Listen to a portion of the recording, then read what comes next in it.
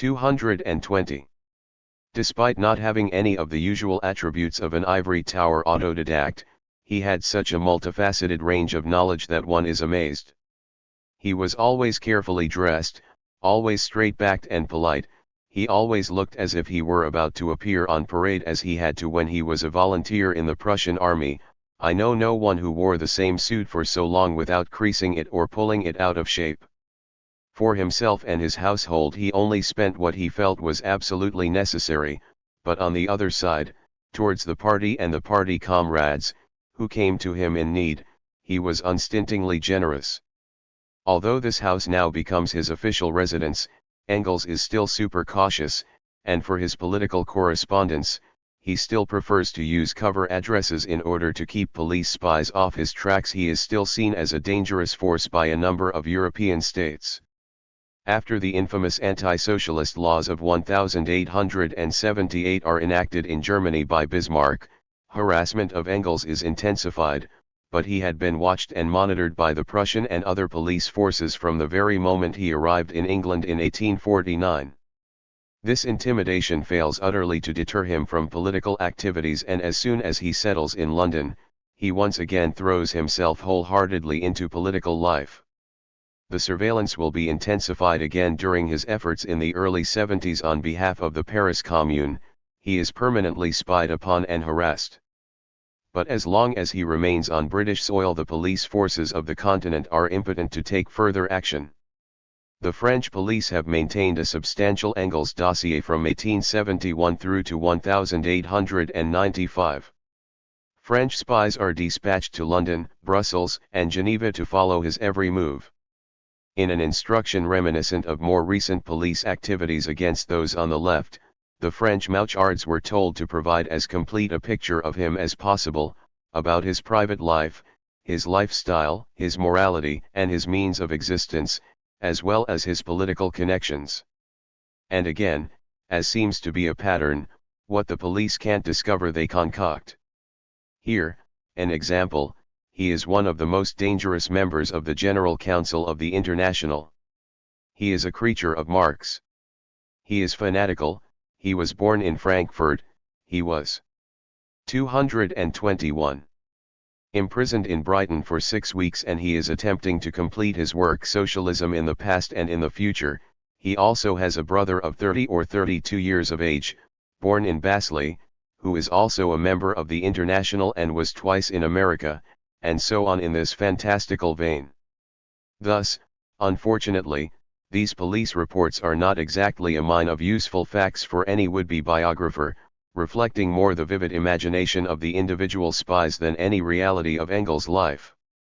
Not surprisingly, the Prussian police are even more active than the French and have spies stationed almost permanently in London. Their reports from the period between 1878 and 1895 alone fill 5 voluminous files on the Social Democratic and Communist Workers' Party in London. The Prussian authorities only really take note of Engels as a serious opponent again after he lambasts government polices directly in written form on their own home ground. In Prussisch Schnaps im Deutschen Reichstag, he unmercifully takes apart Prussian feudal rule. Once it is published in 1876, in Volksstaat, the paper of the German Social Democratic Workers' Party, it is attacked by Bismarck's paper, the Zentralblatt für das Deutsche Reich, and other leading conservative papers. The government had reacted in a similar way only 4 years earlier in response to his booklet Zur Wohnungsfrage. In German Schnaps in the German parliament, Engels dismisses Bismarck contemptuously and with unprecedented directness as a man of schnapps and brown envelopes, referring to politicians who use their public office for personal gain and privilege. The anti-socialist laws, implemented by Bismarck, are a last-ditch attempt to stop the inexorable rise of the German Social Democratic Party and the further spread of socialist ideas within the country. Under these laws, all Engels' written works are banned. Their revelatory content, their mobilizing agitational power, and their theoretical analyses are, for the Kaiser's empire, as dangerous as the social democratic organizations themselves. The government issues a list of 12 banned works by Engels, including his historical volume, The German Peasant War. Before 1878, One could quite easily buy even banned books in Germany, but now they don't even have to be banned. The fear is such that any volume deemed by a bookseller to be questionable is simply not stocked. The bans also have a considerable impact on the development of the social. 222. Democratic Party in Germany and hinder the further dissemination of Marxist ideas there and throughout the international working class movement. These laws are never rescinded but are allowed to lapse in 1890. It is perhaps useful to recall that between 1844 and 1878 there are 50 authorized and published books/brochures by Marx and Engels in circulation, 33 in German, 9 in English, 7 in French and 1 in Russian. As a result of the censorship during the 80s, they both begin publishing in all main European languages, to get around the bans. Not long after his arrival in London, Engels, together with Marx and the whole IWA, are confronted with an acute dilemma and one which threatens to split the movement. What position should the working class adopt vis-a-vis the imminent war between Prussia and France?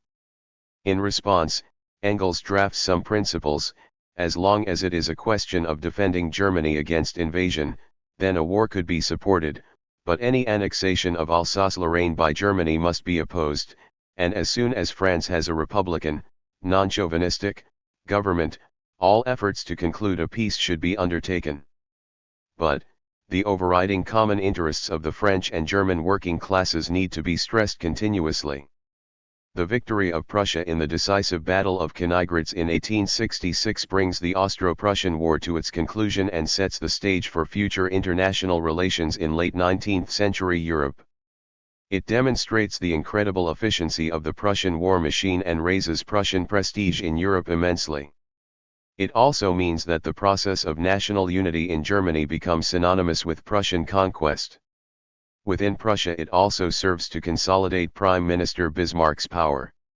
Although during the early 1860s Germany still has 5 times as many men employed in workshops than in factories, this picture is already changing.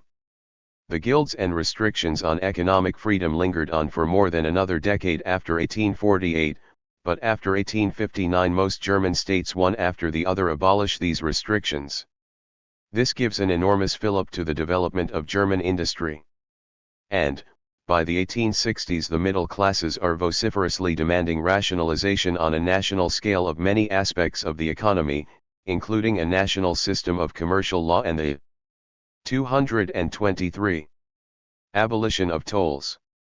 Germany still has some way to go before becoming as fully modernized as its chief competitor, Britain, but it is ahead of France in terms of the building of railways and in steel production.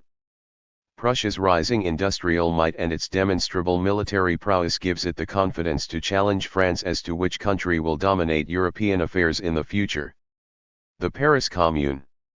When the Prussian-French War breaks out, it comes as no surprise to Engels, even though he has actively campaigned to prevent it.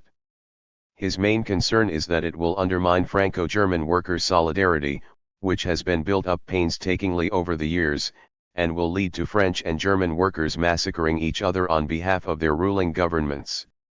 Marx and Engels have differences over their attitude to the Prussian-French War. That difference lies primarily in the fact that Marx is deeply involved in the international workers' movement and is its representative, whereas Engels is still, at this stage, somewhat of an outsider and is not a member of the General Council, and can afford to be more independent and less diplomatic in his views. Marx has to remind Engels not to forget that, the General Council has to deal with susceptibilities on all sides and cannot write as we two in our own names could do. As we well know from history, ordinary working people from different countries, despite having overwhelming common interests, are all too easily seduced to fight each other by nationalist and xenophobic rhetoric. The looming Franco-Prussian War of 1870 proves no exception. This fratricide, across national boundaries, will take on even more horrendous proportions in the confrontation of the great European powers, during the First World War, as Engels predicts it will, when the working classes of Britain, France, and Germany are to slaughter each other unnecessarily in a war which leads only to a Pyrrhic victory. Although the Pall Mall Gazette is a conservative journal, the Owenite John Watts, a friend of Engels, has an editorial position there, and he manages to wangle him a commission to write articles on the war, as long as he is prepared to give his proletarian sympathies a low profile. The resultant articles win much admiration. He predicts the Prussian victory, at a time when most 224 government circles are convinced that the French will win. Engels argues that Bonaparte isn't confronting King Wilhelm of Prussia alone, but the whole German nation. In his third article for the Gazette, sensationally, Engels is able to disclose the secret Prussian plan of campaign.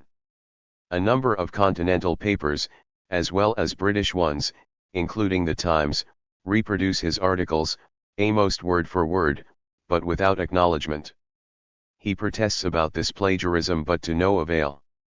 The Spectator declares Engels' articles the only important ones to appear on the war. He, modest as ever, tells Marx, Degree, the only prophecy I made at the right moment, was published promptly and was confirmed by next day's news. That's just pure luck and impresses the Philistines enormously. He, of course, also has the good fortune that the British press is not subject to the same strict censorship rules as France and Germany are.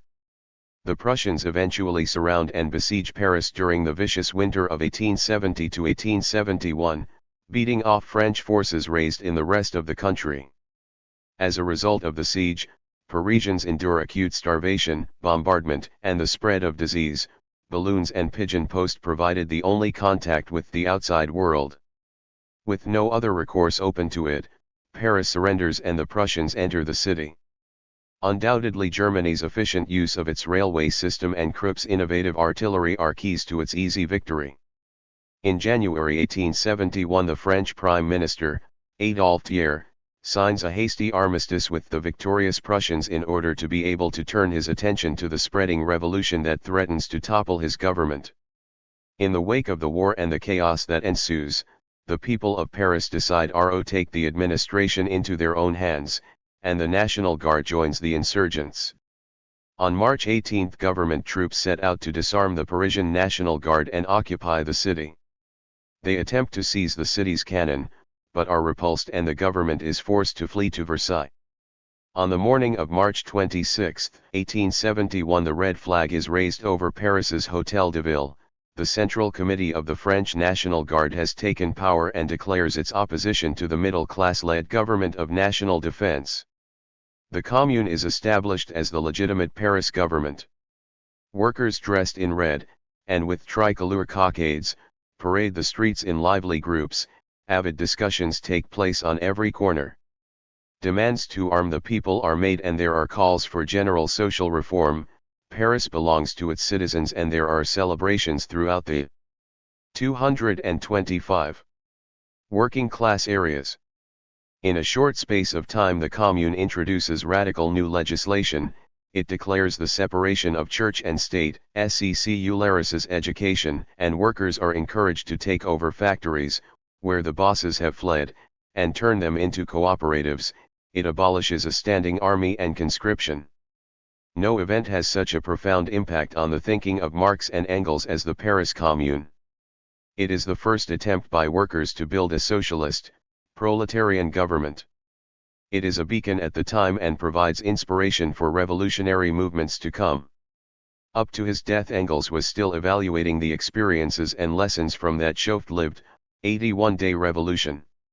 On the 27th, one day after the raising of the red flag in Paris, the first detailed reports begin to reach Marx and Engels, who pull out all the stops to obtain a full picture and set the wheels in motion to deliver support to the Commune.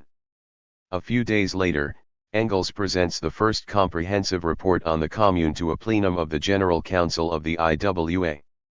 Then, under Engels' leadership, the General Council is transformed into a war council. Hundreds of letters are dispatched around the world to provide up-to-date information and to drum up support for the Commune. Victor Schiele, a close friend of Marx and Engels, is a German émigré living in Paris, and he wins plaudits for his work in helping build and strengthen the defenses of Paris, but he is also chiefly responsible for the spread and propagation of Marxist ideas throughout the Commune. This work is vital, as there is still, at this time, no independent workers' party in France, as exists in Germany. He involves Engels too, and, between March and May, Engels' chief role becomes that of military advisor to the Commune. He encourages them to take strategic initiatives and to ensure a proper military defense system for the city. A realistic defense strategy is the be-all and end-all of any revolution, if it is to survive. Understandably, the clamor increases for Engels to be sent to Paris. Time is of essence and the situation is hectic and fraught. Paul Lafargue sends an appeal to Marx. I have seen the men of the Commune and they are, like the people, full of enthusiasm. They still have high hopes of taking Versailles and are working towards this goal. There is no shortage of men, but leaders are in short supply. Vaillant told me that. Couldn't Engels come over and place his expertise at the disposal of the revolution? Engels, surprisingly, does not respond. His motives are not known, but cowardice. 226. Or timidity can hardly have been the reasons, given his track record. He is however now a leading member of the General Council and this role will have overridden any personal inclinations he may have harbored. In addition, Marx is seriously ill the whole of April and, on his doctor's advice, leaves London. Engels has to substitute for him and take on much of his work in the International. Additionally, at the time the appeal reaches him, the Commune is already under siege and is unlikely to be able to break out. Engels recognizes this and has reported it to the General Council. In response to this critical situation, his chief task becomes that of winning increased international solidarity for the Commune in order to strengthen its fighting spirit. He is also involved in advising negotiators who are trying to persuade Prime Minister Thiers not to use force against the Commune, but all these efforts are to little avail. Then, on May 21, with the connivance of the Prussians, who agree to release French prisoners of war to join government forces, Thiers again attacks the city, and after 8 days of bloody street fighting, in which thousands of civilians are butchered, his forces manage to defeat the Commune and the National Guard. On May 28, 1871 the last barricades in Paris are smashed by Thiers' forces who, in collaboration with France's erstwhile enemy, the Prussians, are able to quash the Commune. Its leaders and many ordinary citizens are summarily shot or imprisoned. Government troops carry out mass executions of around 30,000 Parisians. The city is in flames but the Kaiser's Marshal MacMahon in cahoots with the French ruling elite, and on behalf of the middle-class republic, announces with euphemistic banality that order has been restored. Thiers, from Versailles, announces proudly to the still quaking middle classes that socialism in France is now dead. Around 100,000 Parisians are deported, many condemned to hard labor and dispatched to the colonies, the more fortunate just flee. Engels now becomes the organizer of a refugee fund and launches an appeal to British workers to help those refugees from the Commune who have managed to escape the bloodbath. 80 or 90 of them eventually make it to London and are helped by the fund. In his report to the General Council in August 1871, he clearly expresses his disappointment that British workers have shown little, if any, solidarity with the French Commune. Once again, deep-seated national attitudes appear to have dominated over any sense of international class solidarity. 227. As a man of stamina and with a long-term perspective, the end of the Commune does not by any means represent a coda for Engels, and he devotes considerable time to evaluating the experience and particularly looking at the military lessons so that any future attempts at building a workers' state will be more successful. This research finds expression in the introduction he writes to Marx's Civil War in France and which is published shortly before his death. The defeat of the Commune demonstrates, he writes, that the working class cannot simply take over the state machinery and set it to work in its own interests. In this introduction he also provides an interesting definition of the contentious term dictatorship of the proletariat. Of late the social democratic Philistine has once more been filled with wholesome horror at the words, dictatorship of the proletariat. Well and good, gentlemen, do you want to know what this dictatorship looks like? Look at the Paris Commune. That was the dictatorship of the proletariat. The events surrounding the Commune provide another excuse for his family to attack him. They have, from the very beginning of his radicalism, felt offended by his views and activities. But as long as he was working for the family firm in Manchester, they felt his illness could be contained or at least subdued to a secondary symptom. Once he moved to London and became a full-time militant again, their sense of outrage turns to direct animosity. Even his mother, normally reticent in her critique, becomes overt in her accusations. The recriminations are familiar to him. As the son of an honorable family he consorts with the murderers of the Commune, he has coupled himself to Marx who misuses and leeches him financially, he is completely immoral and, to cap it all, in contravention of Christian principles, he lives in sin with an uneducated factory girl. Engels, though, is used to these accusations and has long ago given up even responding, only to those from his mother, whom he still dearly loves, is he sensitive. To her most recent and critical missive in 1871, he takes his time and a number of deep breaths before replying. Dear Mother, if I have not written to you for some time, it is only because I didn't wish to reply in an offensive manner to your recent comments about my political activity and thus hurt you. And 228. When I then, time and time again, read the shameless lies in the Cologne paper, for example the baseness of that beggar Wachenhausen, when I see the same people, who during the war read in the whole of the French press only lies, but who now believe every police fiction against the Commune, every slander in the most popular Parisian trash rag and trumpet it throughout Germany as if it were the Evangelium itself, it puts me in a mood that is not conducive to providing a sober response.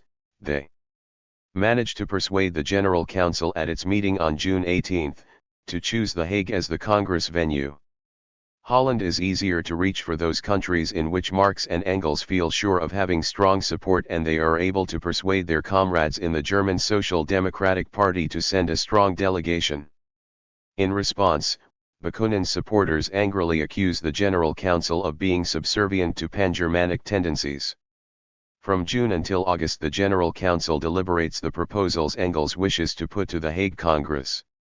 He hopes to take the wind out of the sails of the anti-authoritarian faction by proposing a complete restructuring of the International, as formulated at the London Conference. The Hague Congress also has to adopt a definitive position on what sort of action at a political level it wishes to advocate, and on this issue Marx and Engels and their supporters have the French Blanquists on their side. They propose that it is absolutely essential to build specific political workers' parties if workers are ever to take power, and power is essential to achieve the International's aim of social revolution and the abolition of classes.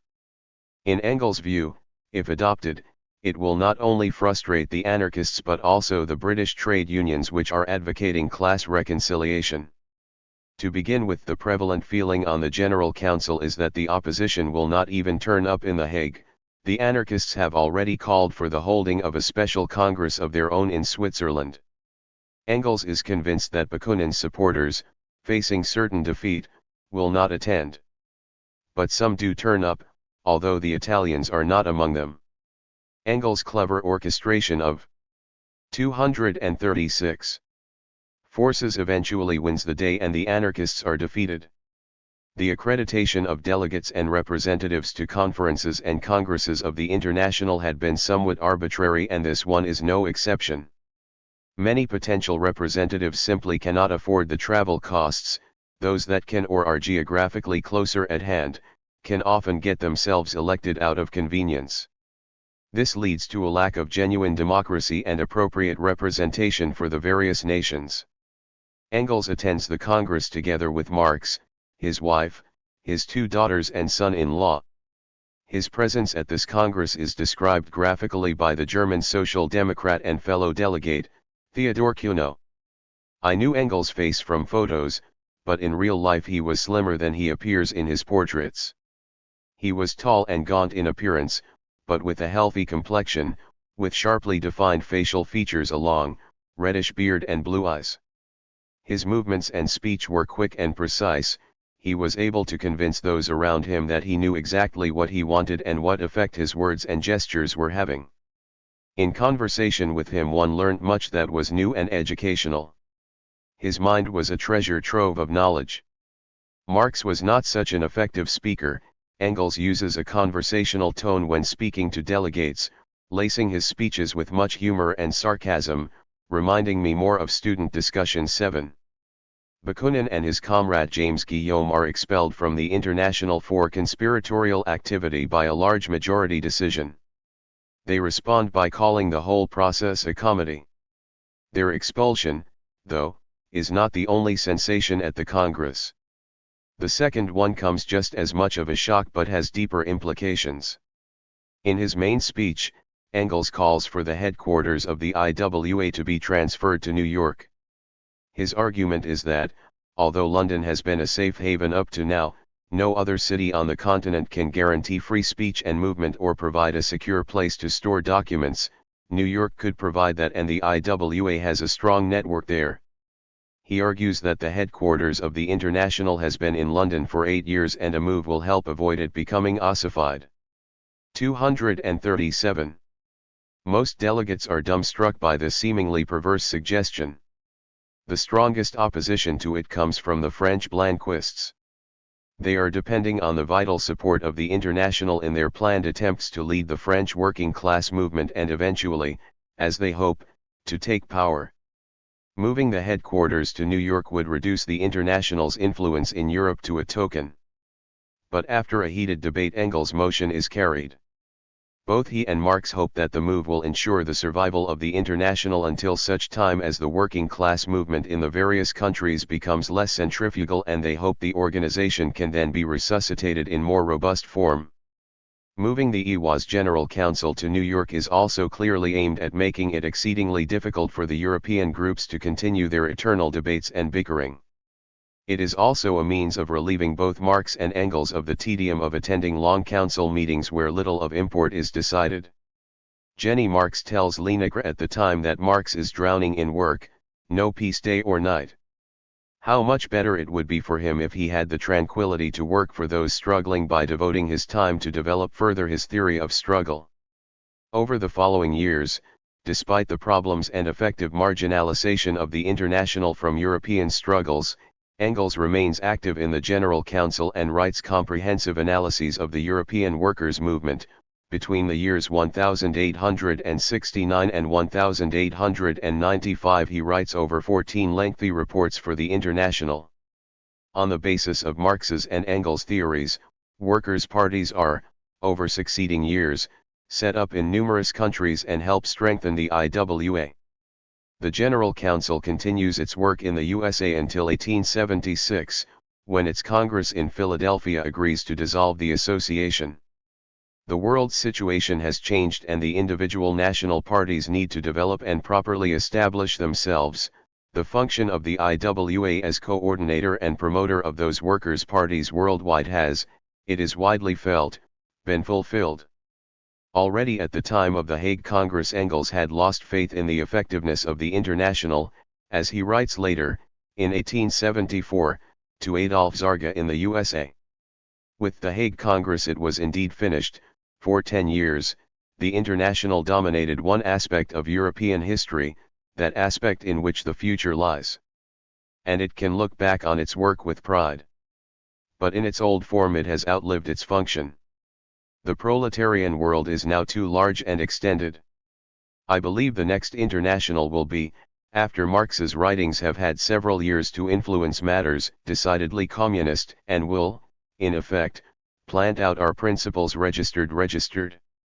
Engels' role in the successful development and expansion of the various national parties can be measured by the range of his activities on the General Council.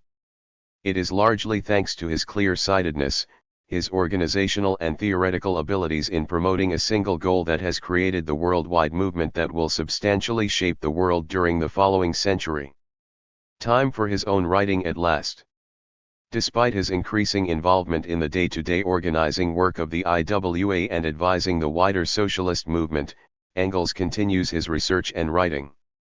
In 1876 Wilhelm Liebknecht, the editor of the German Social Democratic newspaper, begs Marx and Engels to write a fundamental riposte to the increasingly influential ideas of Professor Eugen Dühring, a blind, unsalaried lecturer at Berlin's university. Dühring is a relatively obscure intellectual whose nebulous ideas are filling the vacuum left by Lassalle's death registered. Both Marx and Engels are angry and offended that they are being cajoled into arguing against what they see as confused and primitive thinking. Only when Liebknecht demonstrates to them how far Dühring's ideas are influencing the thinking of the social democratic rank and file, do the two realize that they have to respond. Marx needs to devote all his time to completing the further 2 volumes of Capital, and Engels has just begun to immerse himself fully in his scientific research. Reluctantly he tears himself away and sets about refuting Dühring's ideas. In a moment of rare bitterness, he upbraids Marx. "You can thank your lucky stars," he writes from his temporary refuge in Ramsgate, "you can stay in your warm bed examining specifically Russian land-owning relationships, and ground rent in general, and nothing interrupts you, but I'm supposed to sit down on the hard bench and swig the cold wine, immediately stop doing everything else and preoccupy myself with boring Dühring. Clearly I have no alternative." Returning from 239. Ramsgate, he gets down to work immediately, writing his arguments straight down. The result is published as a series of articles in the social democratic paper Vorudras, and only later published as a book, Herr Eugen Dühring's Revolution in Science. This polemic would be of only marginal interest today if it were not for its enormous political impact and role in promoting Marxism. Engels uses the opportunity to explain the basic ideas of dialectical materialism in a way that can be understood by all. It is a work of masterful clarity. His readers at the time are still largely unaware of the historical connections between economics, class, and politics, and he puts his ideas across in a readily accessible language. In this way he breaks through the barrier that has kept his German compatriots largely in ignorance of his and Marx's theories. For the first time, workers in Germany can now gain an understanding of how the ongoing historical process and their own problems are interconnected, and what political implications this has for the proletariat as a whole. This small work goes on to win many thousands to the ideas of Marxism, something Capital alone could never have achieved.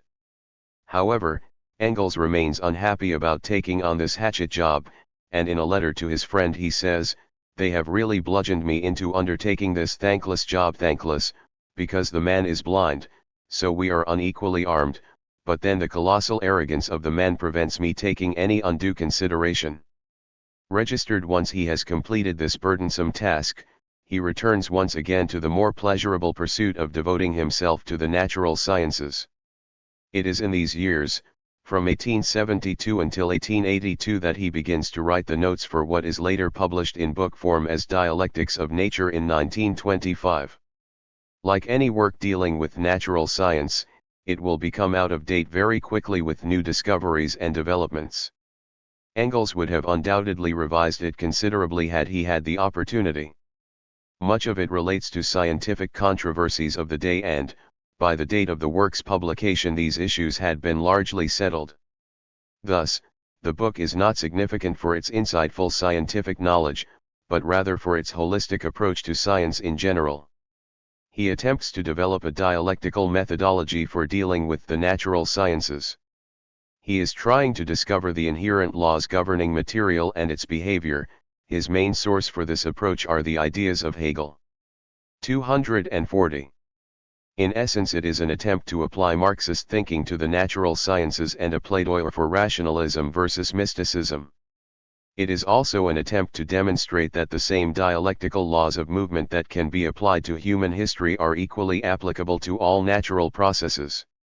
Dialectics, he writes, is for today's natural sciences the most important method of thinking, because it alone provides an analog, as well as explanatory, method to comprehend the developmental processes taking place in nature, for the connectedness of all and everything, and a means of bridge building between one research area and another. 0.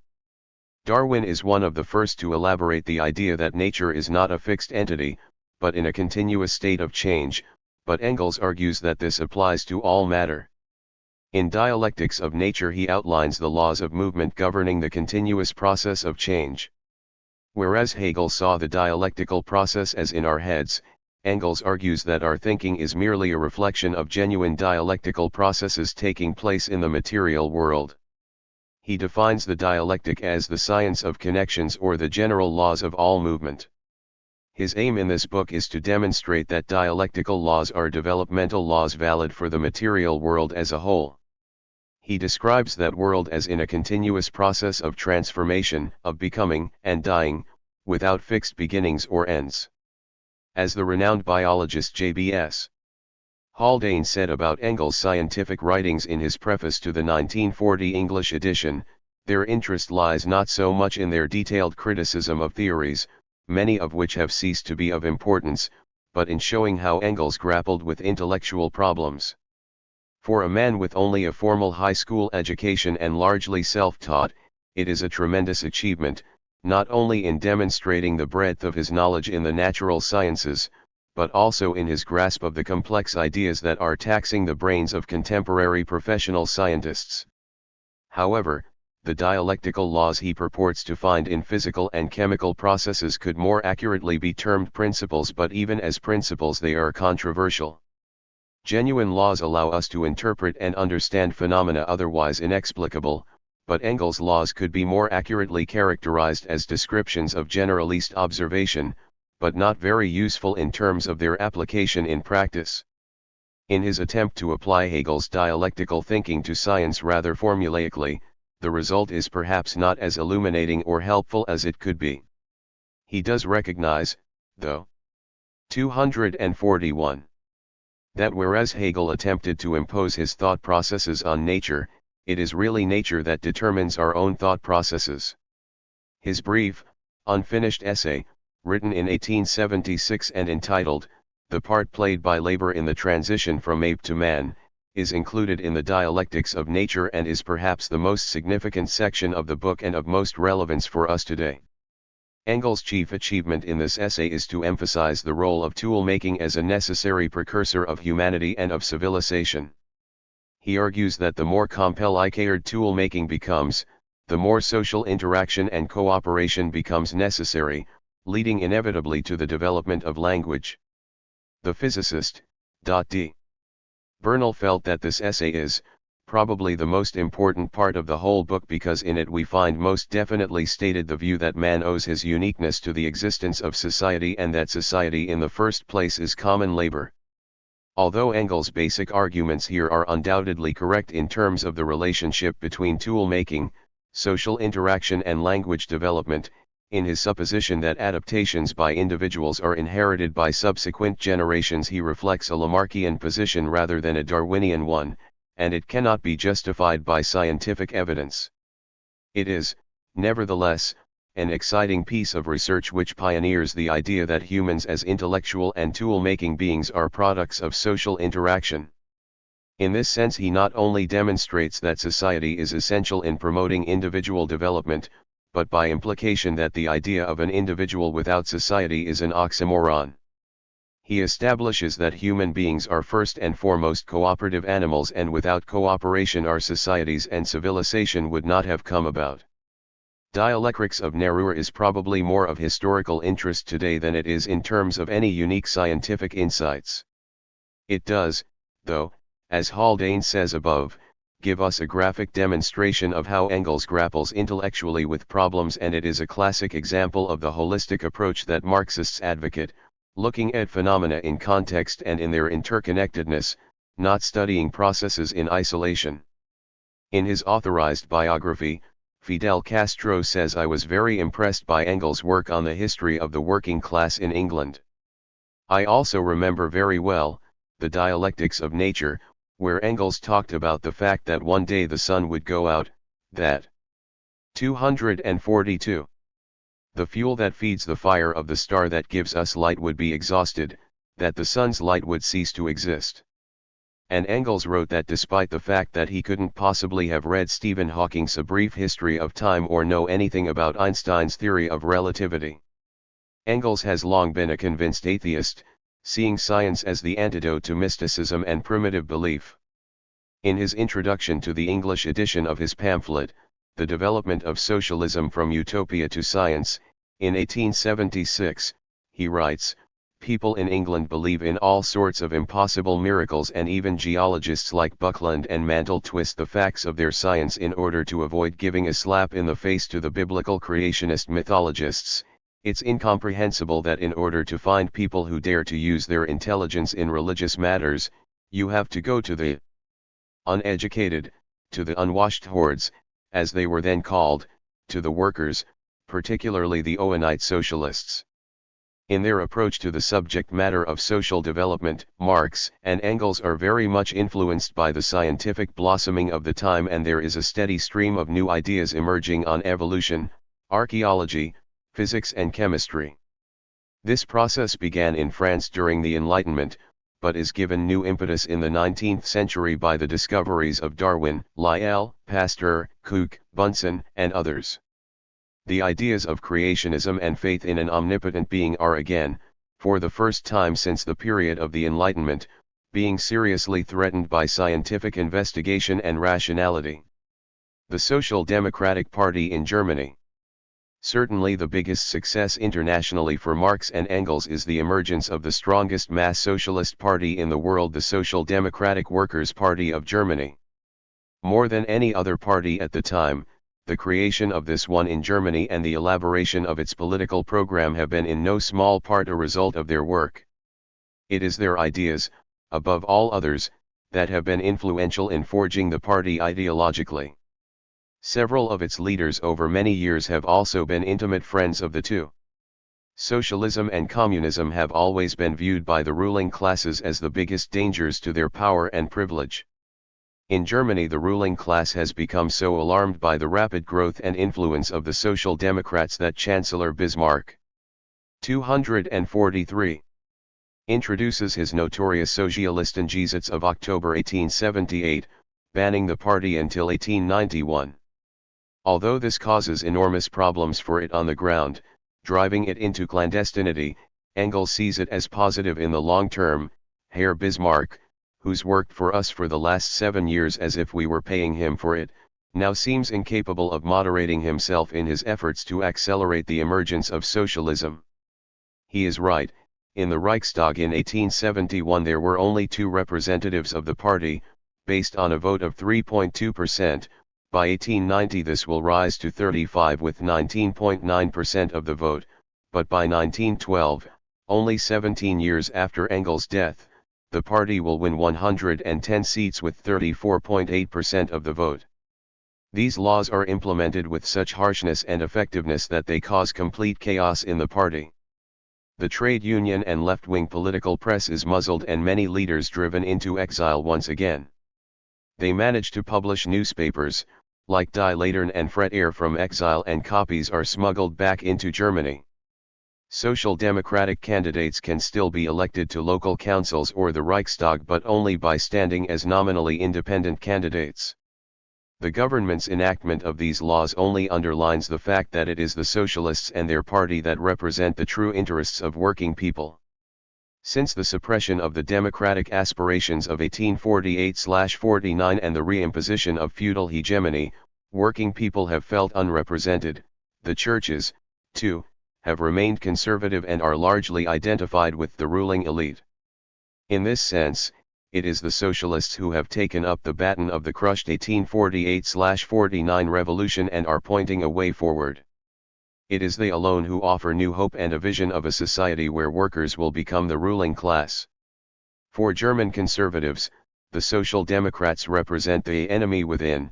They are the Vaterlandslosen, a term that will be resuscitated and used again in a similar way, half a century later, by a certain Adolf Hitler.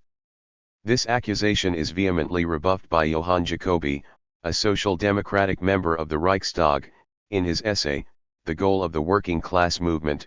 Your fatherland is for us only a place of misery, a prison, a hunting ground on which we're the hunted animals and where some of us don't even have a place to lay our heads. You call us scathingly Vaterlandslos, and you yourselves have taken away our homeland. 244. Although the anti-socialist laws banned the party and led to the ghettoization of the Social Democrats, it simultaneously strengthened their position. It forced the party to adopt new methods of working overnight. Newspapers had to be set up in exile, and internally clubs and associations had to be quickly established, choirs, sports and discussion groups, and funeral funds, which also functioned as alternative working-class social and political networks.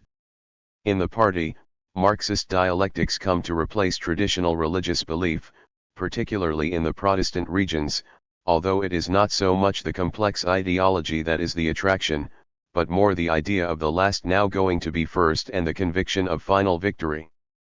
The Social Democratic Workers' Party of Germany is founded in 1869, under the leadership of August Bebel and Wilhelm Liebknecht.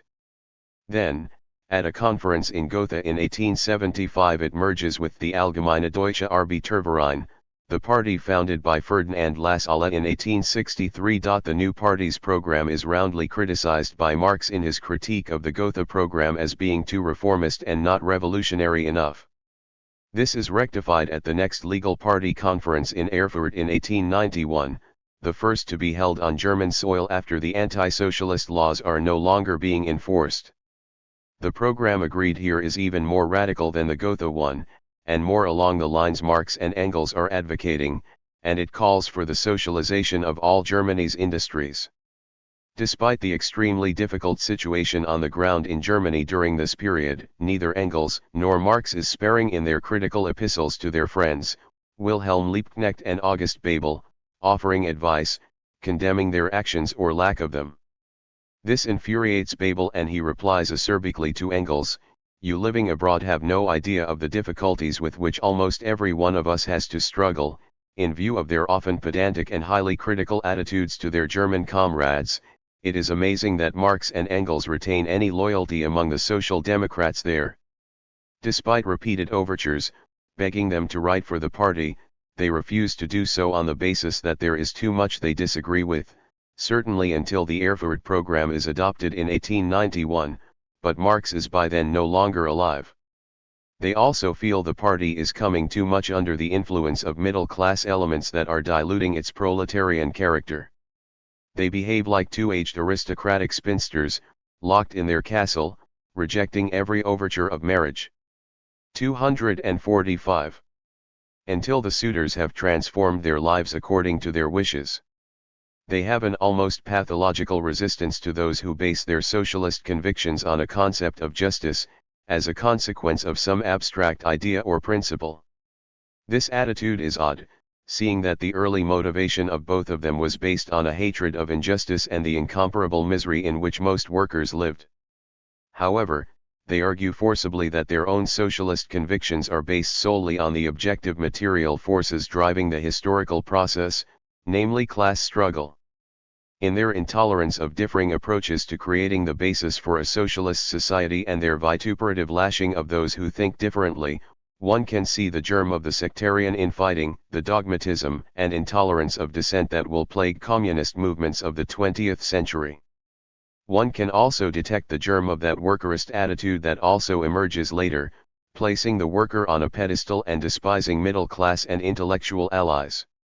Engels writes dismissively to Becker, a leading German social democrat, "Altogether it is about time we stood up to the philanthropic haute and petite bourgeoisie, students and doctors, who are forcing their way into the German party and want to turn the class struggle of the proletariat against its oppressors into a diluted organization for general human fraternization. It is no doubt because they see the movement as a means merely of promoting and accelerating an objective process, not of procuring justice, based on abstract principles, that they refuse to be drawn into descriptions of any future utopia. In all their work together they scrupulously avoid addressing in any detail what a future socialist or communist society would look like. However, when their friend and leading German social democrat, August Bebel, publishes his book Women and Socialism in 1879, they have cause to wonder if they are perhaps wrong in their attitude. Bebel's book is an instant success and enjoys over 50 print runs, showing clearly that there is an avid desire for descriptions of the future society. Bebel in fact wins such standing in Germany that he is often referred to by friends and foes alike as the Gegenkanzler. Despite Engels' early profound disagreements with the German Social Democrats, his and Marx's perpetual cavilling and proffering of advice, does persuade the party eventually to adopt many of their 246 fundamental principles. Thus, in the last years of his life, with great satisfaction, Engels follows every new victory by the party with avid interest and is fully supportive. The German Social Democratic Party of today, of course, just as the British Labour Party, has little ideologically in common with its original incarnation. Lizzie's death. Engels and Lizzie's move to London does little to improve her health even after several weeks, so Engels takes her on a series of spring and summer cures to Scotland, Ramsgate, Brighton, and also to Germany, in the hope that it will see her through the winter, but even these do not achieve the hoped for results. In September, Engels and Lizzie are at the coast in Ramsgate, where Marx's wife, Jenny, and her children also join them. Here, despite their totally different backgrounds, Jenny and Lizzie become quite close to each other, undoubtedly assisted by Marx's youngest daughter, who has already formed a close attachment to Lizzie. The presence in his house of Lizzie's wayward niece, Mary Ellen, who is little help or support and more of a continuous irritant, only aggravates an already difficult situation. Mary Ellen never really settles into London life in the Engels-Burns household. She has always been a bit of a tearaway and very egoistic. Even while in Manchester, Engels tried to help her with her education. He persuaded Eleanor to teach her to play the piano, and he also set her a strict course of reading, beginning, perhaps somewhat over-ambitiously, with Serbian folk ballads in translations by Goethe and then graduating to Goethe himself. These will not have been the easiest of tasks, but she is clearly bright and, despite the difficulties of the German language, masters to an admirable extent. Her general behavior, though, remains problematic. Engels, particularly, finds her a disruptive influence and not a very helpful addition to the household. In desperation, they decide to send her to a German boarding school in the hope that it will iron out her character somewhat.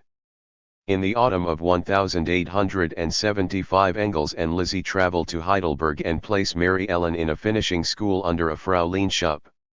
She is now 15 years old and is to remain in Heidelberg for a couple of years to provide her with the refinements they feel she needs.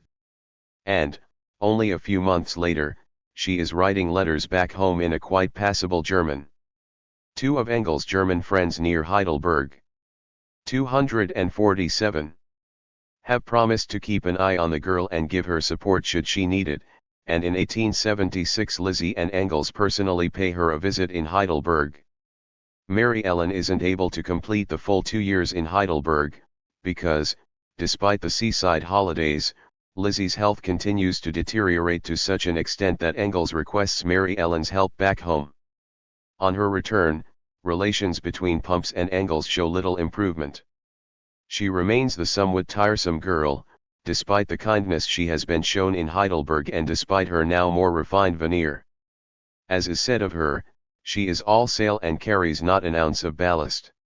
Shortly after her return, she quarrels seriously with Lizzie, and this offends Engels considerably, as both have been like parents to her. Ignoring their needs, she petulantly returns to Manchester to live with her own people. However, she very soon realizes that even with her own immediate family, life is hardly a honeypot.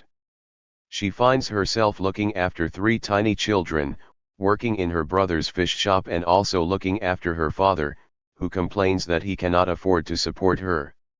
Not long afterwards, despite refusing to apologize to Lizzie and Engels, she pops up again in London. Engels feels, though, that the salutary Manchester experience has done her a power of good. Lizzie now has pain everywhere. On walks she often holds the party back because she can only move very slowly, and housework is also a strain on her. Engels is obliged to help in the house more than he is used to. If you'd seen me yesterday evening making the bed and today lighting the kitchen fire, you'd have laughed, he writes to Marx. A malignant tumor in 1878 finally confines her to bed, and she realizes she has not long to live.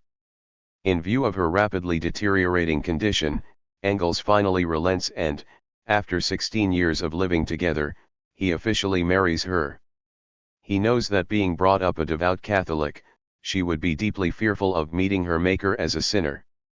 A civil ceremony is impossible because the registrar cannot perform it at home and the process of posting the banns would take several days, and it is uncertain whether Lizzie will live long enough for it to take place, so she pleads with him to marry her in a religious ceremony.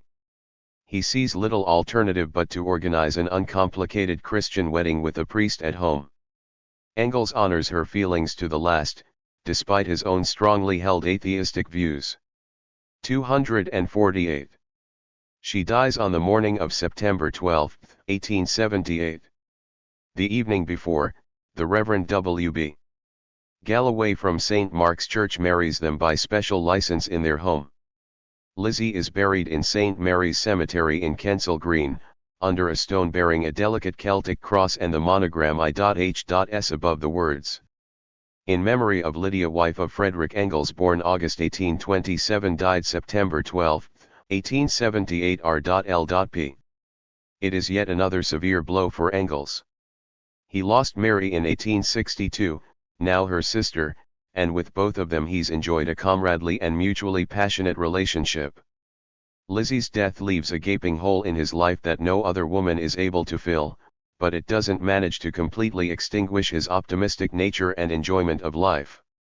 It does, though, represent a marked change in his personal life. He becomes even more aware of his own mortality and his slackening physical and mental resources. Mary Ellen, to her own short-lived satisfaction, is now elevated to the head of Engels' household. Knighted with the title of Pumpsia, as Marx puts it.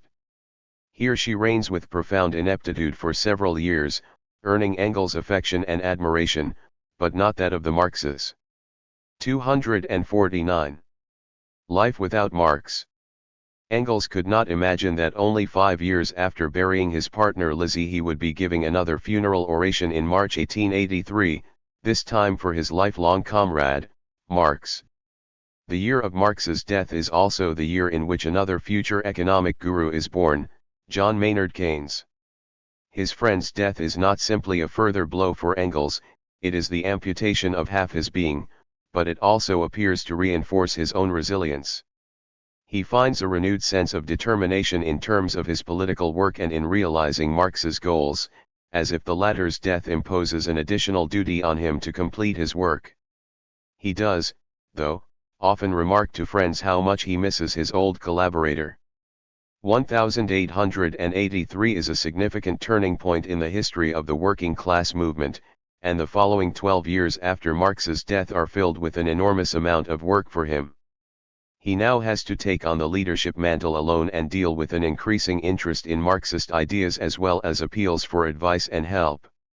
He is, understandably, seen by most people in the movement as Marx's natural successor, however at no time does he attempt to portray himself thus, but always conducts himself merely as custodian of Marx's work. He never complains about the increased workload, but it clearly takes its toll.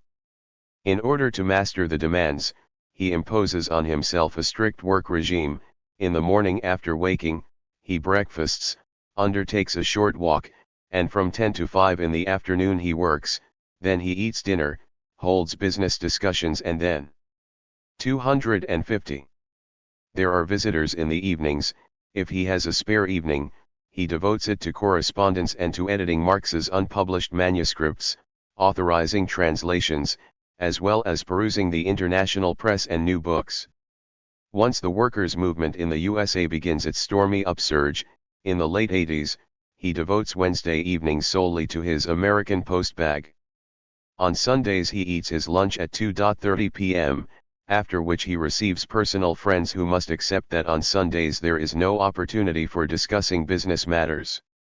London is the most suitable place for Engels to conduct his research work and maintain his international correspondence, and that's largely why he decides to stay put even after Lizzie's and Marx's deaths and despite urgent entreaties from his German comrades to join them in Germany as well as from Friedrich Adolf Zarga in the USA, recommending he move there.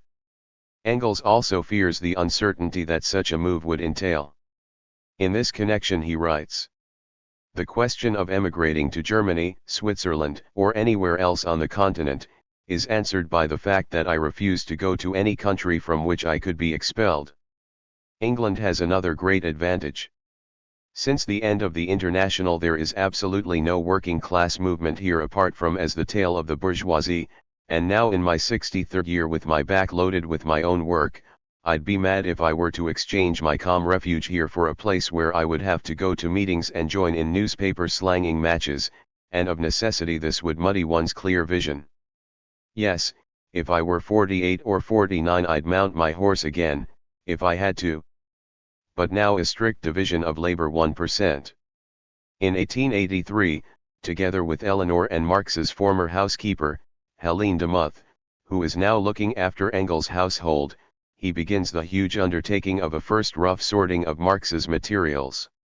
It is an awesome task, he complains, and I don't know how we are going to get through it. They spend weeks combing through the enormous piles of papers, manuscripts, books, and articles. The lease on Marx's house at 41 Maitland Road is due to expire. 251. On March 25, 1884 and until the very last moment Engels and Helene de Muth are still rummaging through the papers. They find a whole lot of things that have to be kept, but about half a ton of old newspapers that it is impossible to sort. Yet, they do manage to clear Marx's house by the deadline. It has taken a full year, twice the time envisaged, but there remains an incredible amount of sorting still to do. For Helene de Muth, too, it is a relief, as Engels tells Laura. Nim says that a huge weight has been lifted off her chest now that we've cleared the house, at last she can sleep soundly again. For her it was a nightmare which she couldn't even shake off by taking the occasional Irish nightcap. The 6 big trunks of material they save, are stowed in Engels' attic. The library is of particular value because many of the books contain Marx's notes in the margins, personal works, and many of his books in English go to Eleanor, while Engels keeps the scientific and political core of the library. He is obliged to completely rearrange the furniture in his own house in order to store the trunks of Marx's voluminous papers and his books. He then pays Marx's landlord the outstanding rent and hands back the keys, the remaining furniture they put up for sale. In 1896, more than a year after Engels' death, Eleanor will write to her sister Laura, "I believe the parcels that our dear old general piled up are still completely unsorted, even with Marx's death. Engels' feelings of financial obligation to his family remain and his generous subsidy continues." In 1884 he gives Eleanor £50 for her honeymoon, but she feels uncomfortable about this, telling her sister Laura, "Is it not too much? I feel quite unhappy about it." Laura is probably surprised by her sister's qualms, as she and her husband have no scruples about making regular demands on Engels for money, and these are always granted until they become so excessive that Engels actually feels obliged to put a stop to them after sending a last check for £100. He immerses himself fully in the mountain of work Marx's death has bequeathed him. In comments he makes to friends during this time, he underlines this: "Devilishly busy, for months now I've had no time, enormous amount to do, inundated with work, etc." He devises work plans for himself, and central to these is the deciphering of Marx's writing, the editing and reworking of Marx's capital manuscripts, "the only work to which I really look forward," he concedes. This work is so exhausting that he takes a long holiday at his 252 favorite resort in Eastbourne during August and September of 1883. However, even here, a rest is hardly possible, as he is accompanied by Helene de Muth and the Rosher family. He busies himself checking the proofs of Sam Moore's translation of Caporal, as well as trying to keep up with his correspondence. The one sitting room in the hotel where he can work is used by all the adults and Rosher's 2 small children. Just now the whole troop storms in, terribly thirsty.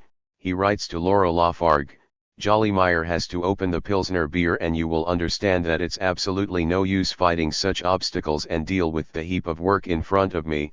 The second bottle has just been opened, the little girl is crawling about my knees, and so I give it up in despair." Registered He only finishes the rough sorting of Marx's papers shortly before the lease expires on Marx's old house.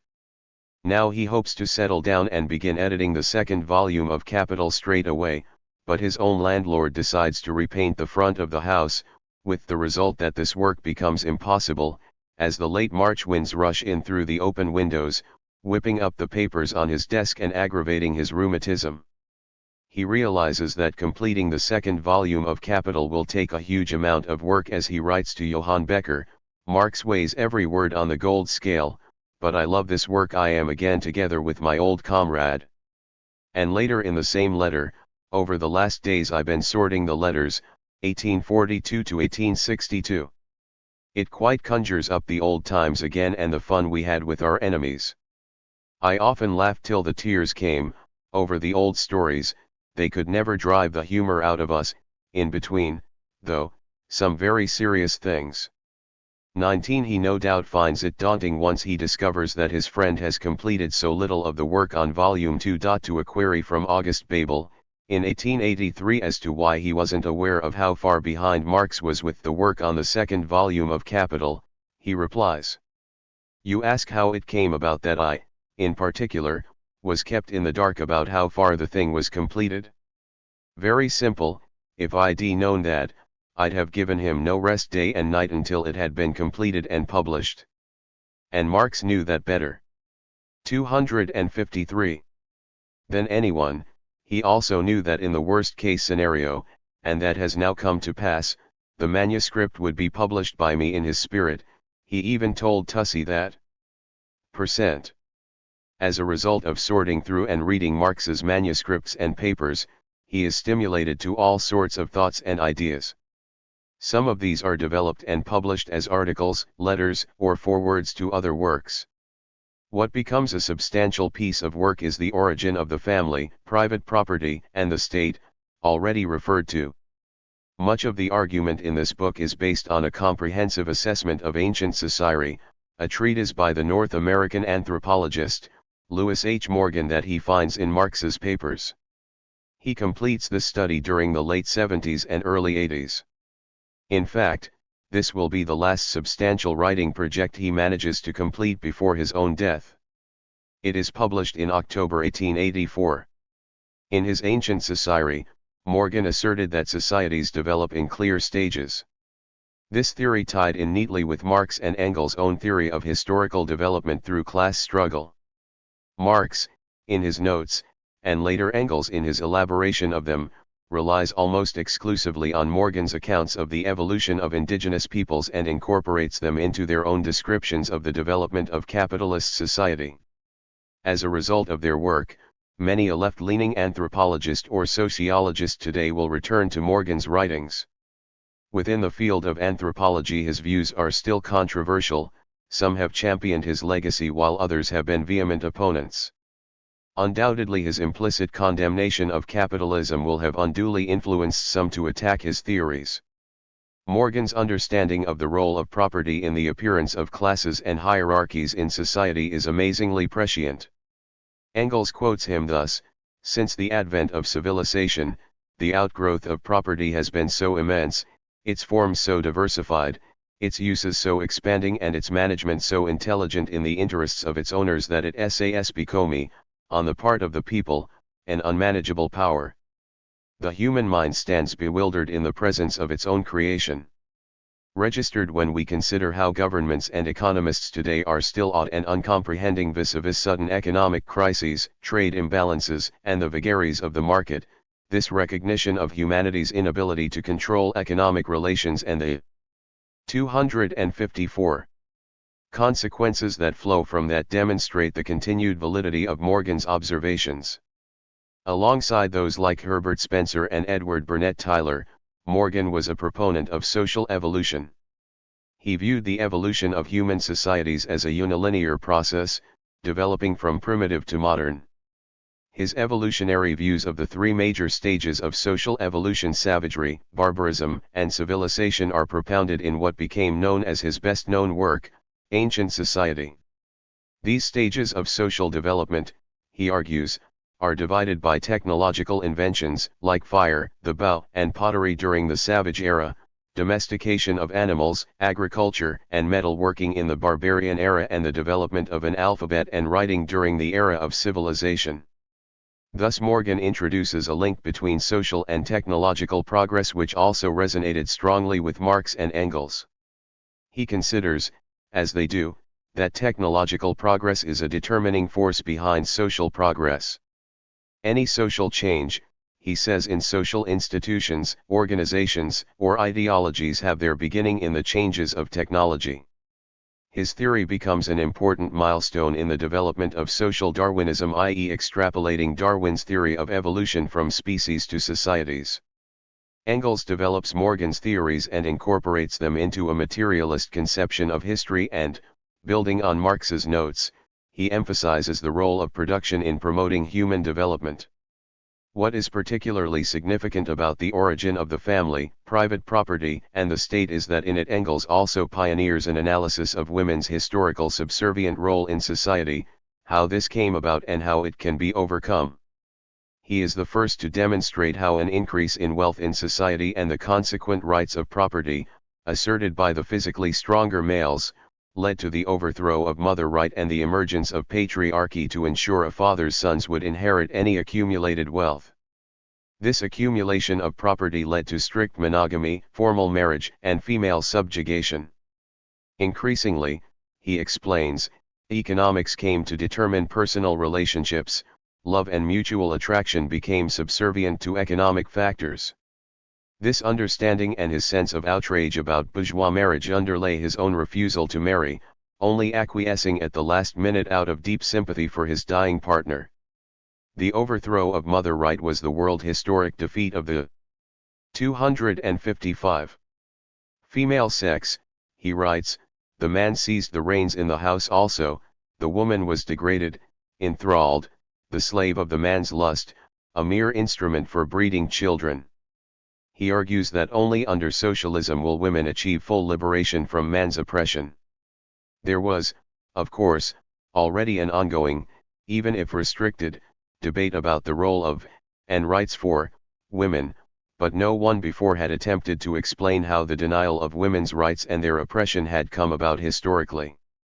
Despite the pioneering work of Mary Wollstonecraft already in the 18th century and expounded in her book, A Vindication of the Rights of Women, and the profound impact of John Stuart Mill's essay, The Subjection of Women, written almost a century later, in 1869, the rights and role of women in society had changed little.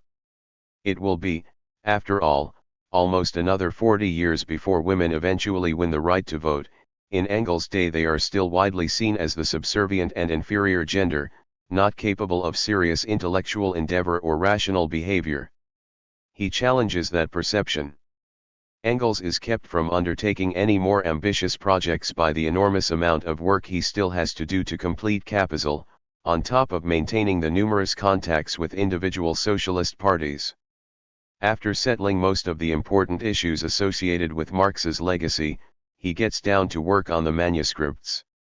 The two had already discussed Capital section by section, so Engels knows Marx's intentions and ideas better than anyone. But, nevertheless, he is appalled when he looks at the original manuscript. It's a total mess, with the exception of about 2 chapters. The illustrative quotations are not ordered, just thrown together in heaps, collected for later selection. Then there are the Plattwritings, a form of Low German. He probably uses the expression to mean that Marx's handwriting is like a form of shorthand that only I can read and that only with difficulty. He also finds that sections of Marx's text have been edited or changed by Marx himself, often several times, but it is not always clear which is intended as the final version. Towards the end of May he begins to decipher the text and gain an overview of what it contains, but he has to do this in daylight only, to protect his eyes, which have been causing him reading problems of late. With the volume of work, he very soon realizes that he won't be able to manage any more by himself, he needs a secretary. 256. And so starts looking around for a reliable one. A social democrat émigré, Oscar Eisengarten, comes to the rescue. He is a trained printer and fled Germany after being charged under the anti-socialist laws for producing illegal leaflets. He is glad to have a job and proud to be associated with such an important task. For £2 a week, he works daily from 10:00 am to 5:00 pm, for almost 1.5 years. Engels dictates to him and he writes it down in clean copy, and his writing is clear and legible. Engels then goes over this, making last-minute corrections before sending it off to the publisher in Hamburg. Since Easter, he complains, I've slogged 8 to 10 hours a day, often at the lectern, and as a result of my posture, my old problem has returned, but chronic this time, not in its usual subacute variant. Despite all the problems, he manages to prepare all the copy for Volume 2 by the end of February 1885, and this is eventually published in July. Without pause, he immediately begins work on Volume 3. He tells friends he expects to be finished with this in a few months, as he thinks he's found Marx's finished manuscript, but this also proves to be an illusion. In actual fact, this volume will occupy him for more than 9 years. He is still confounded about how slow Marx worked. He writes to Laura Lafargue, "It is incomprehensible how a man, who made such colossal discoveries, had such an extensive and complete theoretical revolution in his head, could have kept them to himself for 20 years. By the autumn of 1888 he has completed a rough edit of Volume 3, but it still requires considerable fine-tuning. By the end of 1893, he begins sending the manuscript to the printers in separate sections, and by May 1894 the last copy is dispatched. With the completion of the third volume of Capital, Engels leaves, as Lenin remarked, the finest monument his friend Marx could have, but it is really a monument to the work of both men. Engels' role in building socialist parties in Europe throughout the work on Capital, he is continually distracted by demands on his time from around the world. He is asked to give advice, decide questions of dispute, and become involved in debates on a myriad of issues. The international workers' press expects regular articles from him. He is, as August Bebel succinctly puts it, the international shop steward of the class-conscious proletariat. 257. Although he occupies no prominent position in any of the leading international organizations during the 80s and 90s, he is still treated by many as the de facto leader. But he never sees his role as giving orders or directives, and emphasizes that I feel the only correct stance to take is to remain completely neutral and leave personalities completely out of the game. Otherwise it will be said that I am trying to steer the party from outside, etc. His main role is as an arbiter between the individual parties or factions. This is confirmed by Friedrich Lessner, who said that you always got a short and clear answer from Engels, whatever question you asked, and he always spoke openly, whether one liked what he said or not. On certain proceedings in the party movement with which he was not in agreement, he would express his criticism immediately and without pulling his punches. He wanted nothing to do with suppositions and compromises. But then after you'd had a full and frank exchange of views about such uncomfortable events, he would be friendly again as if nothing had happened. His relationship to the various national organizations is now markedly reserved.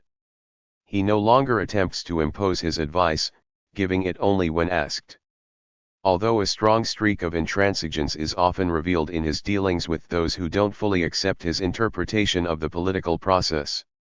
He is easily irritated by comrades who adopt a different position on general tactics, and the vitriol from his pen is allowed full flow.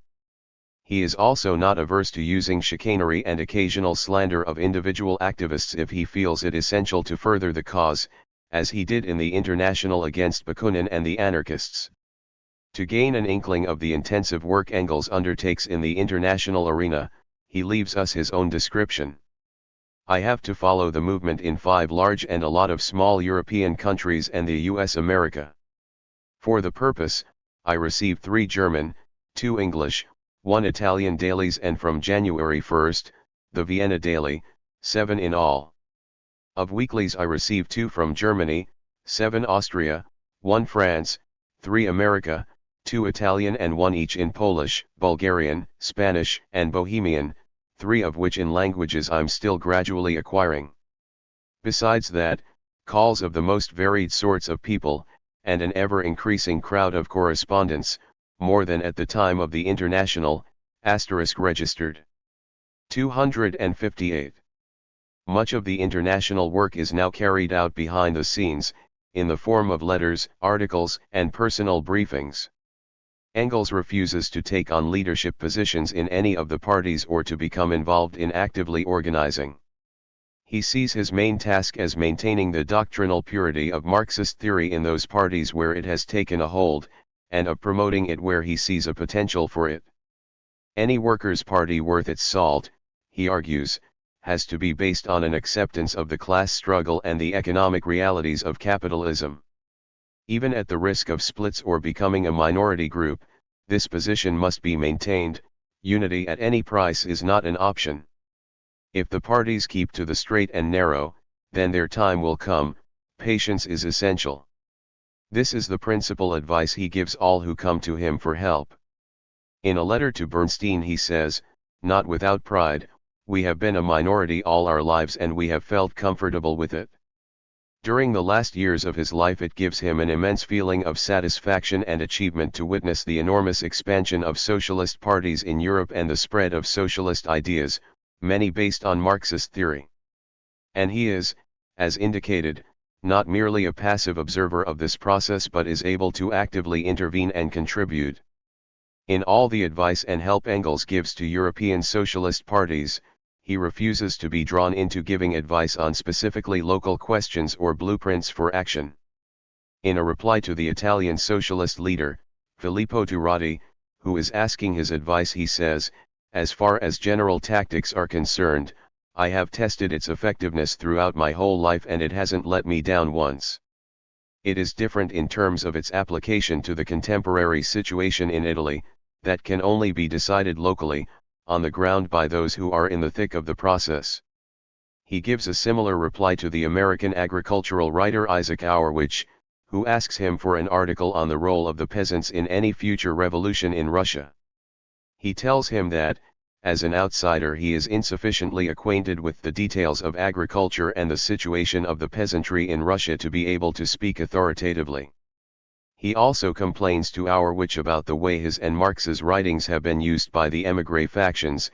If you follow the Russian émigré literature over recent years, you will yourself know how, for instance, sections of Marx's writing and letters have been used and interpreted in the most contradictory fashion by the various groups of Russian émigrés, exactly as if they were classical. 259. Texts or from the New Testament. Whatever I could say about the issue you mention, would most probably, if it were given any attention at all, enjoy the same fate. He also stresses that he thoroughly discards the idea of leading a revolution from abroad. It must come from inside Russia itself. Towards the end of 1888 a Social Democratic Workers' Party is also established in Austria with a Marxist program, following the German example. The leading light behind this new party is the medical doctor, Victor Adler, who soon becomes a close friend. Adler says that after his very first meeting with Engels his life took on a clear direction and purpose. When a number of Austrian socialists in 1883 began clamoring for a general strike to bring down their corrupt and reactionary government, Engels issues strict warnings not to use this dangerous weapon other than in exceptional circumstances. He advises the German party along similar lines. He stresses that all the years of hard labor, building up mass working class parties could be gambled away overnight if this tactic were to be implemented at the wrong moment, giving the rulers the excuse they need to impose draconian measures and suppress the movement.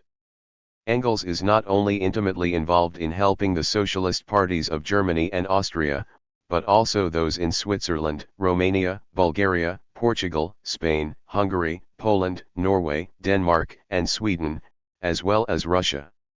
His role as patron, leading theoretical guru and advisor is unanimously recognized. He and Marx had long acknowledged the revolutionary potential in Russia and the impact a social revolution there could have on the rest of Europe. The lack of any meaningful agricultural reform in Russia during the 80s makes a revolution almost unavoidable, he feels. The clamor of the nationalists and small groups of socialists for radical change in the country is mounting, and two of the leading Russian socialists, Leo Hartmann and Herman Lopatyn, are regular visitors to Engels' home in London. While he realizes the potential, Engels is a little unsettled by the prospect of an attempted socialist revolution in Russia. As a backward and largely agricultural country, it is hardly an ideal place to attempt such a revolution, and according to Marxist theory, a socialist revolution can only come about on the back of a developed capitalist economy. Understandably, many adherents of the new socialist organizations are reluctant to accept the stricture that demands their country must first go through the 260 long and painful process of building capitalism before attempting to create a socialist society. However, Engels does admit that their methods of struggle will be determined by their need, by the action of their enemies. As to the means they use, they are responsible to their people and to history, he stresses. He distances himself adamantly from those elements who resort to terrorism to achieve their ends. Those men who use this type of struggle without any need in Western Europe are performing a schoolboy parody, trying to bring the revolution to its knees. They don't turn their weapons on the real enemies but against the public in general. These men are in no way successors and comrades in arms of the Russian revolutionaries, but their mortal enemies. He hopes that the era of terror will give way to an open political struggle within a constitutional state, and is convinced that the continued development of capitalism in Russia will be more likely to force the Tsar to capitulate than individual acts of terror. He sees the impending Russian Revolution as the next turning point in world history but remains convinced that it will be a bourgeois revolution to begin with. In 1883, the year of Marx's death, one group of Russian socialist émigrés in Geneva have set up the first real Russian socialist organization based on the ideas of Marx and Engels. In 1892 a meeting of two of the factions of these émigrés is to take place in Engels' house in an attempt to forge unity. It is interesting that Engels tells the Russian socialists that the people who believe they have made a revolution always see by the next day that they were not conscious of what they did, and that this revolution bears no comparison with the one they intended. That is what Hegel called the irony of history. How perspicacious in view of what will happen to the Bolshevik Revolution.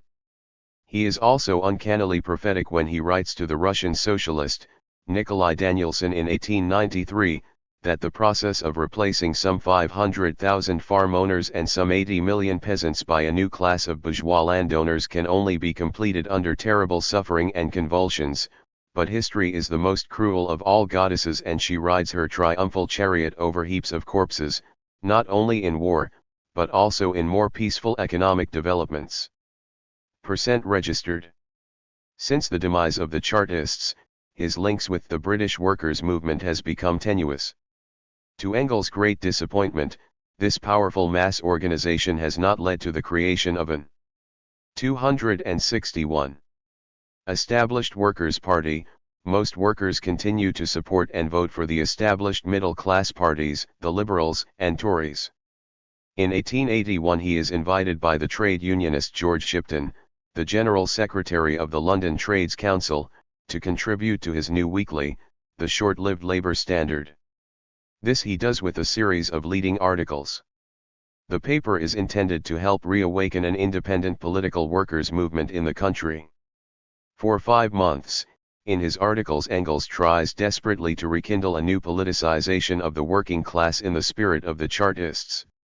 He also contributes to the Labour Elector, a new London-based journal dedicated as an organ of political socialism. On its team of collaborators are John Burns, Tom Mann, and Keir Hardie. Through his articles, he attempts to win new adherents to the ideas of the Manifesto of the Communist Party and Capital, but in the end he withdraws his collaboration, realizing it to be a fruitless task, as the papers are only reaching a minuscule readership.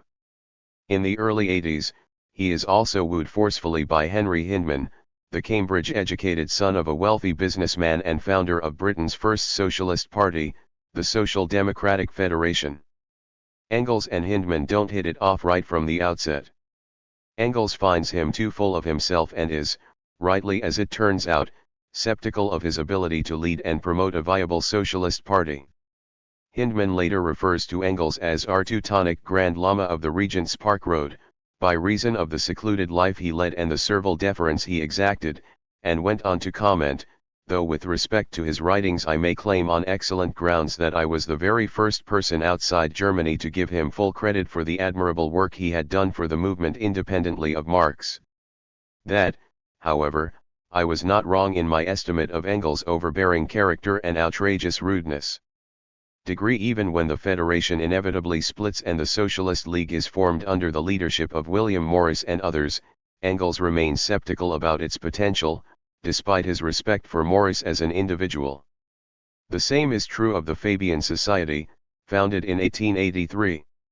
He remains aloof from the Fabians largely because they dismiss the class struggle, but he has great admiration for one of its members, Annie Besant, who plays a leading role in the East End Match Girls strike. Engels realizes that these organizations have been created by small groups of well-intentioned, middle-class intellectuals, but with no real connections. 262. To industrial workers and little prospect of being able to establish those essential links. During the late 80s, Keir Hardie's demands for the establishment of an independent workers' party are also gaining increasing support, and Engels, as a friend of Hardie's, is certainly fully informed of these moves. Hardie is a former miner, who rises to become secretary of the Scottish Miners' Federation. With the support of Robert Smillie, he begins actively campaigning for socialism, but soon realizes that workers' interests will never be truly represented without their own representatives in Parliament. In 1888 he stands, unsuccessfully, as an independent candidate in Mid-Lanark, later traveling to Europe to meet other socialists. He is also a good friend of Eleanor Marx, and she encourages him in his efforts to establish a workers' party. In 1893, as one of a small group of like-minded workers, he is instrumental in setting up the Independent Labour Party. At its opening conference, he is elected chairman and leader. In 1900, at a founding conference attended by around half of the unions affiliated to the TUC and most of the socialist groupings in the country, including Hardie's ILP, the Labour Representation Committee is formed. This eventually develops into the Labour Party. After a long battle to win a parliamentary seat, Hardie will finally become MP for Merthyr in 1900 and will be one of only 2 Labour MPs in that parliament. He becomes a champion of equality and campaigns particularly vehemently in the cause of women's suffrage. During the First World War, he is an outspoken pacifist. Engels is certainly pleased to see the formation of the Independent Labour Party. At last, he feels, there is a party set up by workers with the prospect of becoming a mass party. He never accepted the widely held view that Britain has established a social peace between the classes. These new developments he sees as irrefutable proof that he is correct. The pragmatic British are now joining the Germans and French. Once they know what they want, then the state, the countryside, industry, and everything will belong to them, he informs various friends during the last few years of his life. The Second International. He and Marx seriously underestimated the potential strength of the revolutionary movements in the less developed countries of Europe, as in Italy, Spain, or Russia, and this mistake contributed significantly to their defeat in the First International. Engels comes. 263. To a belated realization of this, and when a number of activists suggest resuscitating the International but on the basis of a federation of national parties, Engels is not overkeen. He argues instead that it is more important for the various national parties to establish themselves on a firm footing first. Although he comes under increasing pressure from several directions to bring together a new international, in view of the rapid growth of the socialist movement throughout Europe, he is able to resist for some time.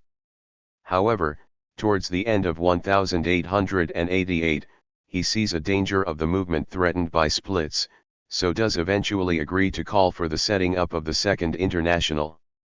After more than a year of intensive preparatory work, with Engels drawing all the threads together, A call goes out in May and June 1889 to convene the Second International.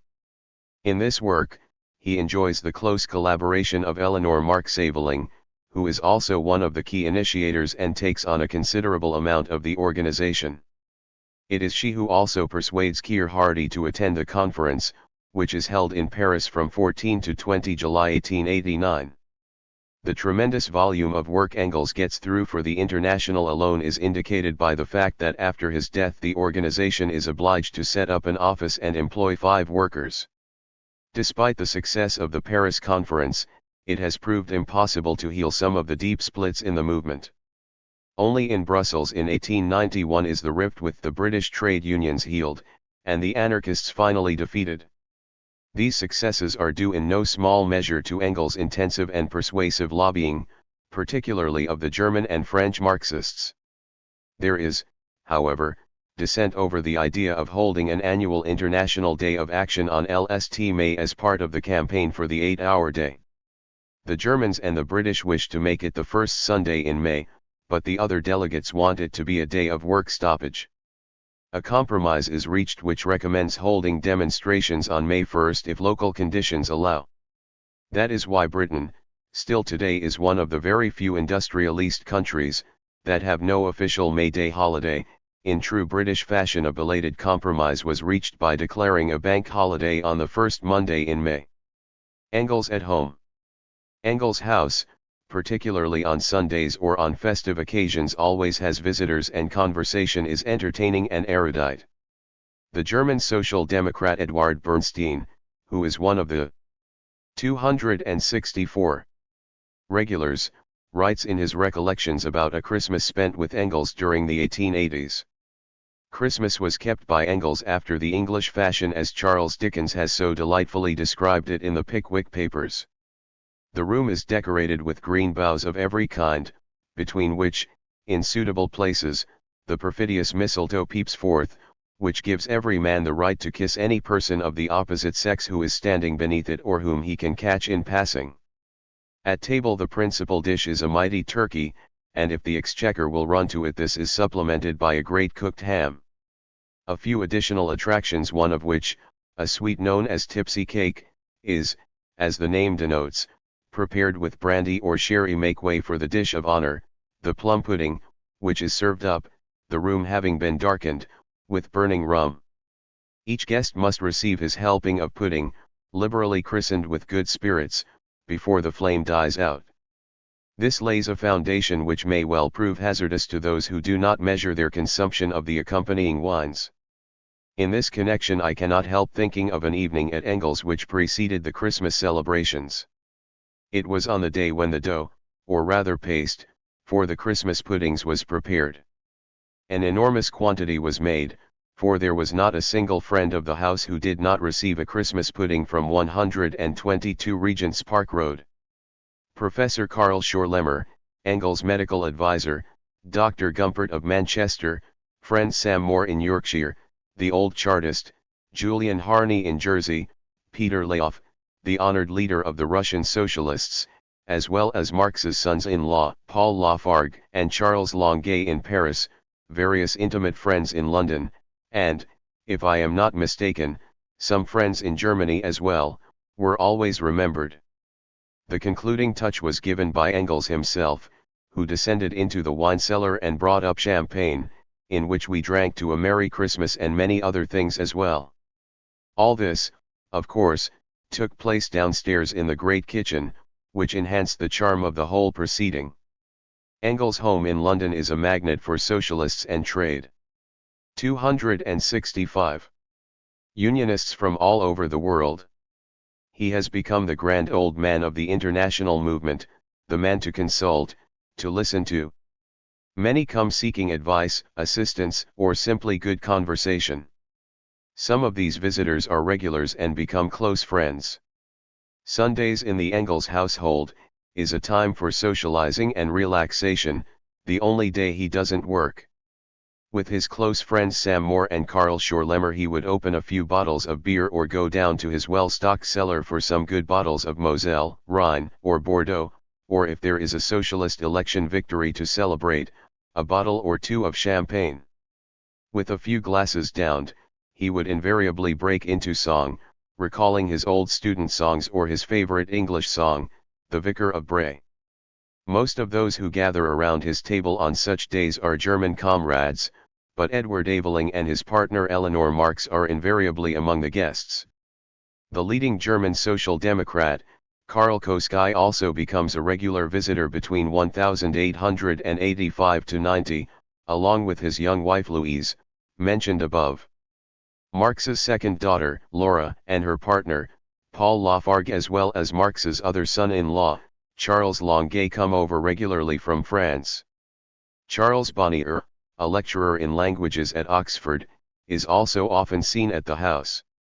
He is a passionate Marxist, but an equally passionate Wagnerian, and he and Engels have lively arguments about the importance of Wagner.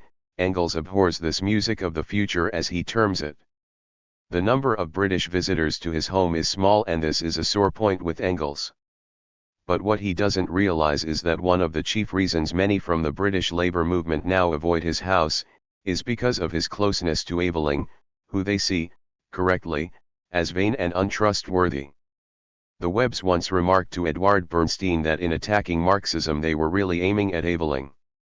Aveling was a smooth operator, a philanderer, not trustworthy in financial matters and not well liked in the wider socialist movement. He also double-timed Eleanor and secretly married someone else while still living with her.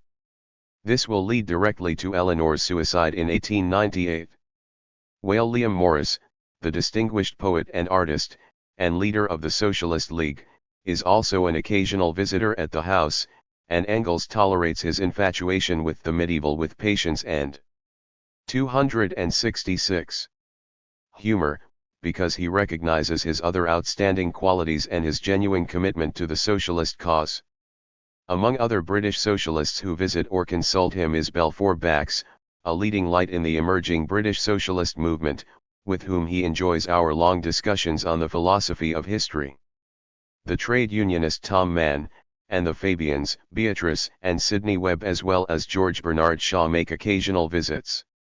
His laconic view of the latter's political insight is contained in a letter to his friend Kosky, the paradoxical belletrist Shaw, very talented and witty as a belletrist but absolutely useless as an economist and politician, although honest and not a careerist, wrote to Babel that if they did not follow this policy of forcing their candidates on the Liberals they would reap nothing but defeat and disgrace, and now they have pursued their policy and have reaped both. But to be fair, this comment was made before Shaw adopted a Marxist outlook and before he had written books like An Unsocial Socialist, an eloquent argument for socialism. Engels, probably through Eleanor, gets to know the leader of the Gas Workers' Union, Will Thorne. He is excited by the movement of new unionism which Thorne represents because it is organizing unskilled workers for the first time. He actively encourages Eleanor and her partner, Edward Aveling, to involve themselves in this movement and inject some socialist politics into it. Thorne was a barely literate gas worker, a member of the Social Democratic Federation, later becoming a branch secretary. He improved his reading skills with the help of Eleanor Marx, and in 1889, was instrumental in founding the National Gas Workers' Union, one of the prominent new unions, later becoming its general secretary. He will also help organize the massive London dock strike of 1889. Thorne is a very welcome visitor. He later becomes a member of Parliament for the Labour Party. Both Eleanor Marx and Engels think very highly of him. Engels gives him a copy of the English edition of Caporal, with a long personal dedication, and only the distance of his place of residence, the outskirts of London's East End, prevents him becoming one of Engels' regular guests. Another trade unionist who visits on a number of occasions is the engineer, John Burns. He is 267. One of the first British artisans to join the socialist movement, later becoming a government cabinet minister. Engels is very well aware of his superior capacities and admires his proletarian instincts, but he bemoans the vanity of this undoubtedly gifted worker and trade unionist turned politician. Engels is particularly enthused by the mass strike movement unfolding in Britain towards the end of the century, like the Big Dock Strike, and the increasing involvement of new sections of unskilled workers.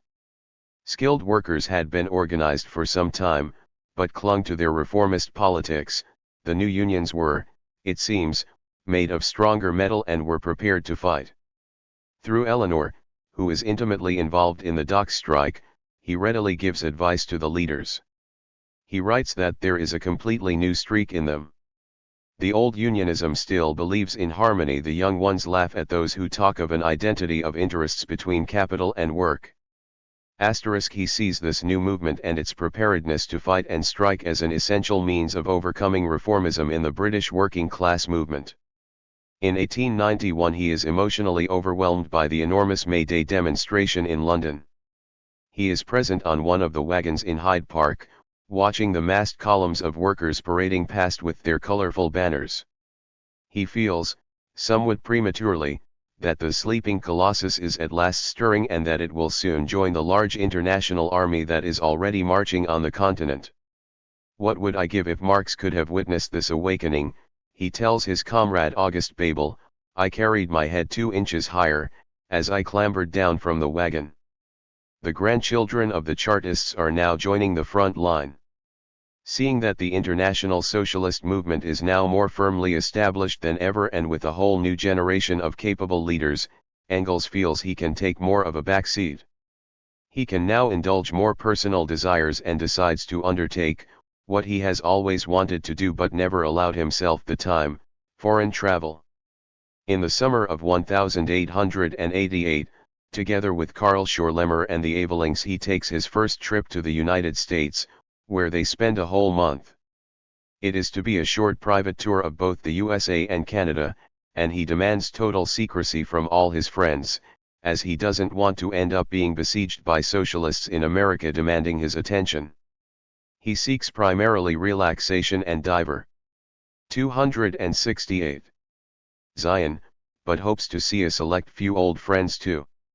During this trip Eleanor comments that she has never known him to be so well, or so lazy. He spends 5 days at Niagara Falls and takes a short trip into Canada where he notes that the country is already half annexed in terms of its social relations, hotels, newspapers, advertising etc., all following the American example. Most of his time is spent in and around New York, where he also meets his nephew Willie Burns, who is enjoying the new life there. He also visits a prison in Concord, where he is impressed by the highly civilized standards he encounters. The inmates, dressed like ordinary workers, look you straight in the face without that hangdog look of your usual criminal prisoner. He is surprised to find that the prison has a library, workshops, running water, and paintings on the walls, conditions the like of which you won't see in the whole of Europe. Engels' observations are those of a very perceptive tourist and are certainly apposite, if sometimes very generalist. The Americans are more approachable than the English, but sometimes too direct, he notes. He finds New York bubbling with its sense of destiny as the future center of the industrialist world, but everywhere he sees advertising, intrusion, croupier types. And Americans' down-to-earth pragmatic approach to life at the expense of aesthetic pleasures offends his European sensibilities. The primal drive for immediate profit, he feels, determines all else. The parvenu is the national character, he states. What is most alien to him, though, is that the Americans don't know how to take delight in things. Despite these drawbacks, he recognizes clearly that this will be the dominant nation of the coming century.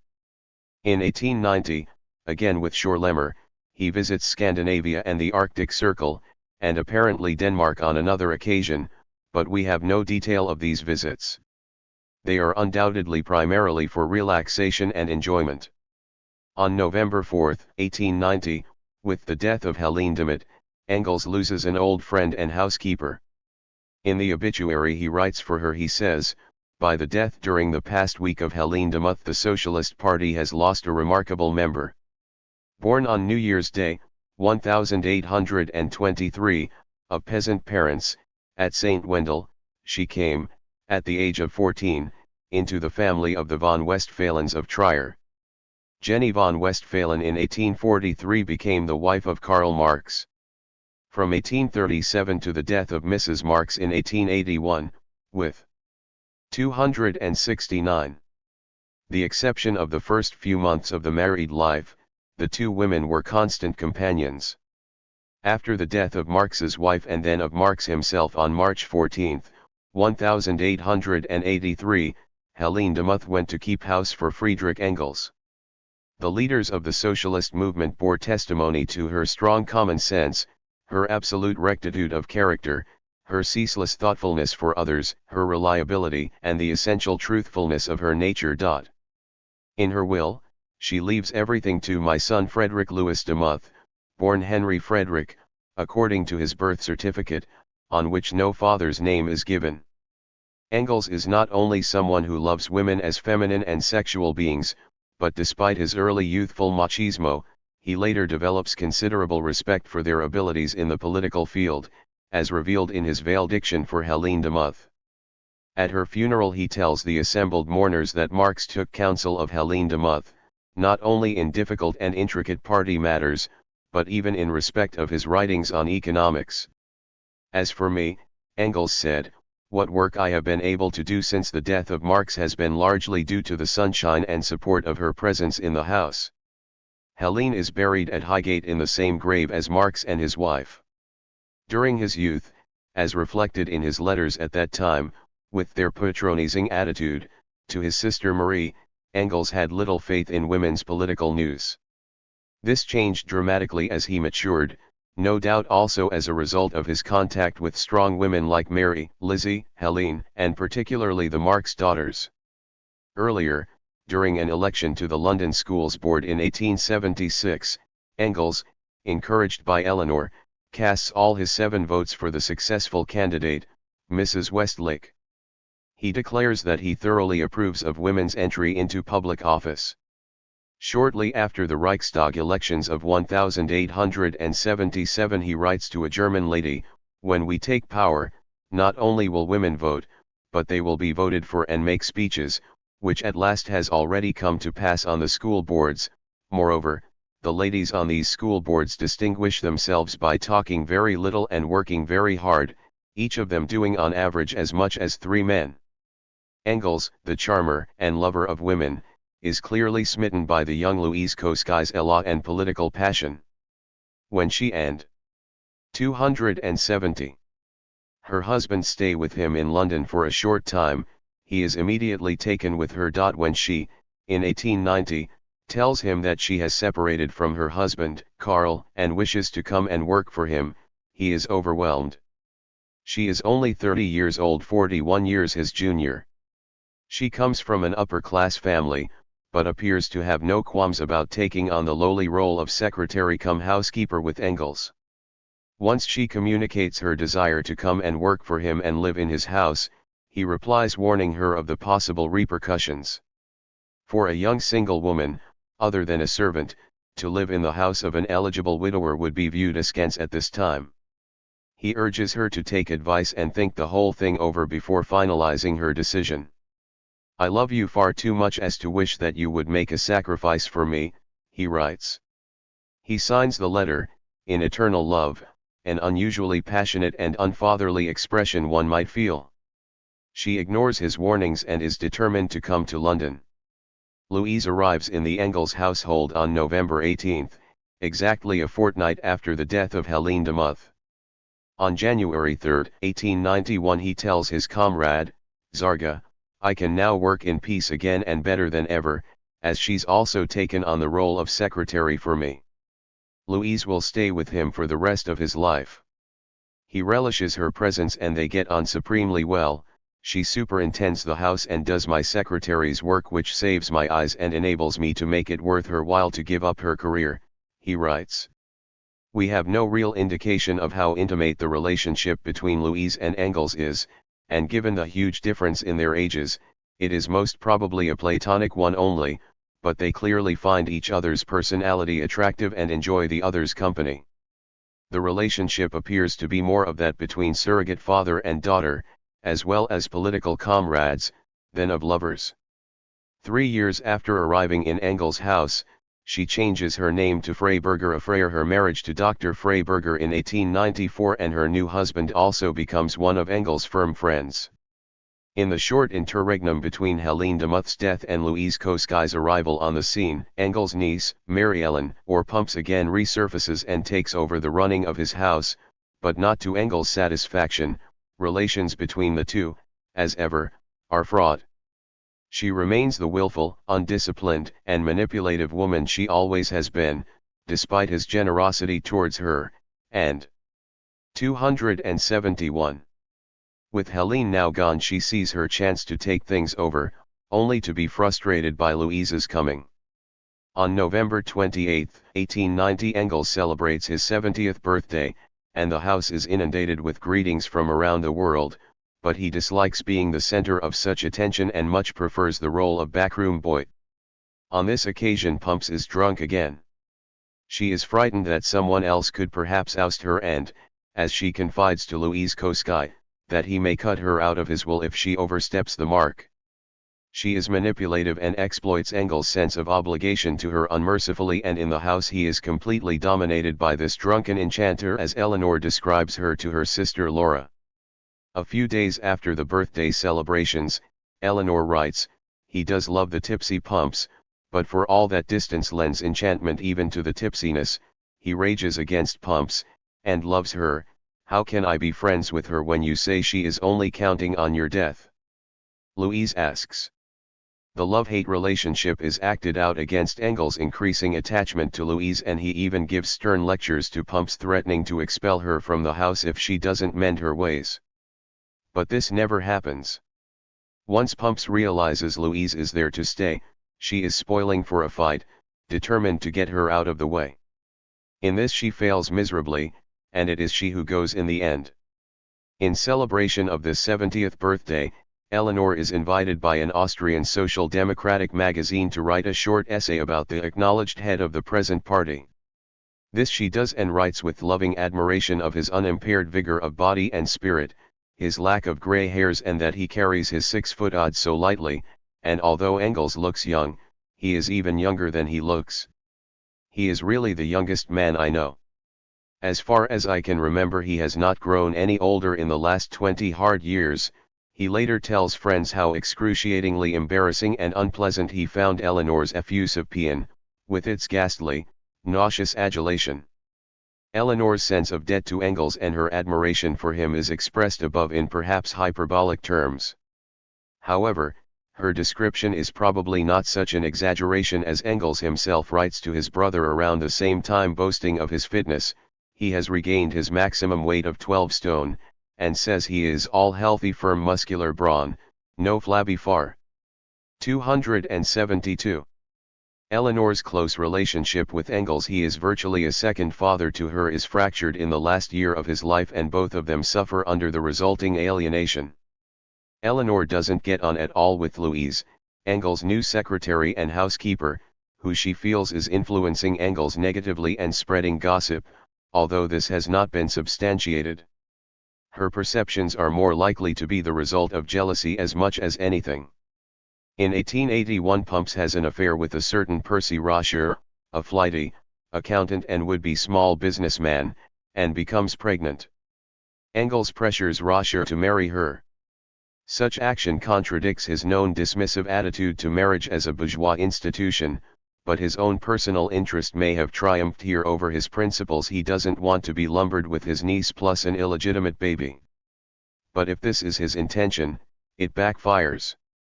Once Rosher's business attempts end in failure, the whole family ends up moving in with Engels anyway.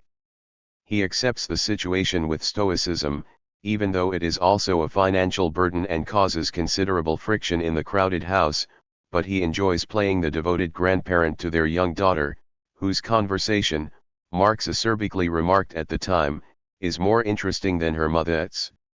Some time afterwards the Rosher family emigrates to Canada, but soon returns again to London, unable to establish themselves there, and Pumps once again attempts to ingratiate herself with Engels, relying still on his generosity. She remains ungrateful though, despite his continual indulgence of her whims. She even complains bitterly after his death that she has not inherited more of his money, despite his generous endowment. She was clearly always more interested in his pecuniary potential than in his person. Engels' changing views. There is still much debate and confusion among Marxists as well as non-Marxists as to interpretations of Marxist theory. This is not surprising, as all great thinkers change and modify their ideas over their lifetime. Does one take as definitive an early interpretation or a later one? Engels is no exception, and a number of his statements in the last decade of his life could be seen as contradicting, or at least qualifying, Carlier positions. While Marx and Engels clearly established a new way of analyzing society and of understanding the historical 273 process, they subsumed into their thinking ideas from many of their forerunners and contemporaries. Clearly Hegel provided the fundamentals, but the utopianism of Saint-Simon and Fourier, Proudhon's ideas on the role of the state, Owen's cooperative concepts, all find a place within their overall theory. These different elements are stressed at different times. It needs emphasizing that Engels doesn't see communism as the final and utopian end of human development as many of his followers have implied. In Ein die Thring, he stresses that the process of becoming is endless, there is no final stadium of human development. He fully accepts Hegel's dictum that there can be no final and absolute truth and no absolute or final stage of human development. In accordance with his understanding of science, he is also certain that the world as we know it will eventually become uninhabitable and reach a pretty certain end. Here we can discern in Engels a certain contradiction between the political optimist and the scientific pessimist. His materialist outlook though convinces him that if life can be created once, then it can, and will be, created again and again.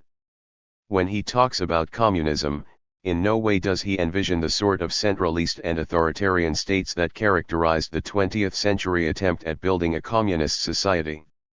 He views communism as an era in which everyone will take responsibility for their own socialization and control those alien forces that have ruled their lives until now.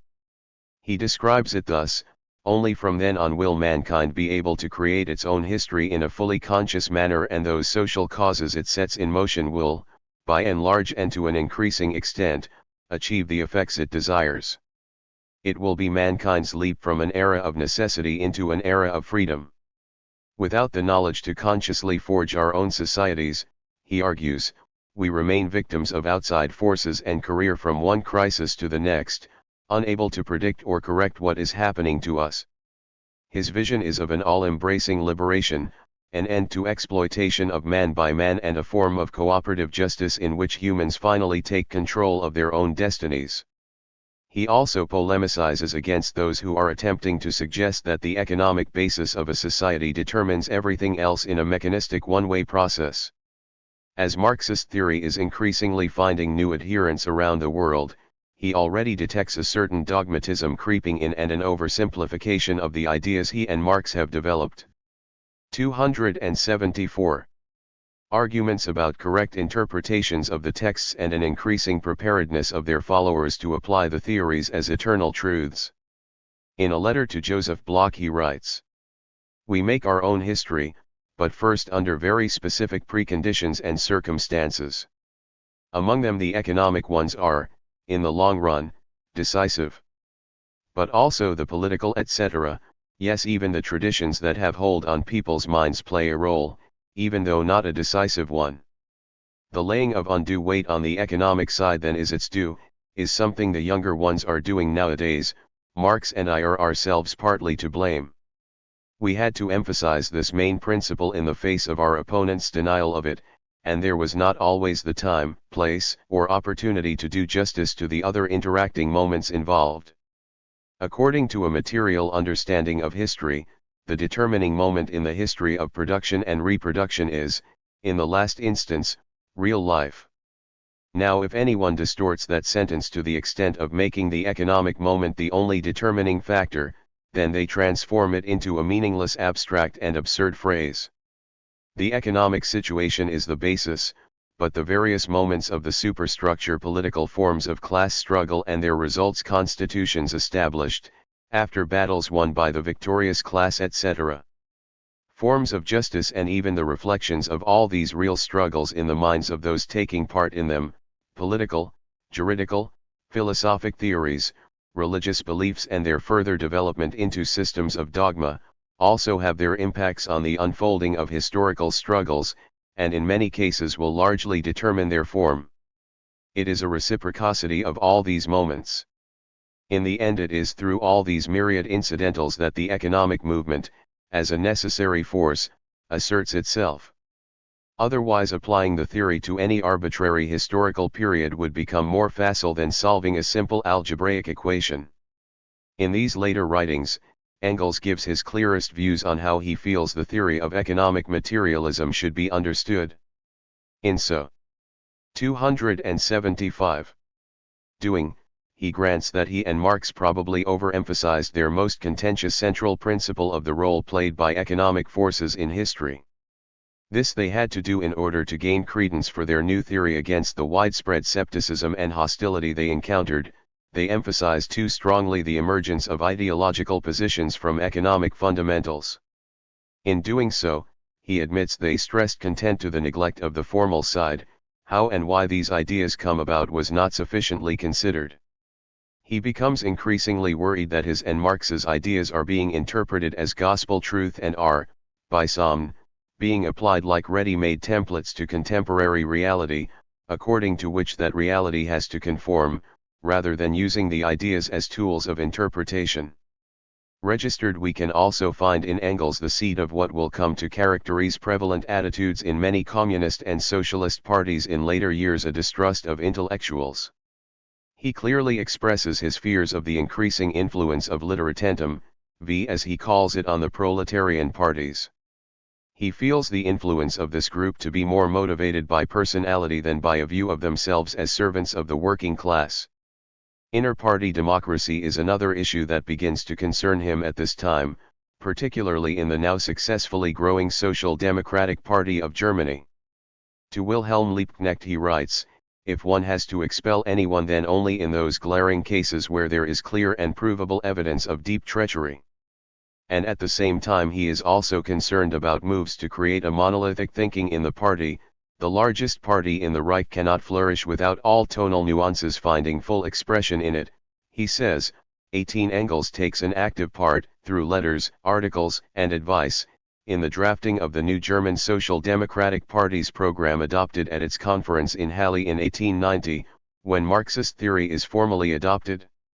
In this same year the party, now able to contest elections as a party, again gains 27.2% of the votes. In the discussions around the draft program he refutes one section in which it states that the number and misery of the proletariat will steadily increase. He argues that such a statement is too absolute and that because of the increasing strength of working class organizations in Europe, the workers will be able to wrest concessions from the factory owners. What he does stress, 276, though, is that there will be an increasing insecurity of employment.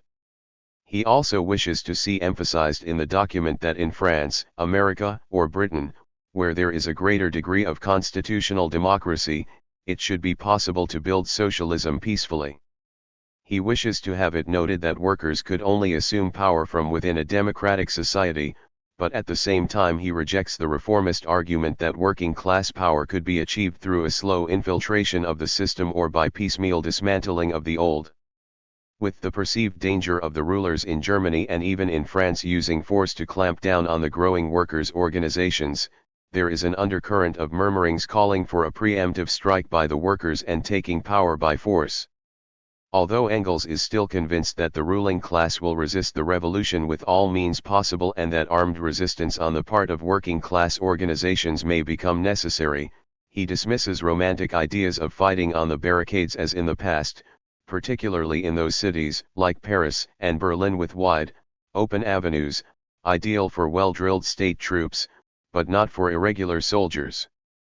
He also knows full well that weaponry has advanced considerably since he was involved in the revolutionary struggle in 1849. The revolutionary would have to be crazy to choose to involve himself in a battle of the barricades in one of Berlin's new working-class districts. he tells his comrades in the German Social Democratic Party. This caution on Engels' part leads some on the left to accuse him of going soft and becoming a reformist himself. His chief concern, though, is to prevent the socialists from taking a fatal step which could set the movement back decades. He is sure a rash and adventurous move would be just what the conservative forces are waiting for in order to strike back with an iron fist. In the 90s, one of his chief concerns is to ensure the implementation of resolutions carried at the Second International. In his correspondence with socialist parties, he emphasizes the need to fight on issues such as the demand for an 8-hour day, international solidarity and the establishment of May 1st as an international holiday of the working class. He attends every big rally for the 8-hour day in London, and reports with pride that on the London May Day demonstration of 1891, when he is present on one of the podiums, that 500,000 people are gathered in Hyde Park in a magnificent show of working-class strength. Such demonstra. 277. Tions convince him more than ever that the working class is now in a position to impose genuine social change if it wishes to do so. Increasingly, during the last years of his life, he also dedicates considerable effort to the struggle for peace, which he now views as an essential prerequisite for the emancipation of working people. The last book he writes, 2 years before his death, Can Europe Disarm?, puts forward disarmament proposals, exceptional for the time, and still valid today.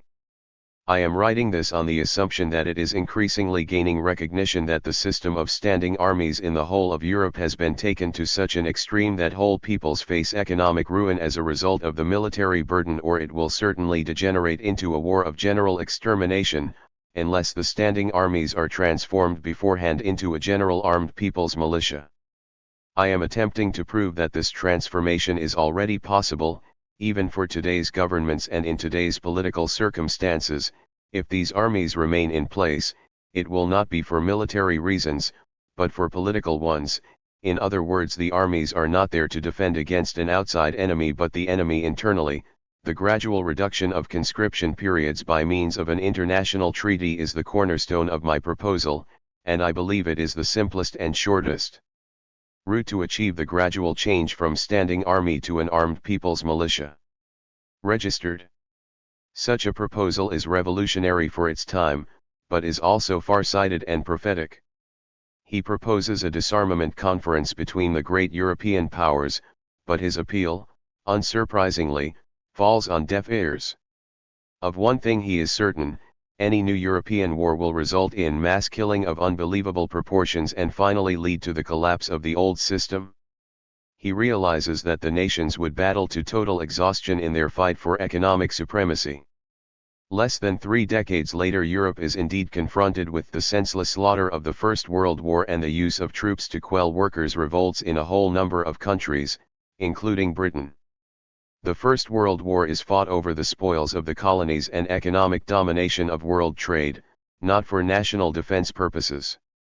In notes he makes at this time, he also predicts that after such a 278 war, American industry would be victorious everywhere and confront all of us with the alternative: either retreat into pure agricultural production for the home market or social transformation. In view of what he sees as the danger of a pan-European war, Engels undertakes a frenetic campaign to promote disarmament and the dissolution of standing armies. He still hopes that international worker solidarity will bring down remaining feudal systems in Europe and thus hinder an all-out war between nations. The former does come about, but not the latter. The looming military threat to Europe also encourages him to return to his military studies in order to examine possible outcomes. Although he would like to think that out of the carnage of such a war the workers' movement would emerge all the stronger, he nevertheless hopes passionately that it can be avoided. He vacillates between seeing war as conducive to a rapid demise of the capitalist system, to one of skepticism about the immediate repercussions and the virulent nationalism it would undoubtedly unleash. On December 22, 1882 he writes to Babel, "I'd see a European war as a catastrophe. This time it would be dreadfully serious. Chauvinism would be everywhere enflamed for years, because each nation would be fighting for its own survival. The whole work of the revolutionaries in Russia, who are now perched on the cusp of victory, would be destroyed for nothing. Our party in Germany would be inundated by a flood of chauvinism and fragmented. The same would happen in France. Degree. He sees that the workers' movement across all European countries is growing and gaining strength. War, he feels strongly, could only be retrogressive and push the movement back to the margins again for years to come, and also mean that it would have to be built from scratch again.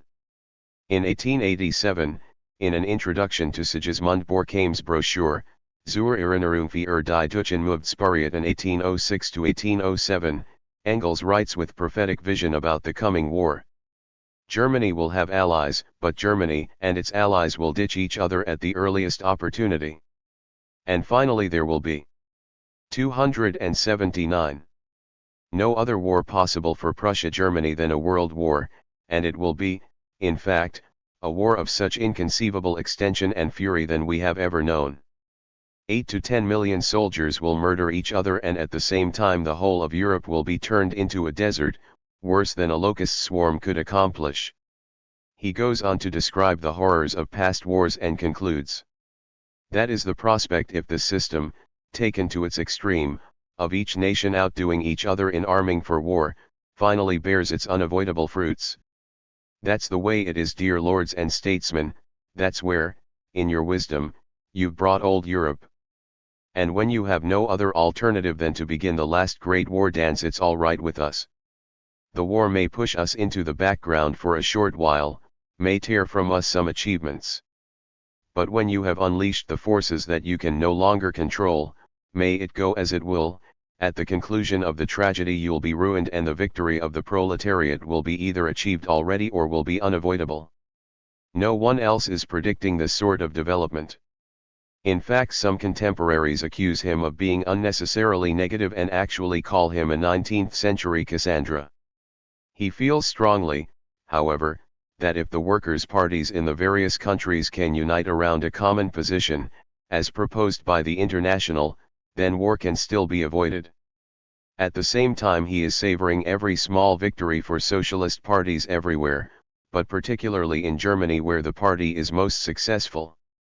He celebrates at home with friends each election win, and he takes personal delivery of each telegram that arrives, reading them aloud to the assembled company. In his papers there are, from the parliamentary elections of 1893 alone, 83 telegrams from the main electoral districts. As he has to respond to these, he remarks, jokingly, "This whole thing is becoming too expensive for me, the Social Democrats are now having too many electoral victories." This flippant comment belies his unbounded generosity.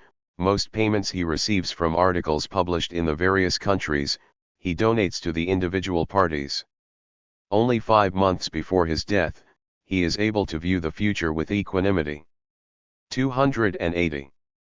Convinced of the certain victory for the Social Democrats in Germany. He believes that as long as the party can continue organizing and growing within even a limited democratic framework, there is nothing that can stop its onward march. Only an act of adventurous stupidity, followed by a coup by the feudal oligarchy, could do that. As Engels understands the centralization of capital and the continuous cycle of economic crises, he is sure the capitalist system will be plunged into ruin in the short or longer term. The proletariat, as a result of the increasing impoverishment and ruin of the middle classes, will increase geometrically, he argues, and towards the end only a few millionaires will exist and the rest of the population will be proletarians and will easily take control, and the lever for the proletariat to take power is the class struggle. Apart from his prediction of the workers taking power, much of Engels' prediction is being validated, when we view the increasing wealth disparities in today's world and the trend to global monopolization. He is, though, unlike many of the so-called Marxists who follow in his and Marx's wake, not a dyed-in-the-wool determinist.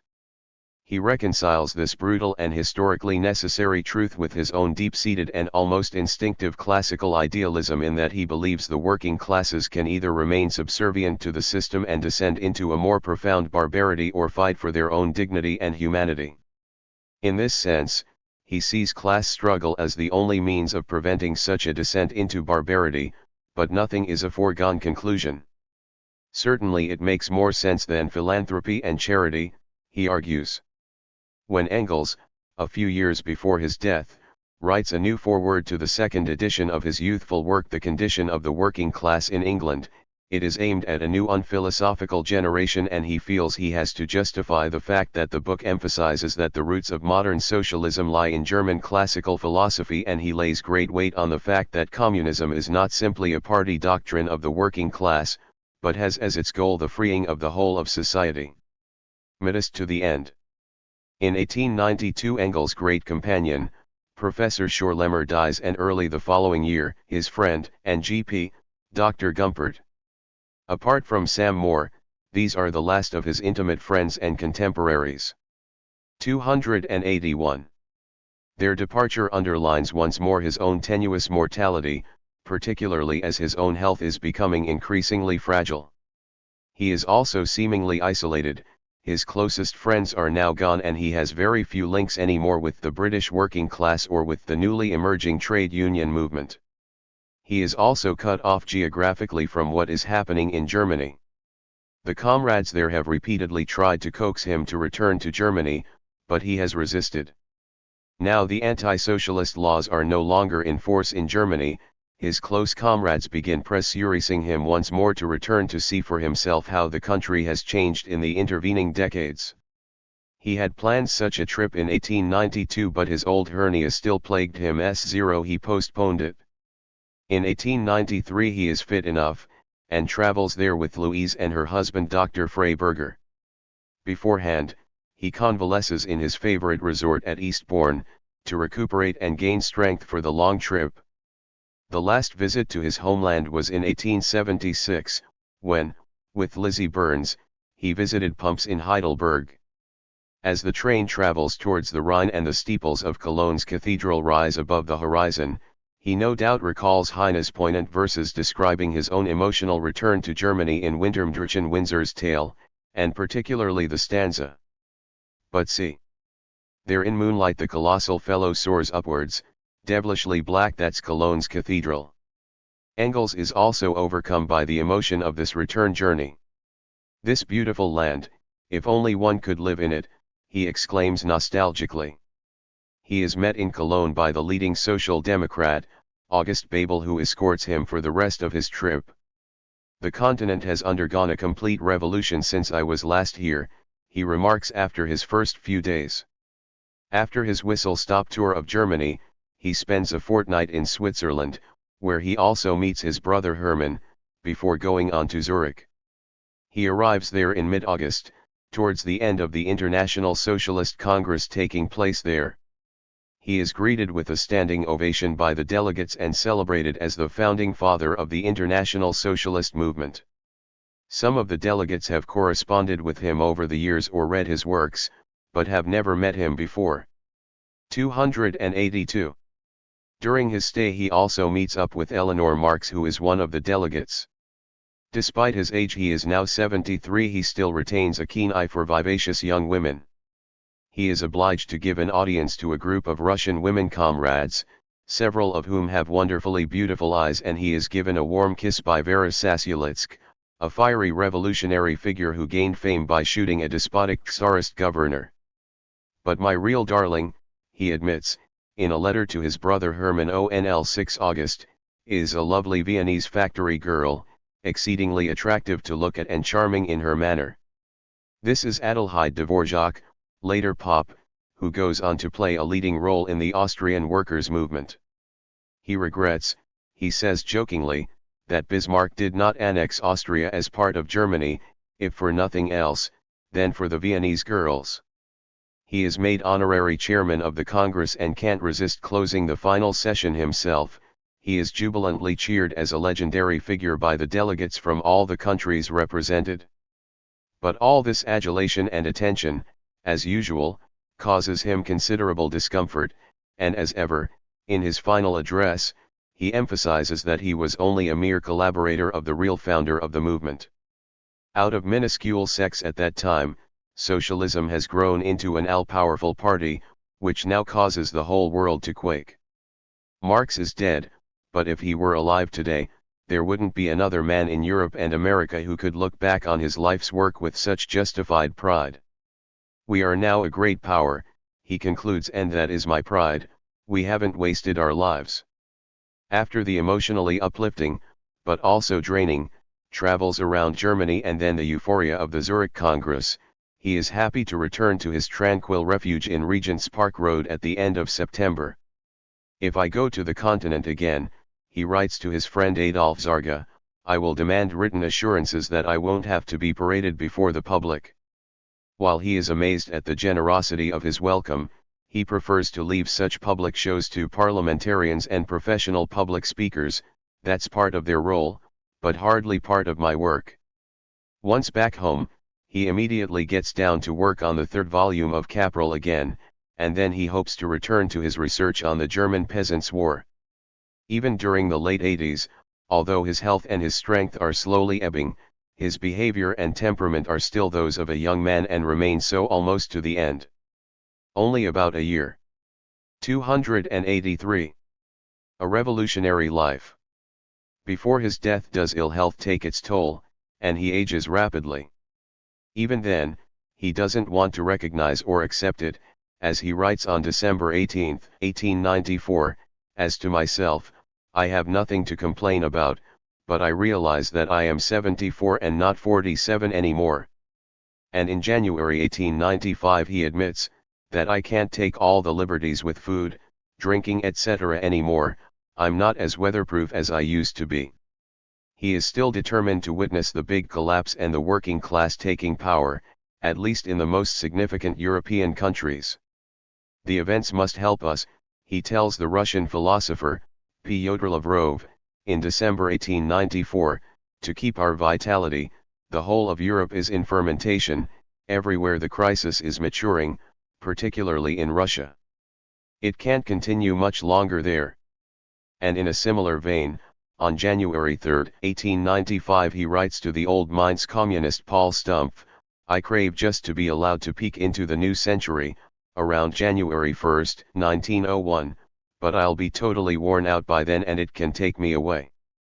Engels has withstood the normal ravages of aging, but is unprepared for the fatal cancer that eventually takes him away. In May 1895 he becomes aware of the first indications of this, and begins to complain about splitting headaches, sleeplessness, and an inability to work.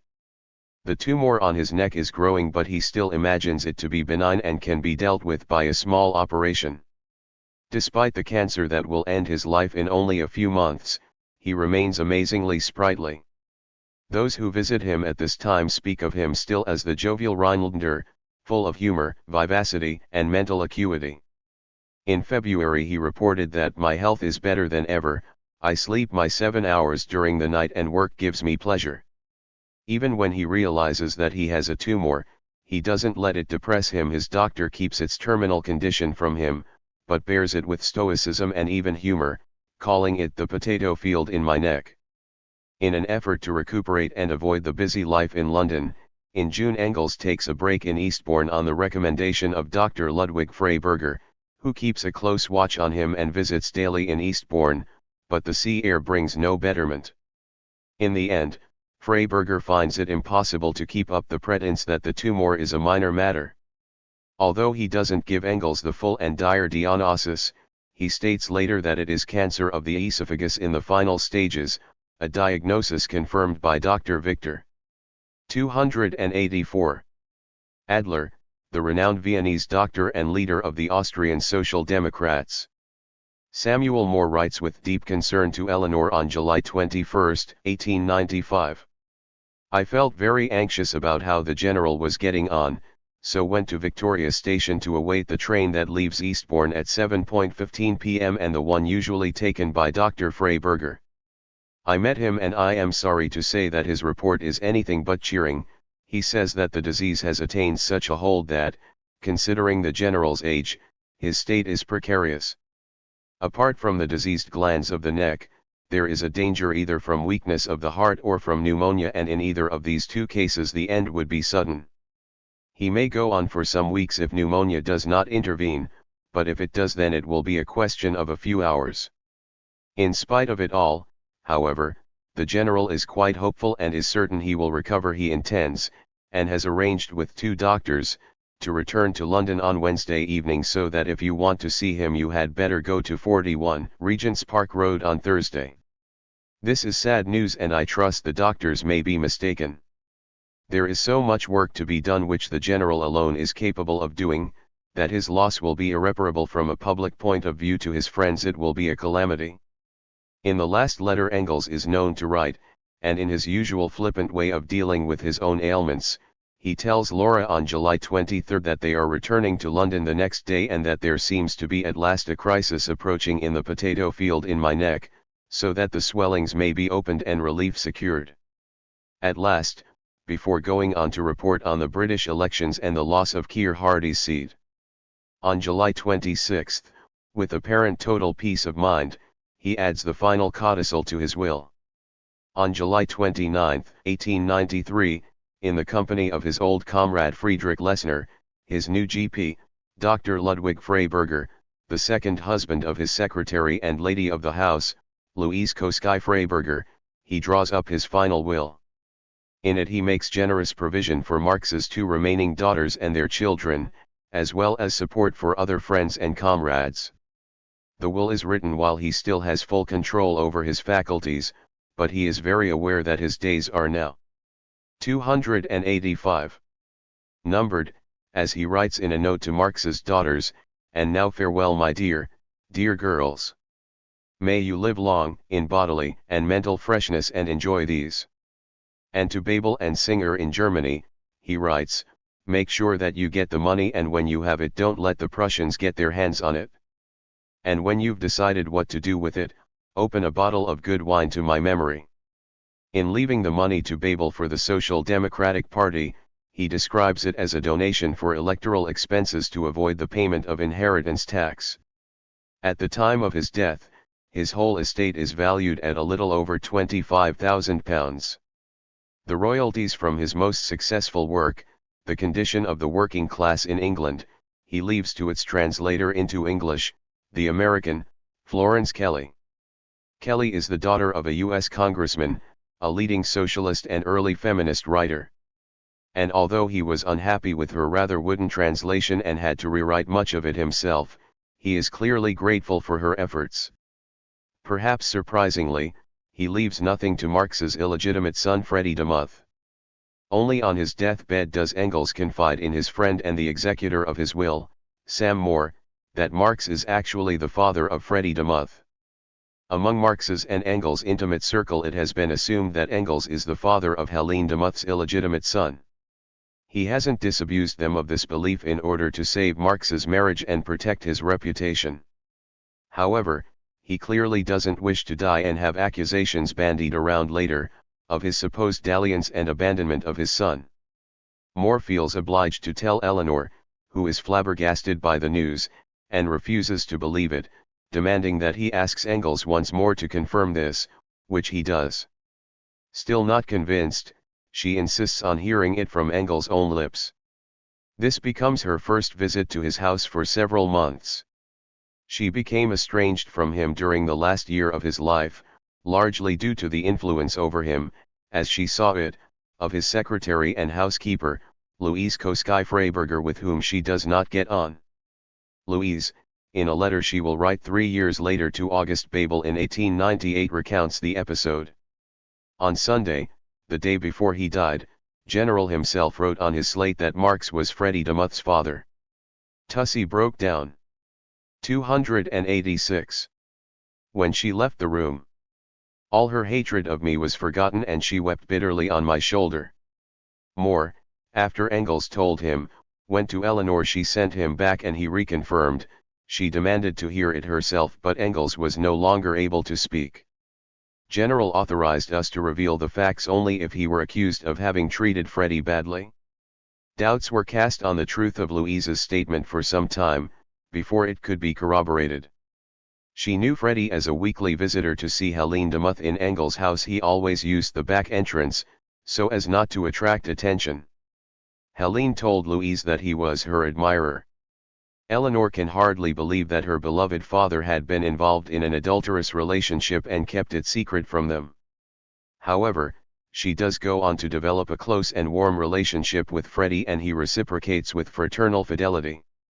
It is questionable whether they would have hit it off so intimately if they hadn't been closely related, as their cultural backgrounds and intellectual levels were very different. Thankfully, Engels' suffering is relatively short and he dies peacefully in his bed at home in London on August 5, 1895. As he has requested, the funeral is strictly private. The executors of his will and family Freiberger maintain a strict secrecy and invite only personal friends from the international workers' movement and his relatives. Around 80 people come to the necropolis near Westminster Bridge, where a short ceremony is held. Despite the summer warmth and sunshine, the mood is one of deep sadness. Everyone is acutely aware that with Engels' death, not only has a colossal individual being been lost to humanity, but a whole era has come to an end. Eduard Bernstein, the leading German social democrat, describes Engels' subsequent cremation in his recollections. His body was reduced to ashes at the Woking crematorium, which lies about an hour's distance by rail from London. It was decided that the funeral procession should accompany the body only as far as the Waterloo terminus. It was a gloomy day on which the burial took place, and only about 1,000 mourners, the great majority of whom were Russian Jewish workers, took part in the 287 procession. I spoke on behalf of the German, and Peter Kropotkin on behalf of the Russian socialists. Among the 60-odd guests, Will Thorne, Harry Quelch, Eleanor Marx, and Edward Aveling represented the British socialist movement. In 1895, obituaries for Friedrich Engels are carried in 150 different European newspapers. Condolences flood in from around the world. 2 weeks before he dies, a young Russian social democrat is on his way via Paris to visit the great man in London.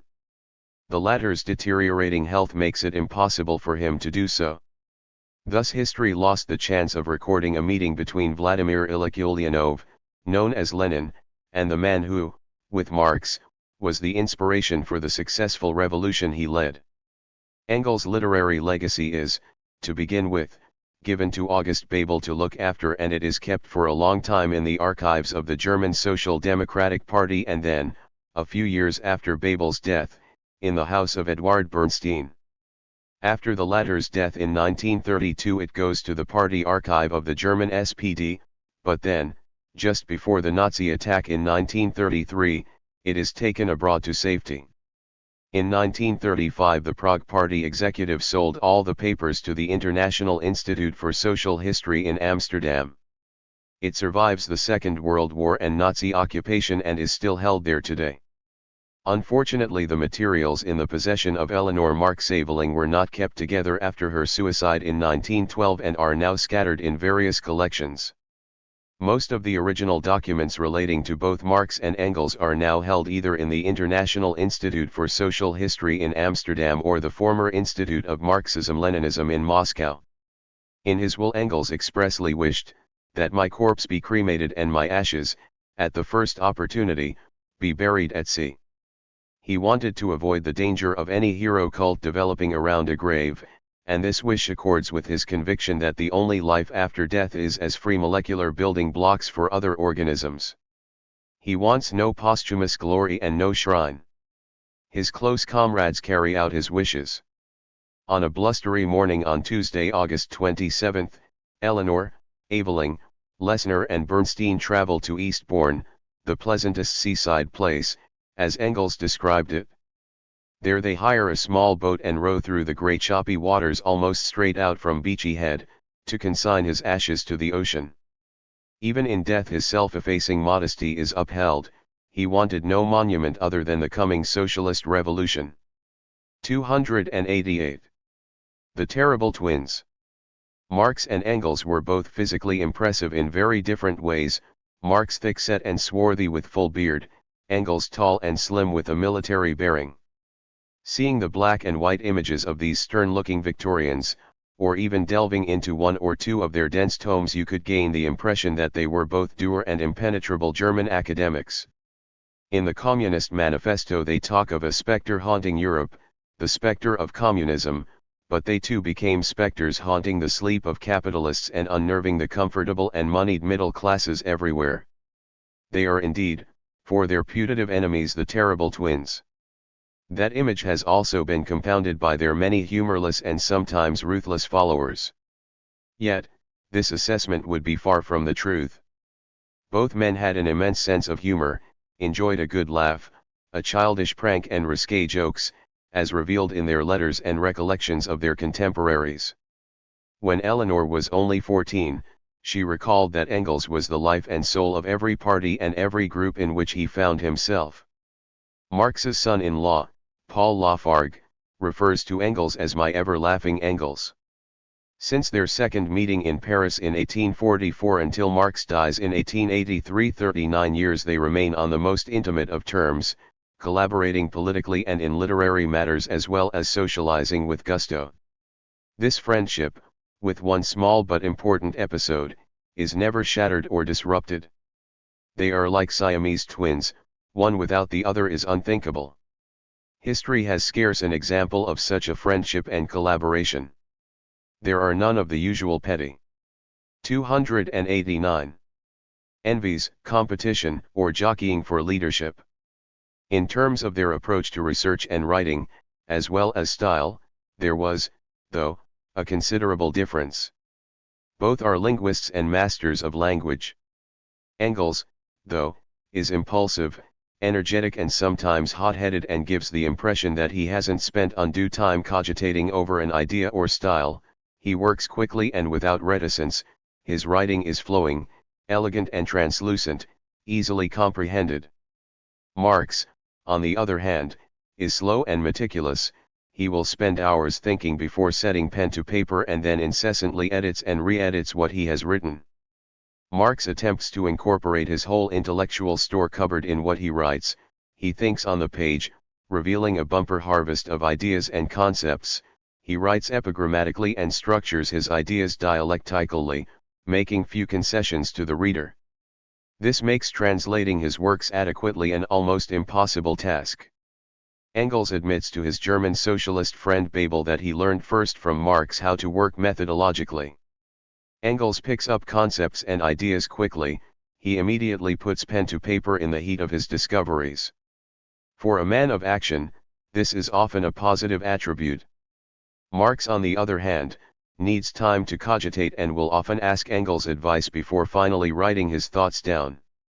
Engels' advice on the political level is undoubtedly more useful than any philosophic advice he might have given, as Marx has, in this area, a more profound knowledge and understanding.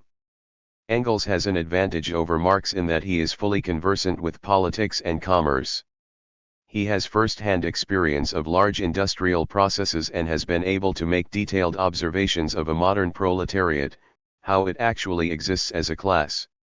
In this sense, he is the ideal partner for Marx, who brings the ability of abstract thinking, generalizing and systematic rigor to refine the ideas and goals they both have. Even in the area where Marx achieves his greatest fulfillment, political economy, it is Engels who, certainly to begin with, is very much the feeder. It is undoubtedly he also who pushes Marx in the direction of investigating the role of private property and the contradiction between the humane phraseology of capitalism's apologists and the inhuman practice of the free market system. It is Engels who explains to him how economic crises occur and the minutiae of capital accumulation and concentration. In a certain sense, Engels is the activist who takes his 290 struggle into the study, whereas Marx begins in the study, only to join the street fighting later. Engels' rebelliousness and thirst for freedom could be detected already during his youth, ignited in the first instance by religious conviction and classical literature. His sense of justice turns him into a man of action. Considerable evidence of the depth and intimacy of their friendship is contained in the extensive correspondence between the two. Over 2,000 letters have been saved, but there was probably double that number originally. Unfortunately, in terms of acquiring a complete picture of their relationship, we have lost a considerable amount of more personal correspondence, in the letters destroyed by both Engels and Eleanor Marx to avoid hurt to living persons or damage reputations. Barely a week went by during their friendship without at least one exchange of letters between the two. This correspondence was their elixir. Eleanor remembers how her father spoke to the letters as if the writer were present, but most of all, she says, I remember how Moore sometimes laughed over the letters, until the tears poured down his cheeks. Engels and Eleanor herself also correspond avidly, particularly after Marx's death, but these letters too have disappeared.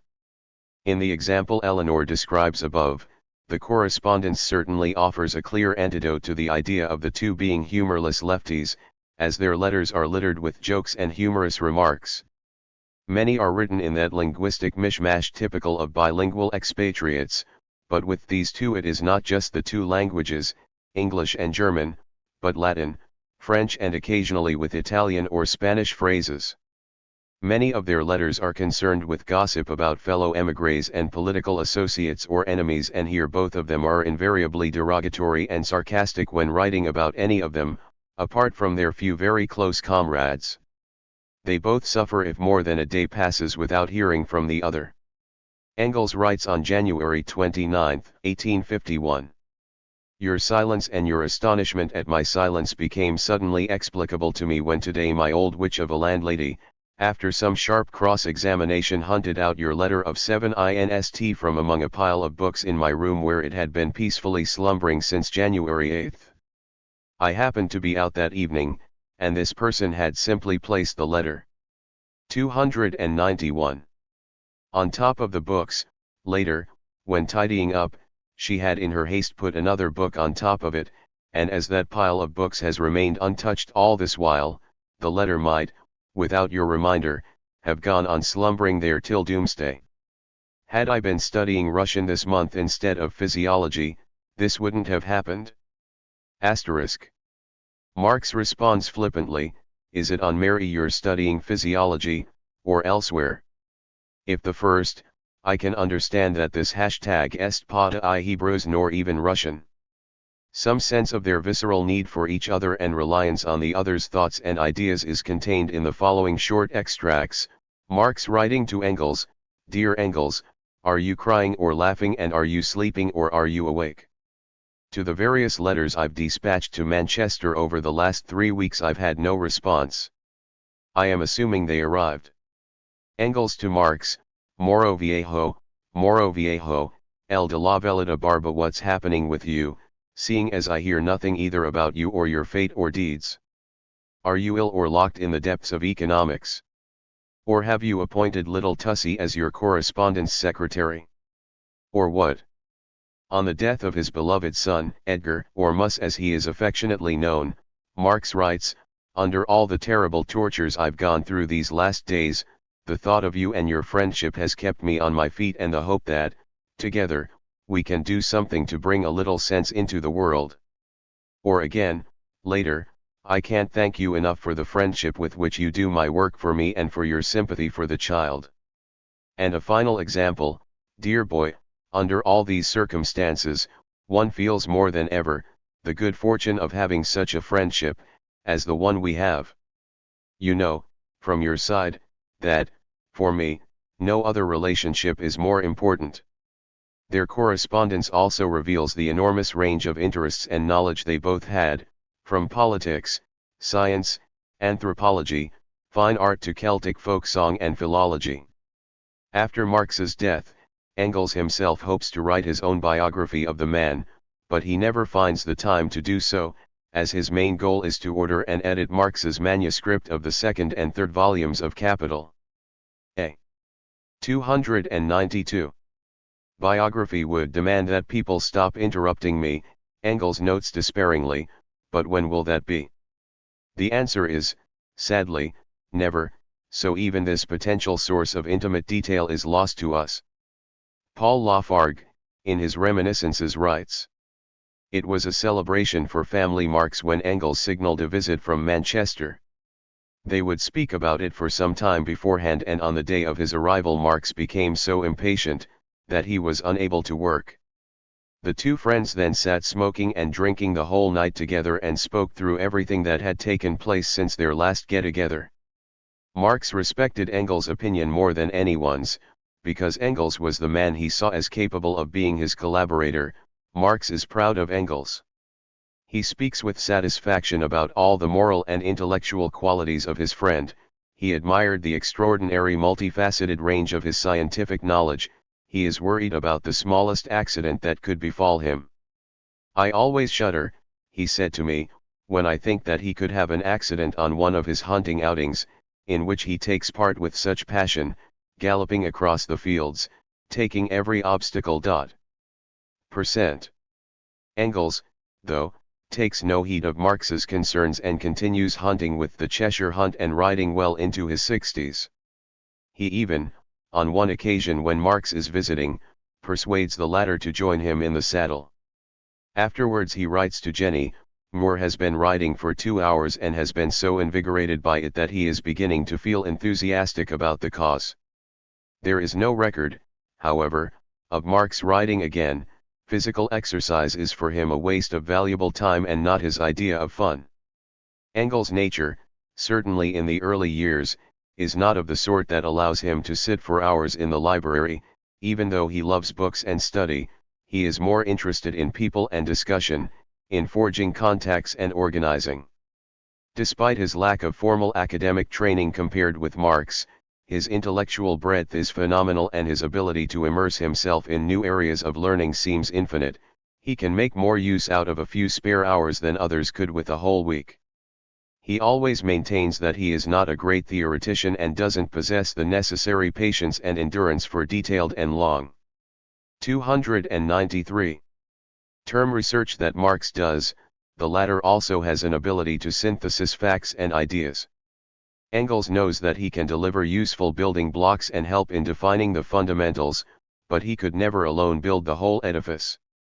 He says of Marx's theory, without him the theory would not be what it is by far. That's why it justifiably carries his name. But he goes on to say that both during the establishment and in the elaboration of the theory I had a certain independent input. Engels' immense admiration for Marx may have caused him to exaggerate the latter's contribution. It is difficult to know. He invariably hides his own light under the bushel. That which I was able to contribute with the exception of in a few specialized areas Marx would have managed to do without my input. What Marx achieved, I would have been unable to do. Despite Engels' generosity here, it is unlikely that Marx's achievements would have been possible without his friend's input.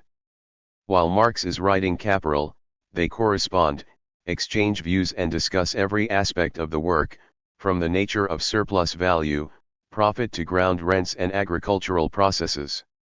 Engels often harries Marx to get the work published, demanding to know why it's taking so long.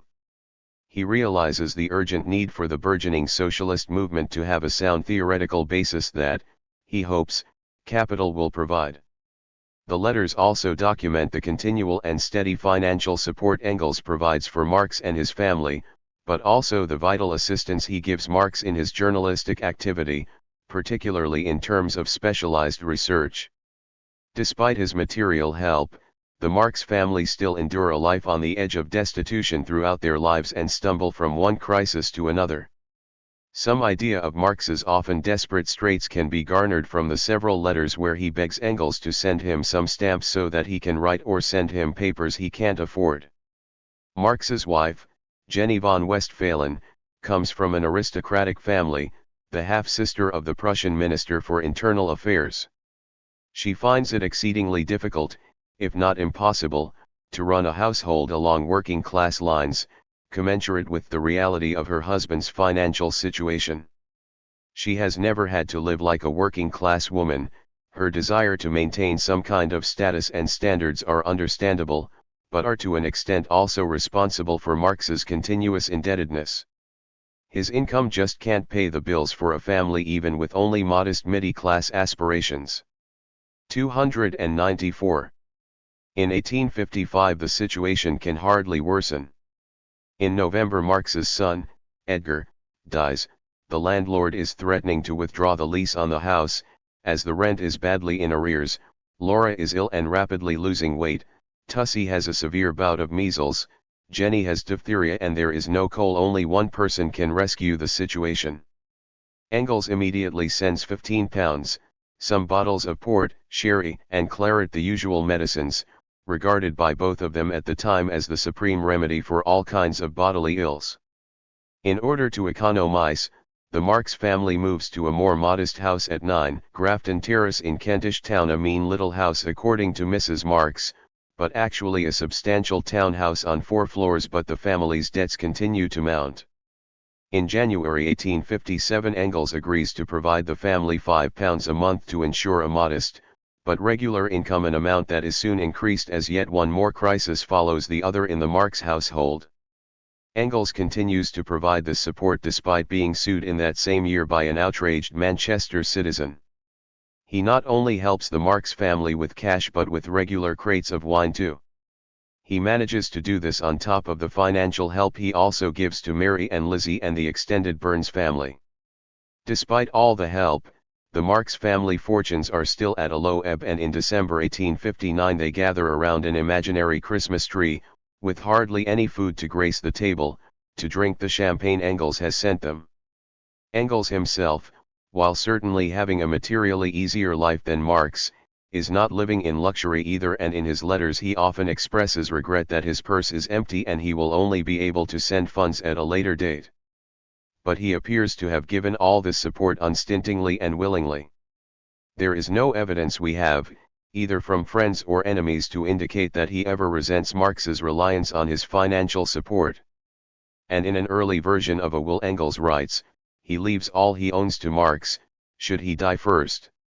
Never is there a reticence about asking for help, nor is there ever a reprimand for making too many demands. Such sacrifice and support is taken for granted in their friendship. Through letters and documents it is estimated that Engels gave Marx around £3,000 between the years 1851 to 69 alone, and that is on top of contributions he gave to other individuals and to organizations. Between 1854 and 1859, he tries to ensure that he at least maintains the monthly £5 to supplement the Marx family. 295. Budget. Once his contract with the firm is placed on a more secure footing in 1862, he increases the sum to £10 per month. From 1865, he makes sure that Marx has enough money to enable him to finish his work on Capital, whose completion has been delayed time and again. It is only in this period, and in connection with the completion of Capital, that their letters indicate any sort of agreed division of work. And, towards the end of 1868, when he is certain his contract with the company is drawing to a close, he arranges for Marx to receive an annual sum of £350. The British founder of the Social Democratic Federation, Henry Hyndman, stated maliciously that Engels based his relations with people on money. Engels was rich, Marx very poor, and he loved to obtain the full exchange value of his money. It is, though, well documented how much Engels despised not only the money-making business, but also money itself, and such a characterization as Hyndman gives us here, hardly fits the evidence. Hyndman's comments are undoubtedly a reflection of his embitterment because Engels refuses to support his federation. At this stage in Marx's life, during the 50s and 60s, Engels is one of the very few people who recognize his exceptional qualities. This is also partly due to Marx's relative isolation, working for many hours a day in the British Museum library or arguing in poky and smoky rooms with small groups of émigrés. Apart from Engels' vital material support, without his intellectual and moral support as well, Capital would never have been written. Irrespective of whether Marx is exhorting Engels' views on philosophy, economics, politics, or domestics, he is always unstinting in his advice and encouragement. Their correspondence at this time is often daily, if not twice daily. There are 6 postal deliveries on weekdays in Kentish Town and they make full use of these. Their friendship is, though, severely tested in 1863. In the night of the 6 to 7 January 1863, Mary Burns, Engels' partner for more than 20 years, dies suddenly at the age of 40 of natural causes, as the coroner establishes. On being informed of this, Marx's response is a short, laconic sentence, before going on to complain about his own dire financial situation. For Engels, traumatized by the loss, his friend's dismissive condolence is like a kick in the teeth. Now, on one of the very few occasions in his life when he needs support, Marx fails him. This insensitivity hurts Engels deeply and could have severely strained, if not broken, their friendship, but he bites his 296 tongue and responds immediately to Marx's concerns, dispatching £25 and offering advice on obtaining a loan. However, there does follow a short, but significant break in their correspondence after Mary's death, by which Engels clearly signals to Marx that he is deeply offended by his lack of sympathy. Marx fully accepts that his response was inappropriate and insensitive, expressing genuine remorse. For many weeks afterwards, Engels feels his new loneliness intensely.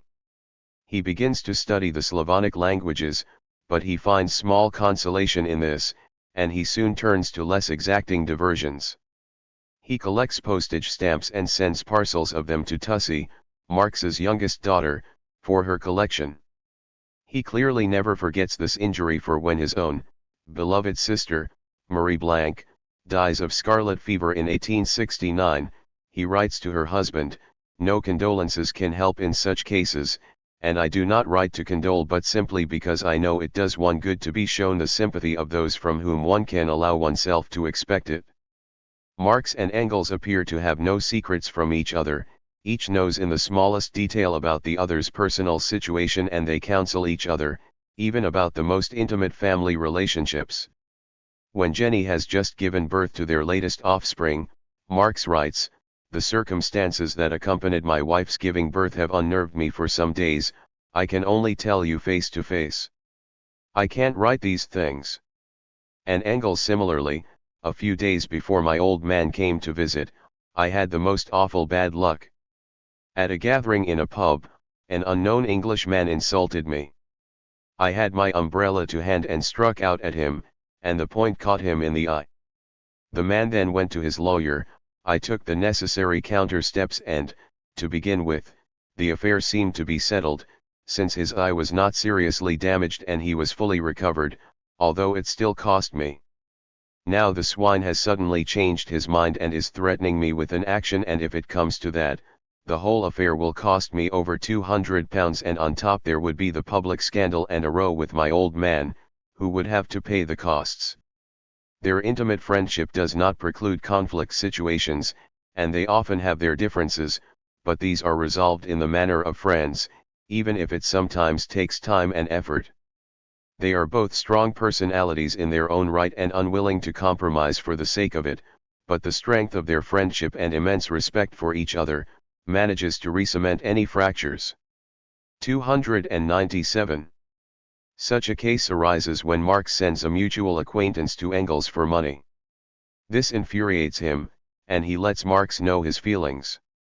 With regard to an appeal from Ernst Dronke, he writes to Marx, "You know best of all why I can't help but it seems to him that I am being extremely stingy. I can assure you, if it was not for your sake, I'd have given the little twerp a kick up the arse. I was so angry, I got pissed and wrote to you in that pissed state a furious letter about it, and I probably included some pretty strong stuff, but I have absolutely no recall about what I wrote. So that you understand the whole context, I mention it here again." Engels is almost certainly the only person Marx confides in over the latter's dalliance with his housekeeper, Helene de Muth, and about the son they produced together, although any letters between the two men referring to the matter have, it seems, been destroyed. Frederick is the son of Helene de Muth, the faithful Nemi who is as a second mother to the children of Marx. Freddie de Muth, or Henry Frederick, as he is registered, is given away for adoption to a local family, called Louis, shortly after his birth, and even Marx's other children, born in wedlock, are unaware of his existence. Freddie becomes an ordinary workman, to whom life is not overkind. Interestingly, he becomes a member of the Amalgamated Engineering Union and a founder member of the Hackney Labour Party, as well as a close friend to his half-sister, Eleanor, after Engels' death, so some of Marx's political genes, it seems, must have been passed on. For a long time, some of their acquaintances who know about Freddie's existence, are convinced that Engels is his father, not least perhaps because of the common name, and there is controversy and doubt about his true paternity until Engels' revelation of the truth on his deathbed. During his lifetime Engels never let on to anyone about Freddie's true paternity, despite such rumors, so concerned was he of protecting Marx's reputation at all costs.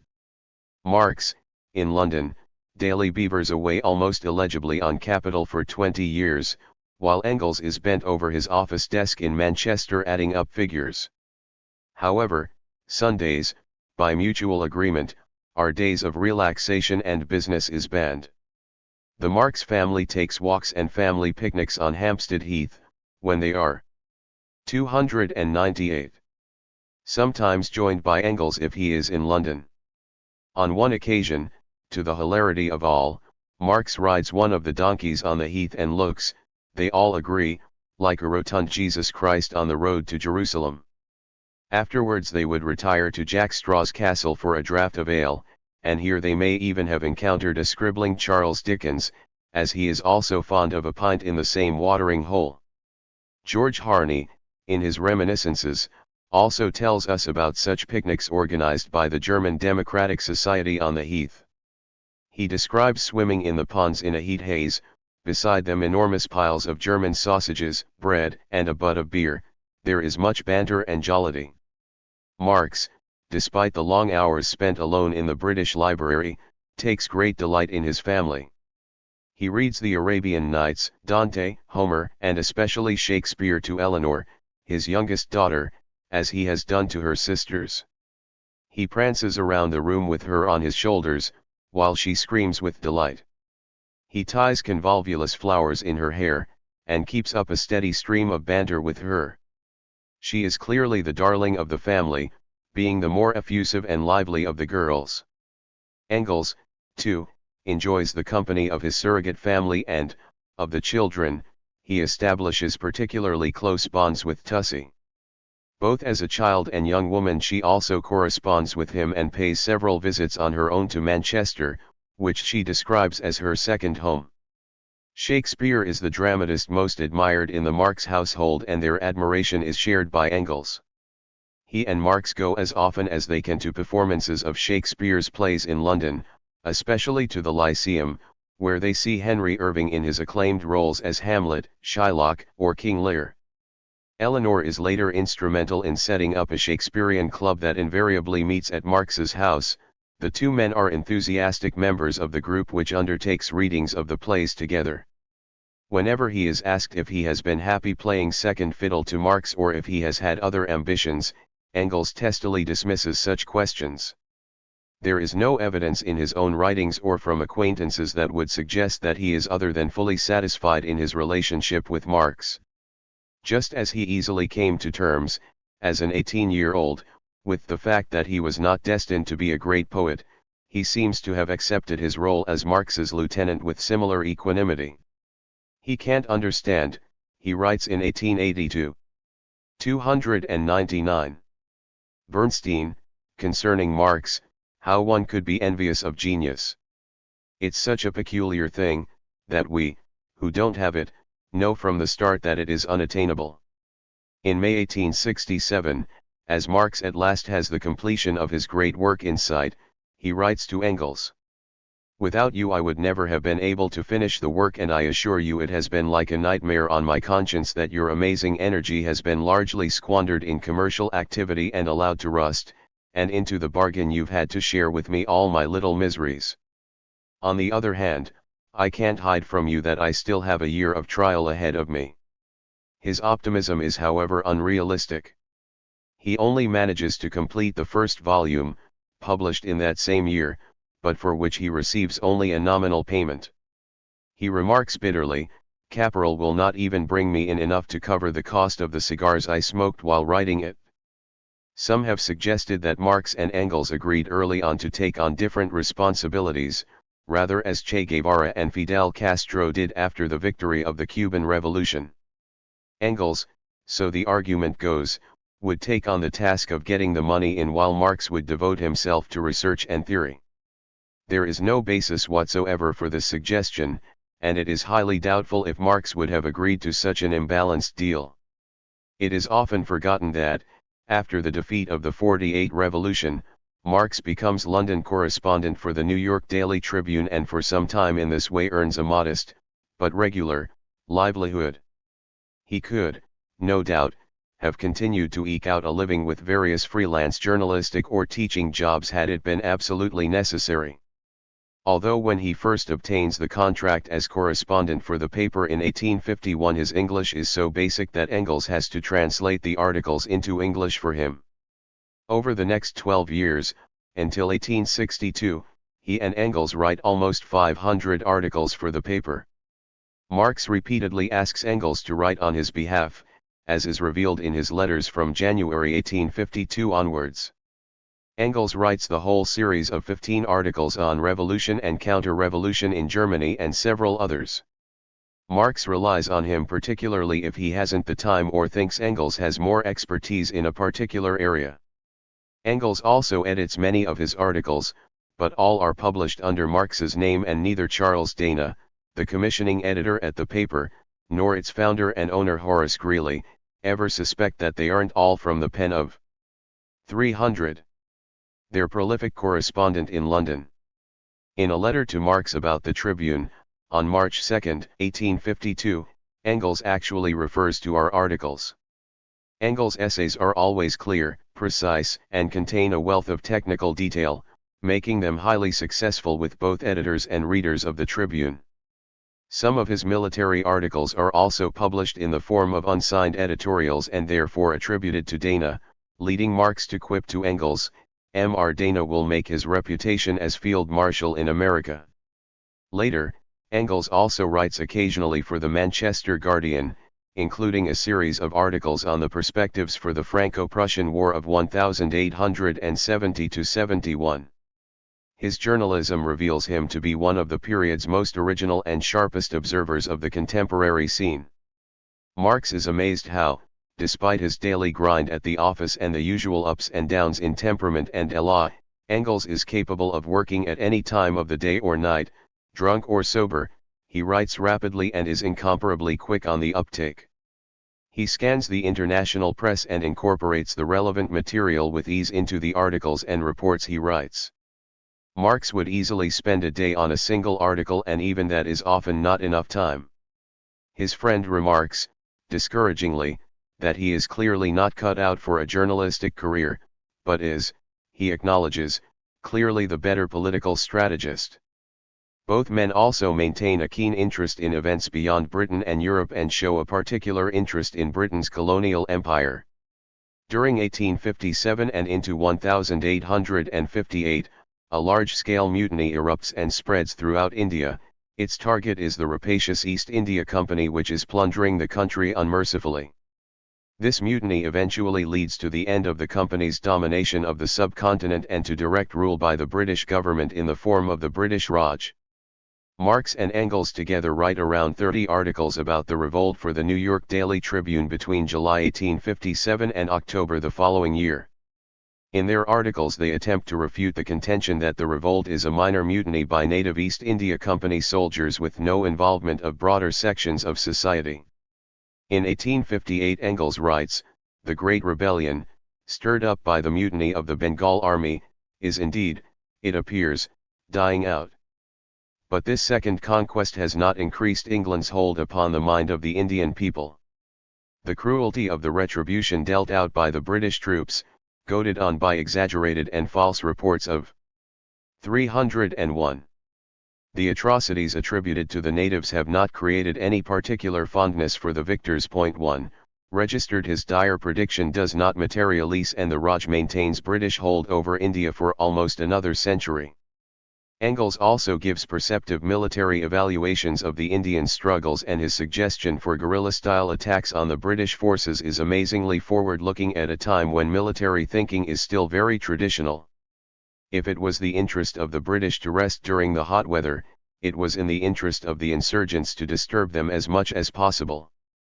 but instead of organizing an active guerrilla warfare, intercepting the communications between the towns held by the enemy, of waylaying small parties, harassing the foragers, of rendering impassable the supply of victuals, without which no large town held by the British could live. Instead of this, the natives have been satisfied with levying revenue and enjoying the leisure left to them by their opponents. Degree. Together again. Once Engels is finally free of his company responsibilities and moves to London in 1870, he and Marx become inseparable and spend more time in each other's company than most happily married couples. A short time after his arrival in the metropolis, Ludwig Kugelmann, the German doctor with whom Marx is normally in regular correspondence, inquires worriedly whether Marx is ill, as he has heard nothing from him for some time. Marx's daughter, Jenny, replies, "I can happily inform you that illness is not the reason for his silence. All in all, his health is better than it usually is at this time of the year, and the reason, without a doubt, is that our good Dr. Engels has arrived. Engels, or General Staff, a title we have awarded him. He lives close by and he does more good than any amount of medicines and takes him on long walks. We see the General every day and spend very enjoyable evenings together. A few evenings ago a great 302 patriotic event took place at our house. As well as other songs, Moore and Staff sang together Die Wacht am Rhein to the tune of Krambambuli. Asterisk. From the late 70s onwards, Engels becomes increasingly concerned about a real deterioration in his friend's health. Marx, already fragile, is particularly hard hit by the successive deaths of his beloved wife, Jenny, in December 1881, and then, a little over a year later, his daughter Jenny in January 1883. Already in early 1882 Engels is resigned to the fact that he alone has to take on the immense correspondence that we earlier shared between us. Early in the year, on the advice of his doctor, and paid for by Engels, Marx takes a lengthy holiday of recuperation, first to the Isle of Wight, before beginning a year of peregrination, first to Algiers, then Monte Carlo, France, and Switzerland, before finally returning to Ventnor on the Isle of Wight. This results in a temporary improvement just before his total collapse and death on March 14, 1883. Engels has been very much aware of Marx's slow deterioration, as he is obliged, during the 70s and early 80s, to take on more and more of his work, but it is not this extra burden that is his chief worry, but Marx's slow demise. Even the regular social get-togethers and the jovial Sunday lunches in Engels' house no longer take place towards the end of the 70s. After receiving news of Marx's death, George Harney, in a very moving and sensitive letter to Engels, writes, "But your grief. For you it is no ordinary loss or a loss of a family member. Your friendship and attachment, his warmth, and his trust made the fraternal bond of Karl Marx and Friedrich Engels something that stood above anything I've ever experienced in other people. For that bond between you was one stronger than the love of a woman, that is only the truth. I seek unsuccessfully for words to express my feeling for the painful loss that has smitten you, and also for my deepest sympathy for your suffering and with your sorrow." Engels receives numerous such letters of condolence, and many ordinary working people throughout the world grieve with him. On March 17, 1883 he gives the short valedictory oration on behalf of 303. A Revolutionary Life. The international proletariat, as Marx's remains are interred in the family grave in an unconsecrated corner of Highgate Cemetery, in the shadow of Whittington Hospital. It is a very private affair, with only 11 mourners. On the 14th of March, at 2:45 in the afternoon, the greatest living thinker ceased to think. He had been left alone for scarcely 2 minutes, and when we came back we found him in his armchair, peacefully gone to sleep, but forever. What the fighting proletariat of Europe and America, what historical research have lost with the death of this man is immeasurable. Soon enough the gap that has been torn open by the death of this mighty man will make itself felt. Just as Darwin discovered the evolutionary law of organic nature, so Marx discovered the developmental law of human history, the simple fact, hitherto concealed by an overgrowth of ideology, is that mankind must first of all eat, drink, have shelter and clothing, before it can pursue politics, science, art, religion, etc., that therefore the production of the immediate material means, and consequently the degree of economic development attained by a given people or during a given epoch, form the foundation upon which the state institutions, the legal conceptions, art, and even the ideas on religion, of the people concerned have been evolved, and in the light of which they must, therefore, be explained, instead of vice versa, as had hitherto been the case. But that is not all. Marx also discovered the special law of motion governing the present-day capitalist mode of production, and the bourgeois society it creates. With the discovery of surplus value, light was suddenly shed, while all previous investigations, of both bourgeois economists and socialist critics had been groping in the dark. 2 such discoveries would be enough for one lifetime. Happy the man to whom it is granted to make even one such discovery. But in every single field which Marx investigated, and he investigated very many fields, none of them superficially, in every field, even in that of mathematics, he made independent discoveries. So was this man of science. But this doesn't make up even half the man. Research, for Marx, was a historically dynamic. 304. Revolutionary force. However great the joy with which he welcomed a new discovery in some theoretical area of research, whose practical application perhaps it was as yet quite impossible to envisage, he experienced quite another kind of joy when the discovery involved immediate revolutionary changes in industry and in historical development in general. For example, he followed closely the development of the discoveries made in the field of electricity and recently those of Marcel Duprez. For Marx was, above all else, a revolutionary. His real calling in life was to contribute, in one way or another, to the fall of capitalist society and the state institutions it created, to contribute to the liberation of the modern proletariat, of which he was the first to make it conscious of the necessary conditions for its own emancipation. Fighting was his element. And he fought with a passion, tenacity, and a success that few could rival. His work on the first Rheinischen-Zeitung, the Paris Vorübergehers, the Deutsche Brieseler Zeitung, the Neue Rheinische-Zeitung, the New York Tribune, and, in addition to these, a host of militant pamphlets, work in organizations in Paris, Brussels, and London, and finally, crowning all, the formation of the great International Working Men's Association. This was indeed an achievement of which its founder might well have been proud even if he had done nothing else. And, consequently, Marx was the most hated and most slandered man of his time. Governments, both absolutist and republican, expelled him. Bourgeois, conservative, or ultra-democratic, vied with each other in defaming him. All this he brushed aside like cobwebs, ignoring it, responding only when he was compelled to. And he dies revered, loved, and mourned by millions of revolutionary fellow workers, from the mines of Siberia, through the whole of Europe and to California in America, and I make bold to say that, though he may have the odd opponent, he hardly has a single personal enemy. His name will live on through the ages, and so also will his work.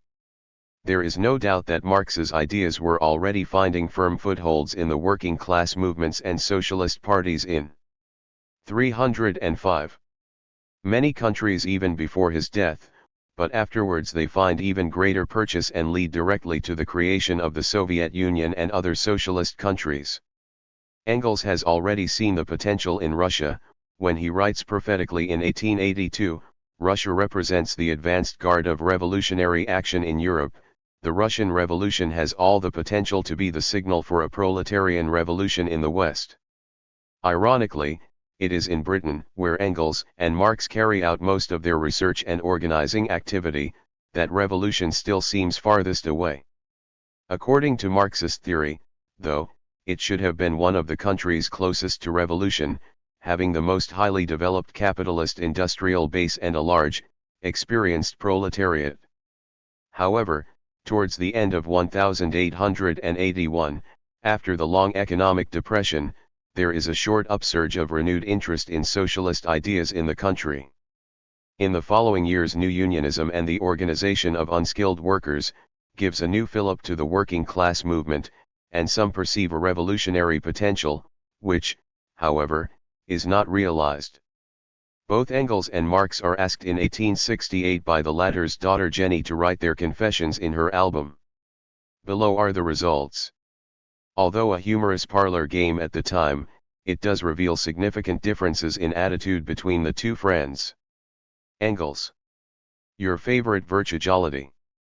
Your favorite quality in man: to mind his own business. Your favorite quality in woman: not to mislay things. Your chief characteristic: knowing everything by halves. Your idea of happiness: Chateau Margaux 1848. Your idea of misery: to go to a dentist. The vice you excuse: excess of any sort. The vice you detest. Cant. Your aversion: affected, stuck-up women. The character you most dislike: Spurgeon. * Your favorite occupation: chaffing and being chaffed. Your favorite hero: none. Your favorite heroine: too many to name one. Your favorite poet: Reineke de Vos.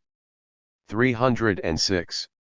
Shakespeare, Ariosto, etc. Your favorite prose writer: Goethe, Lessing, Dr. Samuelson. Your favorite flower: bluebell. Your favorite color: anyone, not aniline. Your favorite dish: cold, salad, hot, Irish stew. Your favorite maxim: not to have any. Your favorite motto: take it easy. Charles Haddon Spurgeon, England's best-known preacher for most of the second half of the 19th century: taking the piss or having the piss taken. Marx. Your favorite virtue: simplicity. Your favorite quality in man: strength. Your favorite quality in woman: weakness. Your chief characteristic: singleness of purpose. Your idea of happiness: to fight. Your idea of misery: submission. The vice you excuse: gullibility. The vice you detest: servility. Your aversion: Martin Tupper. * Your favorite occupation: bookworming. Your favorite hero: Spartacus, Kepler. Your favorite heroine: Gretchen. Your favorite poet: Shakespeare, Aeschylus, Goethe. Your favorite prose writer: Diderot. Your favorite flower: Daphne. Your favorite color: red. Your favorite dish: fish. Your favorite maxim: nihil humani me alienum puto. Nothing human is alien to me. Your favorite motto: de omnibus dubitandum. Your favorite names: Jenny, Laura, registered. 307. The legacy. What makes any attempt at an objective evaluation of Engels' work particularly difficult is trying to separate his contribution from that of Marx. I would argue that his work and life can only be evaluated meaningfully by examining those of both men as part of a whole. This is true also because we can never be completely certain who the real originator is of what has been written in either of their names. Rarely, if ever, in the history of intellectual endeavor, has there been such a close and long-term collaboration, and such an apparently perfect symbiosis between two men as there was between these two. No doubt Marx was the more academic and with a deeper understanding of philosophy and theory, whereas Engels certainly had a better grasp of economic practice and the realities of working-class life. Any difference between their individual achievements and the extent and import of their writing also needs to be seen from the perspective that Marx was, thanks to Engels' financial support, a full-time academic, whereas Engels had a day job for a significant part of his life and could only carry out research and write in his limited free time. It is also clear that with any two individuals, there will undoubtedly be differences of opinion, different approaches and perspectives.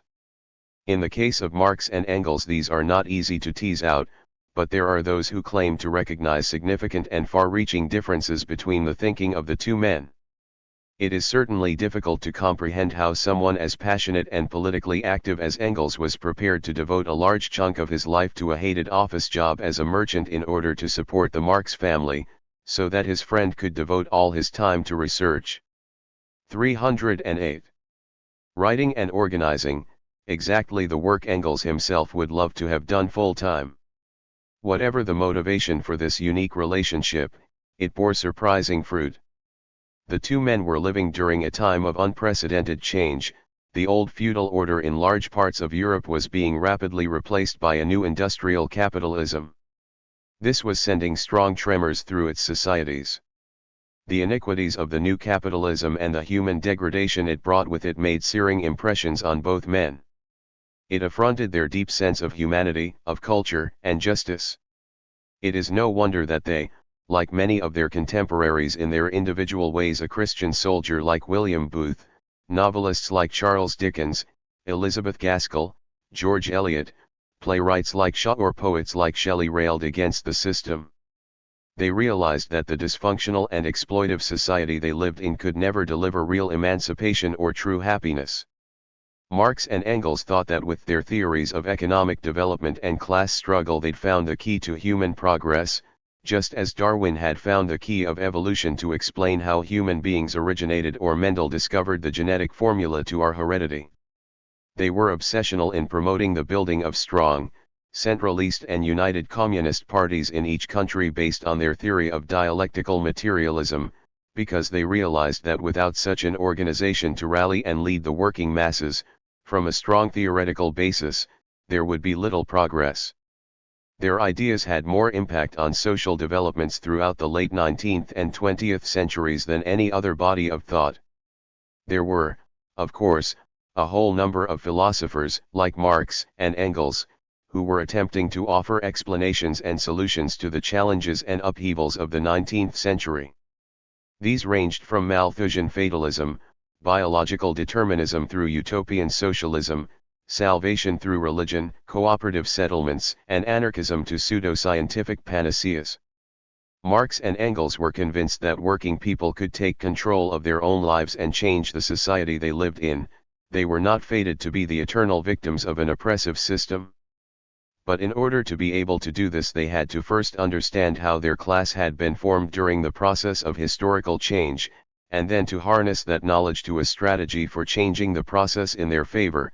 They 309 would need to become fully conscious of themselves as a class. In their numerous writings this is, in essence, what Marx and Engels attempted to explain and promote. Undoubtedly one of their chief achievements has been to demonstrate to us that the history of humankind is first and foremost the history of evolving economic relations. This may sound like a banality today, but for pre-19th century historians it was far from obvious, and there are still those who dispute the centrality of these relations. Marx and Engels argued that it is economic or property relations that have largely determined the course of social progress. From the earliest farming tribes who produced a food surplus, enabling a non-working elite to emerge, to the battles between a conservative feudalism and bourgeois mercantilism up to the continuing battles today between workers and the owners of the means of production and by nation-states against globalist finance, economic relations are central. However one chooses to evaluate their theoretical contribution to the science of human development, they did provide arguably one of the most comprehensive, rational and plausible theories as well as a useful analytical tool, dialectical materialism, for understanding society.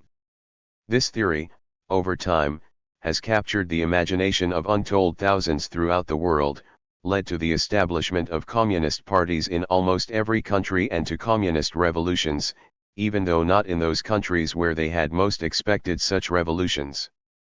Although in Germany at the close of the First World War a countrywide socialist revolution was brought very close, short-lived Soviets were set up in Munich on November 7, 1918, in Berlin on November 9 and also in Bremen, in the wake of the Spartacist uprisings, but these were brutally suppressed.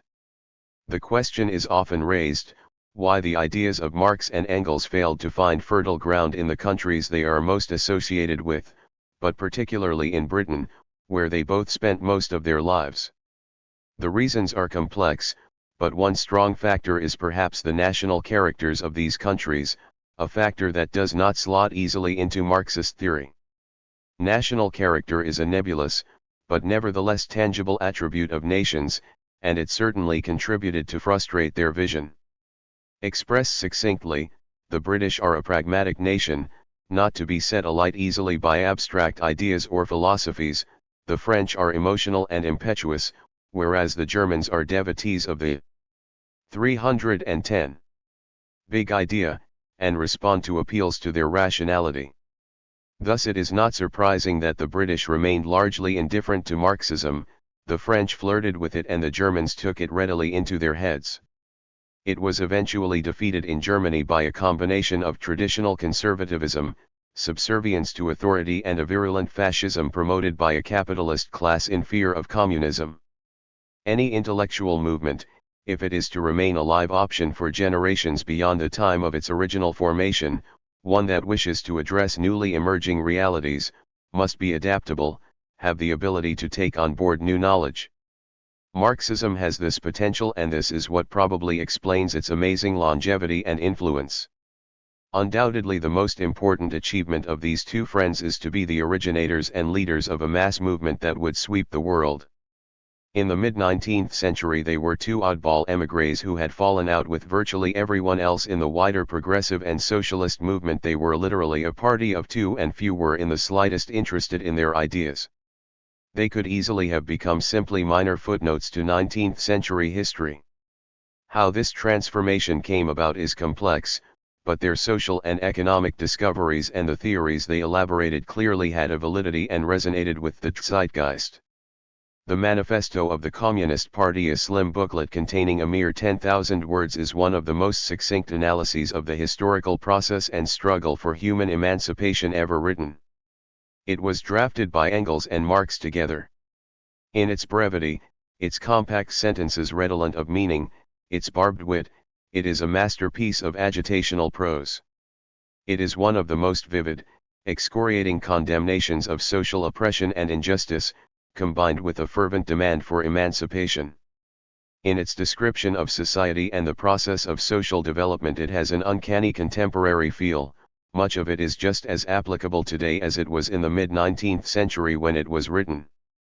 If one replaced the archaic term bourgeoisie by modern capitalism, it could, in places, be a description of society today. The bourgeoisie cannot exist without constantly revolutionizing the instruments of production, and thereby the relations of production, and with them the whole relations of society. The need of a constantly expanding market for its products chases. 311. The bourgeoisie over the whole surface of the globe.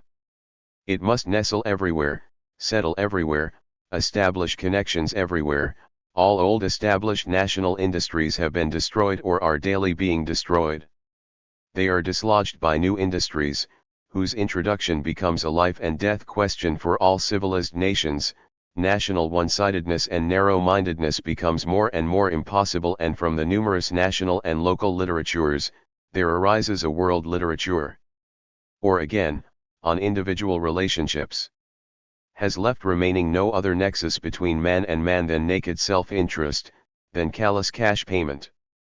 The modern state is but a committee for managing the common affairs of the whole bourgeoisie. The bourgeoisie has stripped of its halo every occupation hitherto honored and looked up to with reverent awe. It has converted the physician, the lawyer, the priest, the poet, the man of science, into paid wage laborers. It is not surprising that the Communist Manifesto became one of the most read and influential books ever written. It captures the essence of the capitalist system and its socially corrosive essence. It can still provide an answer to individual fears of social instability, unemployment, homelessness, pension uncertainty and social breakdown, by explaining that their causes are intrinsic to the system and do not lie in individual inadequacy. It is, perhaps, difficult today to envisage what an apocalyptical era the industrial transformation in 19th century Europe represented. After a century or more of barely noticeable change, people suddenly found themselves as passengers riding an ever faster train lurching through a dark tunnel to an unknown and frightening destination.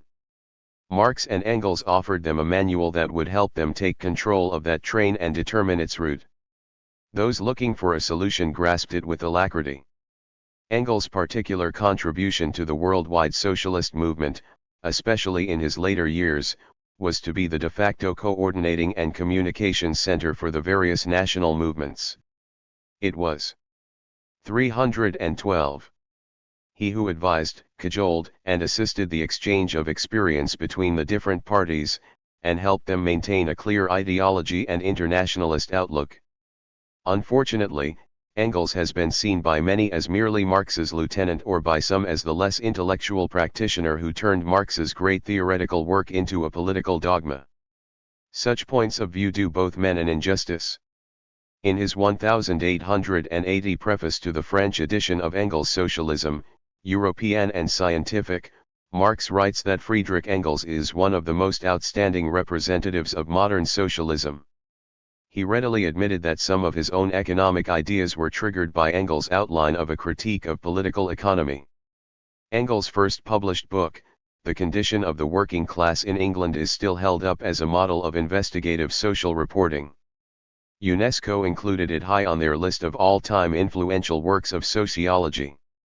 For that one work alone he deserves to be honored and remembered. Engels' rhetorical phraseology, particularly in his youth, did at times betray a certain pugilistic ruthlessness. When he complained, for instance, in 1848, about the bourgeoisie not giving the real militants weaponry to wage the struggle, he admitted that they realized the guns will be subsequently turned on them. But this is said by a young man in the heat of revolutionary battle. He certainly moderated his views in later life. Such phraseology and attitudes are uncannily similar to those of Che Guevara at a similar age, but Che, of course, didn't have the luxury of growing old. There is, though, little in the writings of either Engels or Marx that reveals callousness, cynicism, or lack of humanity. Their motivation was always to facilitate the liberation of the most exploited and oppressed, and their whole lives were devoted to the pursuit of that goal. Neither Marx nor Engels was the fanatic they are sometimes portrayed to be, obsessional maybe, determined and committed, yes, undoubtedly, but these qualities can be better understood in the context of 19th-century industrialization, the misery, crass inequality, extreme class conflict and revolutionary turmoil. A new orthodoxy has been proclaimed, particularly in the English-speaking world, that argues that there is a clear distinction between Marx's and Engels' thought. Their basic argument is that Marx's Marxism is a humanistic philosophy, whereas Engels' version is mechanistic materialism. George Lichtheim, in his book, Marxism, n. 313, Historical and Critical Study, began the process, and he was followed by Norman Levine and Terrell Carver. Levine represents this position most forcefully. He argued that Engels and Marx suppressed their major differences in thinking, and that it is the vulgarization of Marxist thought by Engels that led directly to Lenin and Stalin. He wrote his polemic, as he states in the introduction to his book, as a response to the student movement during the 1960s and the eagerness among students in the United States for knowledge of Marx. He maintains that a misinterpretation of Marx begins with Engels. This difference between the two men, he argues, was already recognized by Gramsci and Lukács among others, but not developed further by them. He argues that pure Marxism has been muddied by what he calls Engelsism. Marx, Levine says, rather contradictorily, saw man as basically a being of praxis, a being who through his activity modified the natural world, humanized that world. Engels was a metaphysical materialist. The elemental forces in the universe, for Engels, were matter and motion. Marx didn't see history as inevitable process, didn't see it as unilinear. Engels did see history as a unilinear process. Engels believed that macrocosmic forces determined the inevitable path of history. He even argues that Marx and Engels had divergent views on the future communistic society, and of the evolutionary process of history. Marx saw communism as the end of human alienation, the end of dehumanization, the beginning of free human history, when man would be one with praxis. Engels envisioned communist society as an enormous factory. It would be regimented, highly supervised, devoted to the work ethic, but highly productive of the necessities and luxuries of life. This supposed dichotomy and dystopic image is surely a figment of Levin's, not Engels' imagination, and he provides not a shred of evidence to support it. Neither Marx nor Engels said very much in terms of what a future communistic society would or could look like. There is nothing in the extant writings of either of the two men or in accounts by others to even hint at, never mind justify, this suggestion. Levine compounds his attempts to drive a wedge between the two thinkers by describing Engels in condescending terms. I conclude that his mind was of a second order when compare. 314. Ed with that of Marx, he was a commentator rather than an originator. Do we detect here an element of academic snobbery towards Engels, the self-taught intellectual, as against Marx, the true academic? He avows that Engels was really the founder of the view that Marxism was predestinarian economic determinism. He even tries to justify his arguments on spurious psychological grounds. Engels, he says, was motivated by rebellion against the pietism and hypocrisy of his family and the provincial environment in Barmen. He also had a touch of dilettantism about him. Marx is the great abstract thinker, Engels is largely motivated by psychological factors. A chief plank of Levin's argument appears to be that Engels has had the effrontery to apply the dialectical method to the natural world, not just to human society, thus bringing the method into disrepute. Engels' attempts to apply dialectics to the natural world were bequeathed us in a series of notes which were only published posthumously, as one volume, in 1925. While developing a dialectical approach to nature, and researching the natural sciences, Engels shared his ideas regularly with Marx, and we have no evidence that the latter gave any intimation of disagreement. In fact, he rarely responded to Engels' comments. This could have been because Marx felt out of his depth in the natural sciences, particularly physics and chemistry, but it may also be that letters in which he makes comments have been lost or destroyed. We don't know. However, most of this work was carried out while Engels was in London, so the two would have discussed the issues, but not corresponded. Engels was undoubtedly more steeped in the natural sciences than Marx, who hadn't begun to examine them in terms of applying the dialectical method.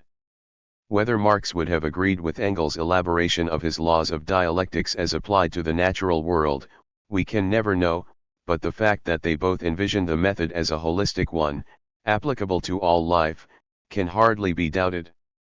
Indeed, Levin, in his opening chapter, admits that nature for Marx was a totality. There has always been heated debate about whether Marx himself was a determinist and indeed whether Marxism itself is a determinist philosophy. Both Engels and Marx were somewhat equivocal on this issue. There is enough documentary evidence to show that both certainly viewed history in a unilinear and determinist. 315.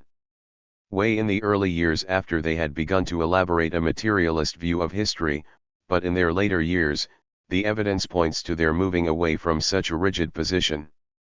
The manifesto of the Communist Party actually states unequivocally that its fall and the victory of the proletariat are equally inevitable. But this early document was after all a propagandistic and agitational tool for the newly emerging communist movement, not a philosophical treatise.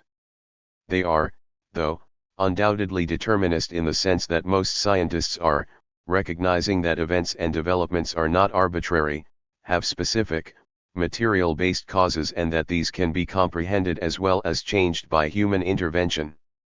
There have certainly been continuous and egregious attempts to denigrate Engels and saddle him with the full responsibility for how Marxist ideas were later implemented in the attempts to build communist societies in Eastern Europe and elsewhere, but it is difficult to make the mud stick in the face of ample contrary evidence.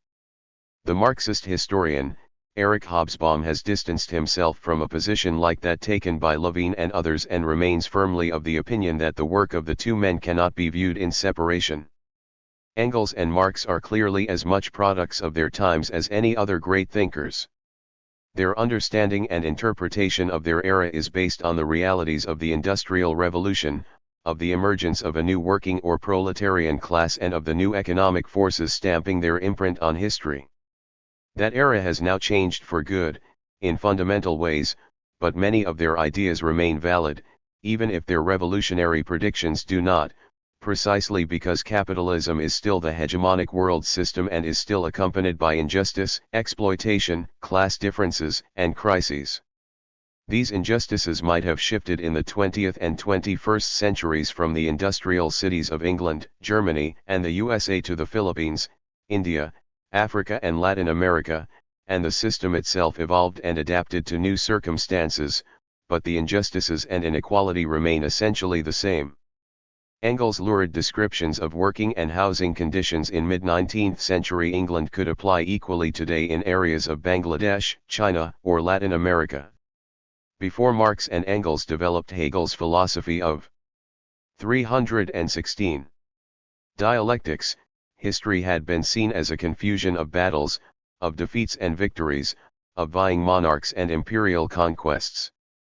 The underlying mechanisms of historical change were occluded by the accretion of a myriad of seemingly incidental and unconnected events. Historical materialism, although Marx prefers the term philosophical/dialectical materialism, is the intellectual approach developed in order to achieve a better understanding of historical processes. It is also an attempt to provide us all with the intellectual tools to learn from our common history and take control of our future. Engels defines it as, that view of the course of history which seeks the ultimate cause and the great moving power of all important historic events in the economic development of society, in the changes in the modes of production and exchange, in the consequent division of society into distinct classes, and in the struggles of these classes against one another. Historical materialism views the causes of developments and change in human society, in the way humans collectively live together, as based in economic relationships, which largely determine all the other characteristics of society, e.g. social classes, political formations, ideologies, and culture. Few could deny the impact historical materialism has had on thinking in almost every field and still has, from economics to the arts and culture. However, while dialectical materialism has been taken on board by a significant number of thinkers and become part of the mainstream philosophic discourse, even if the idea of a communist utopia at the core of their thinking has often been rejected. One of Engels' contemporaries, Bernard Shaw, was introduced by the social democratic leader, H.H. Hyndman, to the works of Marx and Engels, and he met Engels on a number of occasions. Shaw became convinced by the economic theories in Capital but felt they would have little impact on the working classes. Although the treatise had been written in the cause of liberating the working man, Shaw felt, Marx never got hold of him for a moment. And with typical Shavian contrariness and perspicacity, he went on, it was the revolting sons of the bourgeoisie itself, Lassalle, Marx, Liebknecht, Morris, Hyndman, Bax, all like myself, crossed with Squire Archie, that painted the flag red. The middle and upper classes are the revolutionary element in society, the proletariat is the conservative. 317. Element. Shaw firmly believed, with Proudhon, that property was theft and, like Engels, that capitalism was deeply flawed, but unlike him, Shaw, the Fabian, favored gradualism to revolution. Another of Engels' contemporaries, albeit 34 years younger, wrote in 1891. A map of the world that does not include utopia is not even worth glancing at, for it leaves out the one country at which humanity is always landing. And when humanity lands there, it looks out, and seeing a better country, sets sail. Progress is the realization of utopias. 3 cents. That contemporary was Oscar Wilde. In his essay, The Soul of Man Under Socialism, he also writes, socialism, communism, or whatever one chooses to call it, by converting private property into public wealth, and substituting cooperation for competition, will restore society to its proper condition of a thoroughly healthy organism, and ensure the material well-being of each member of the community. Utopia will always be on mankind's map of the future in some form or other. Although both Marx and Engels were influenced by the early utopian socialists, they later fought tooth and nail against their ideas and would have vehemently denied that they were utopians. However, their commitment and sacrifice for a communist future belies that. In fact, in Engels' early work Outlines of a Critique of Political Economy, he mounts a critique of bourgeois society in several passages from the standpoint of abstract principles of a universal morality and humanitarianism. With the increasing conviction that their theories of social development were scientific, this utopian aspect was occluded. The reason they both attacked the utopians was because they saw their ideas as rooted in a nebulous Christian ethos, with little relevance to the real world, appealing to men's and women's goodness, they felt, would hardly bring about the social changes they felt were essential. Socialism could only be achieved, they argued, if the struggle were based on rationality and an understanding of historical reality.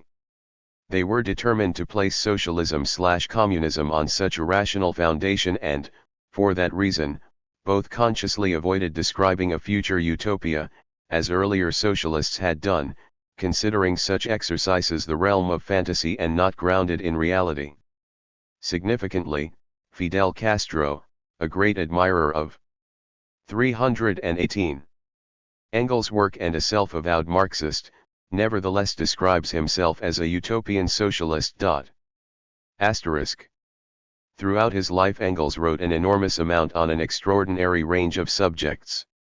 In his younger years these included poems, a play, opera libretto, and various essays, literary criticisms and newspaper articles. He went on to write polemical brochures and pamphlets, books, and numerous articles on military science, philology, the natural sciences and economics. Clearly a great deal of what he wrote is of minor historical interest today, but, I would argue, several of his chief works are much more than that. Even though human knowledge has progressed considerably since he died, his methods of working and, indeed, many of his ideas are still revolutionary. Of those works he wrote entirely by himself, the significant ones are, The Condition of the Working Class in England, Herr Diering's Revolution in Science, which includes the seminal 3 chapters which Engels had reprinted as a separate brochure in 1880, titled, Socialism, Utopian and Scientific, The Origins of the Family, Private Property and the State and Dialectics of Nature. These texts, as well as the numerous articles he wrote for newspapers in Britain, Germany, the USA, and elsewhere are now largely accessible in the collected works of Marx and Engels, published in English. And, of course, it shouldn't be forgotten that Engels actually wrote the last 2 volumes of Capital, albeit from Marx's copious notes. One important cause of misunderstanding, and rejection, of Marxism has been the interpretation of the German term Wissenschaft, translated into English as scientific. The idea of a scientific socialism appears to be somewhat of a contradiction or illogicality for many subsequent adherents as well as critics of Marxism. In its German meaning it relates to methods of investigation and is connected with theory, it is not synonymous with the more narrow definition in English, which refers to the natural sciences only. The inadequate translation of this word has led to the alienation of many, who otherwise may have been more amenable to the theory that is the conflating of science with the struggle towards a utopian goal. The idea of creating a better society is something many of us would subscribe to, but many would reject the idea that seeking this could 319 be seen as a scientific process. Science per se, as the word is understood in English, cannot have goals or aims, it can only provide an analysis of objective reality, and its findings must be demonstrable. The problem with history and economics is that developments in these fields are only demonstrable retrospectively and there can be no controlled experiments to test various hypotheses. One can't turn history back and try it a different way. Marx and Engels could be, feasibly, correct that the logic of human development and the conflict between classes will irresistibly lead to a socialist society, and they were determined to use their theory to make it come about, but whether they believed categorically that such a development was a scientific necessity, i.e. a certainty, is doubtful. The later creation of a belief system and dogma out of Marxist theory, turning it into a quasi-determinist project, particularly in the Soviet Union, together with the Cold War propaganda by the West, led to a subsequent and unfortunate rejection by many of Marxist ideas. Marx's unforgettable words, "The philosophers have only interpreted the world in various ways, the point, however, is to change it," were taken seriously by many of their followers who did change the world. That is what both Marx and Engels endeavored to achieve, but it is doubtful if they would have been happy with many of the consequences. The most cataclysmic social upheaval of the 20th century, the Bolshevik Revolution of 1917, was implemented and carried out based on the ideas developed by Engels and Marx. In examining the way Lenin and the Bolsheviks steered the revolutionary process in Russia, one can see this clearly. Marx and Engels had concluded, logically according to their own historical analysis, that a successful socialist revolution could only come about in a country with a highly developed capitalist system and with a large industrial proletariat. Ironically, their theory was undermined by the influence and success of their own ideas, as well as a conducive historical constellation of forces on a backward and feudal Russia, where the first socialist revolution took place. The attempt to build a utopia, which became seriously flawed, does not, however, invalidate their main argument that to consciously build our own future, we need to understand our past and the causative elements in the historical process and take control of the chief forces responsible for social change. Of course, we cannot make Engels or Marx posthumously responsible for what happened in their name. Irrespective of whether 320. You see the Bolshevik Revolution and subsequent upsurge of communism throughout the world as something positive or negative. They did not provide the blueprint for the erection of communist states, they only argued for the necessity of changing the capitalist system and provided guidance on how to carry out a successful revolution. However, we can't let them off the hook entirely. It was after all their ideas that laid the basis and made possible the building of communism as a force and led to the subsequent revolutions. The strategy that Engels and Marx promulgated was, though, in a sense proved correct, without disciplined organization, clear political and social goals, creating a new society is hardly possible. But this goal, for all sorts of reasons, failed. The main one being the enormous and combined economic, political, and even armed pressure that was brought to bear on that first fragile communist state by the capitalist world. The Soviet Union, even in its infancy, represented a dire threat to the whole capitalist system. But the communist utopia also turned sour due to a number of factors, among them, Russian historical and autocratic traditions, human inadequacy on the part of some of the revolution's leaders and, of course, the armed interventions, sabotage and blockades of the young Soviet Union by the capitalist countries. Engels deserves to be not only remembered, but his works re-examined. Our society, on a global scale, is still divided into rich and poor. We still have rapacious capitalism, now on a much more globalist scale than in his day. In many countries of the world we still have slum housing, child labor, and social conflict. His vision of a better and more just world and his understanding of history have not lost their relevance, even though we are chastened by the first, unsuccessful experiments in trying to build socialism. Engels enjoyed nothing more than a lively debate, the clash of ideas and argument. He would have been the first to find a monolithic ideology and dogmatism anathema.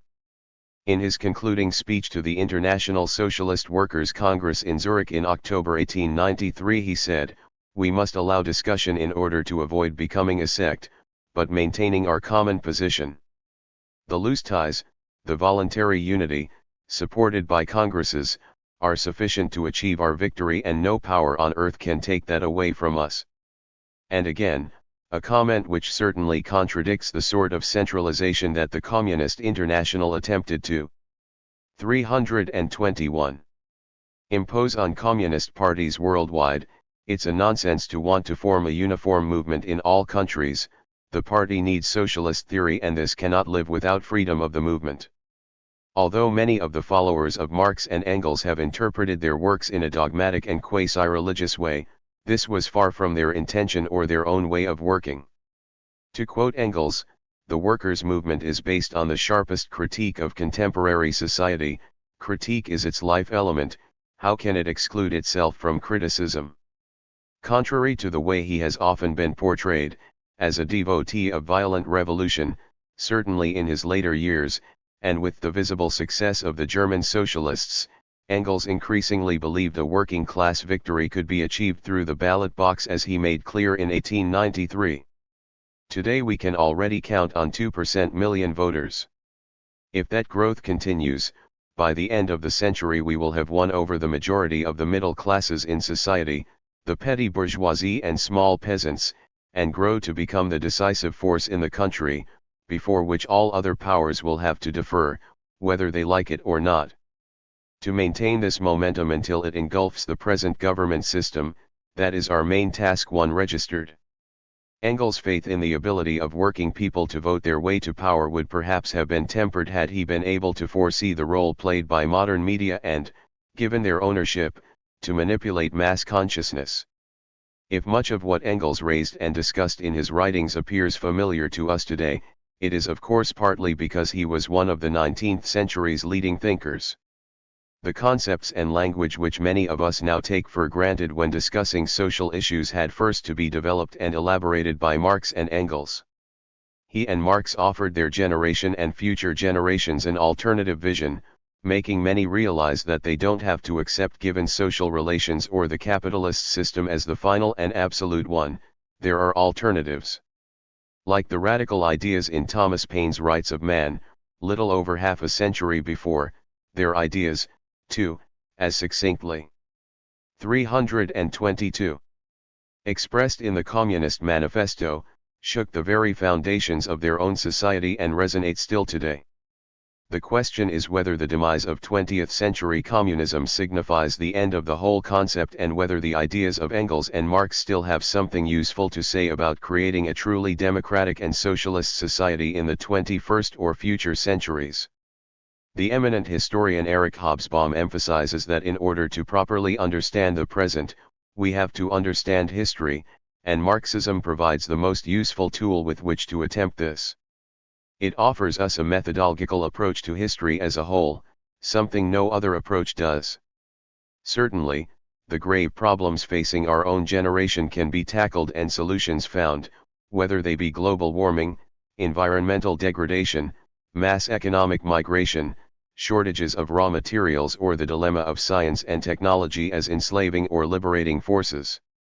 All these challenges are surmountable, but only by means of a rational approach based on a comprehensive understanding of social history, on genuine solidarity and cooperation.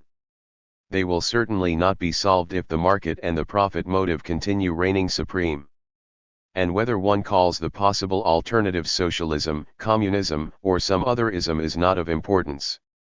In the sense that we have to consciously seek and work for an alternative to the present capitalist system, one which appears devoid of an ethical or moral base and is incapable of providing solutions to the great problems we face, then the ideas of Marx and Engels cannot be written off. Their ideas can still challenge social ossification. They believed in humanity's ability to control those social forces that shape our lives, they gave hope to those without hope and also provided us with an intellectual tool with which to challenge hierarchical societies. In his authorized biography, Fidel Castro says, "Marxism taught me what society was. I was like a blindfolded man in a forest, who doesn't even know where north and south is." If you don't eventually come to truly understand the history of the class struggle, or at least have a clear idea that society is divided between the rich and the poor, and that some people subjugate and exploit other people, you're lost in a forest, not knowing anything. This statement is symptomatic of so many who have discovered the ideas of Marx and Engels. It transforms their lives. Marxism certainly doesn't hold all the answers to our existential questions, nor does any one system. 323. Of ideas or belief, but it is one of the best tools for understanding if used as such, rather than treated as a religious dogma. Guevara was certainly familiar with at least some of Engels' military writings beyond the well-known political tracts. In his Guerra de Guerrillas, Unmeditado, he quotes from Engels the civil war in France, in which the latter draws lessons from the street battles of the Commune. Interestingly, the renowned North American journalist, I.F. Stone puts his finger on the contradictory forces driving Che Guevara, a deep humanity marred by an element of ruthlessness. It is an observation that could equally apply to Engels. Che will live with Bolivar and Juarez among the heroes of the Latin Hemisphere. But I have always felt, he writes, there was something anachronistic in his mission to build a new and bigger Sierra Maestra in the Andes. It had all the naive hopefulness and humanitarian faith of the 19th century. I'll recognize the Shelleyan purity of Che's intentions. I welcome the fact that new CHES will spring up to carry on his work, for without revolutionary challenges neither the Latin oligarchy nor Washington will make peaceful change possible. But I believe their success would be out of all proportion to the terrible cost, This apparently contradictory assessment is equally applicable to Engels and to most, if not all, revolutionary visionaries. There is no doubt that continued social progress and stability will depend on a better understanding of the forces shaping our societies and our ability to control them. We need to be able to comprehend change, to grasp the ways in which it can be managed, so that we can mold our history rather than be steamrollered by it, and offering a key to such an understanding is the true legacy of Engels and of Marx.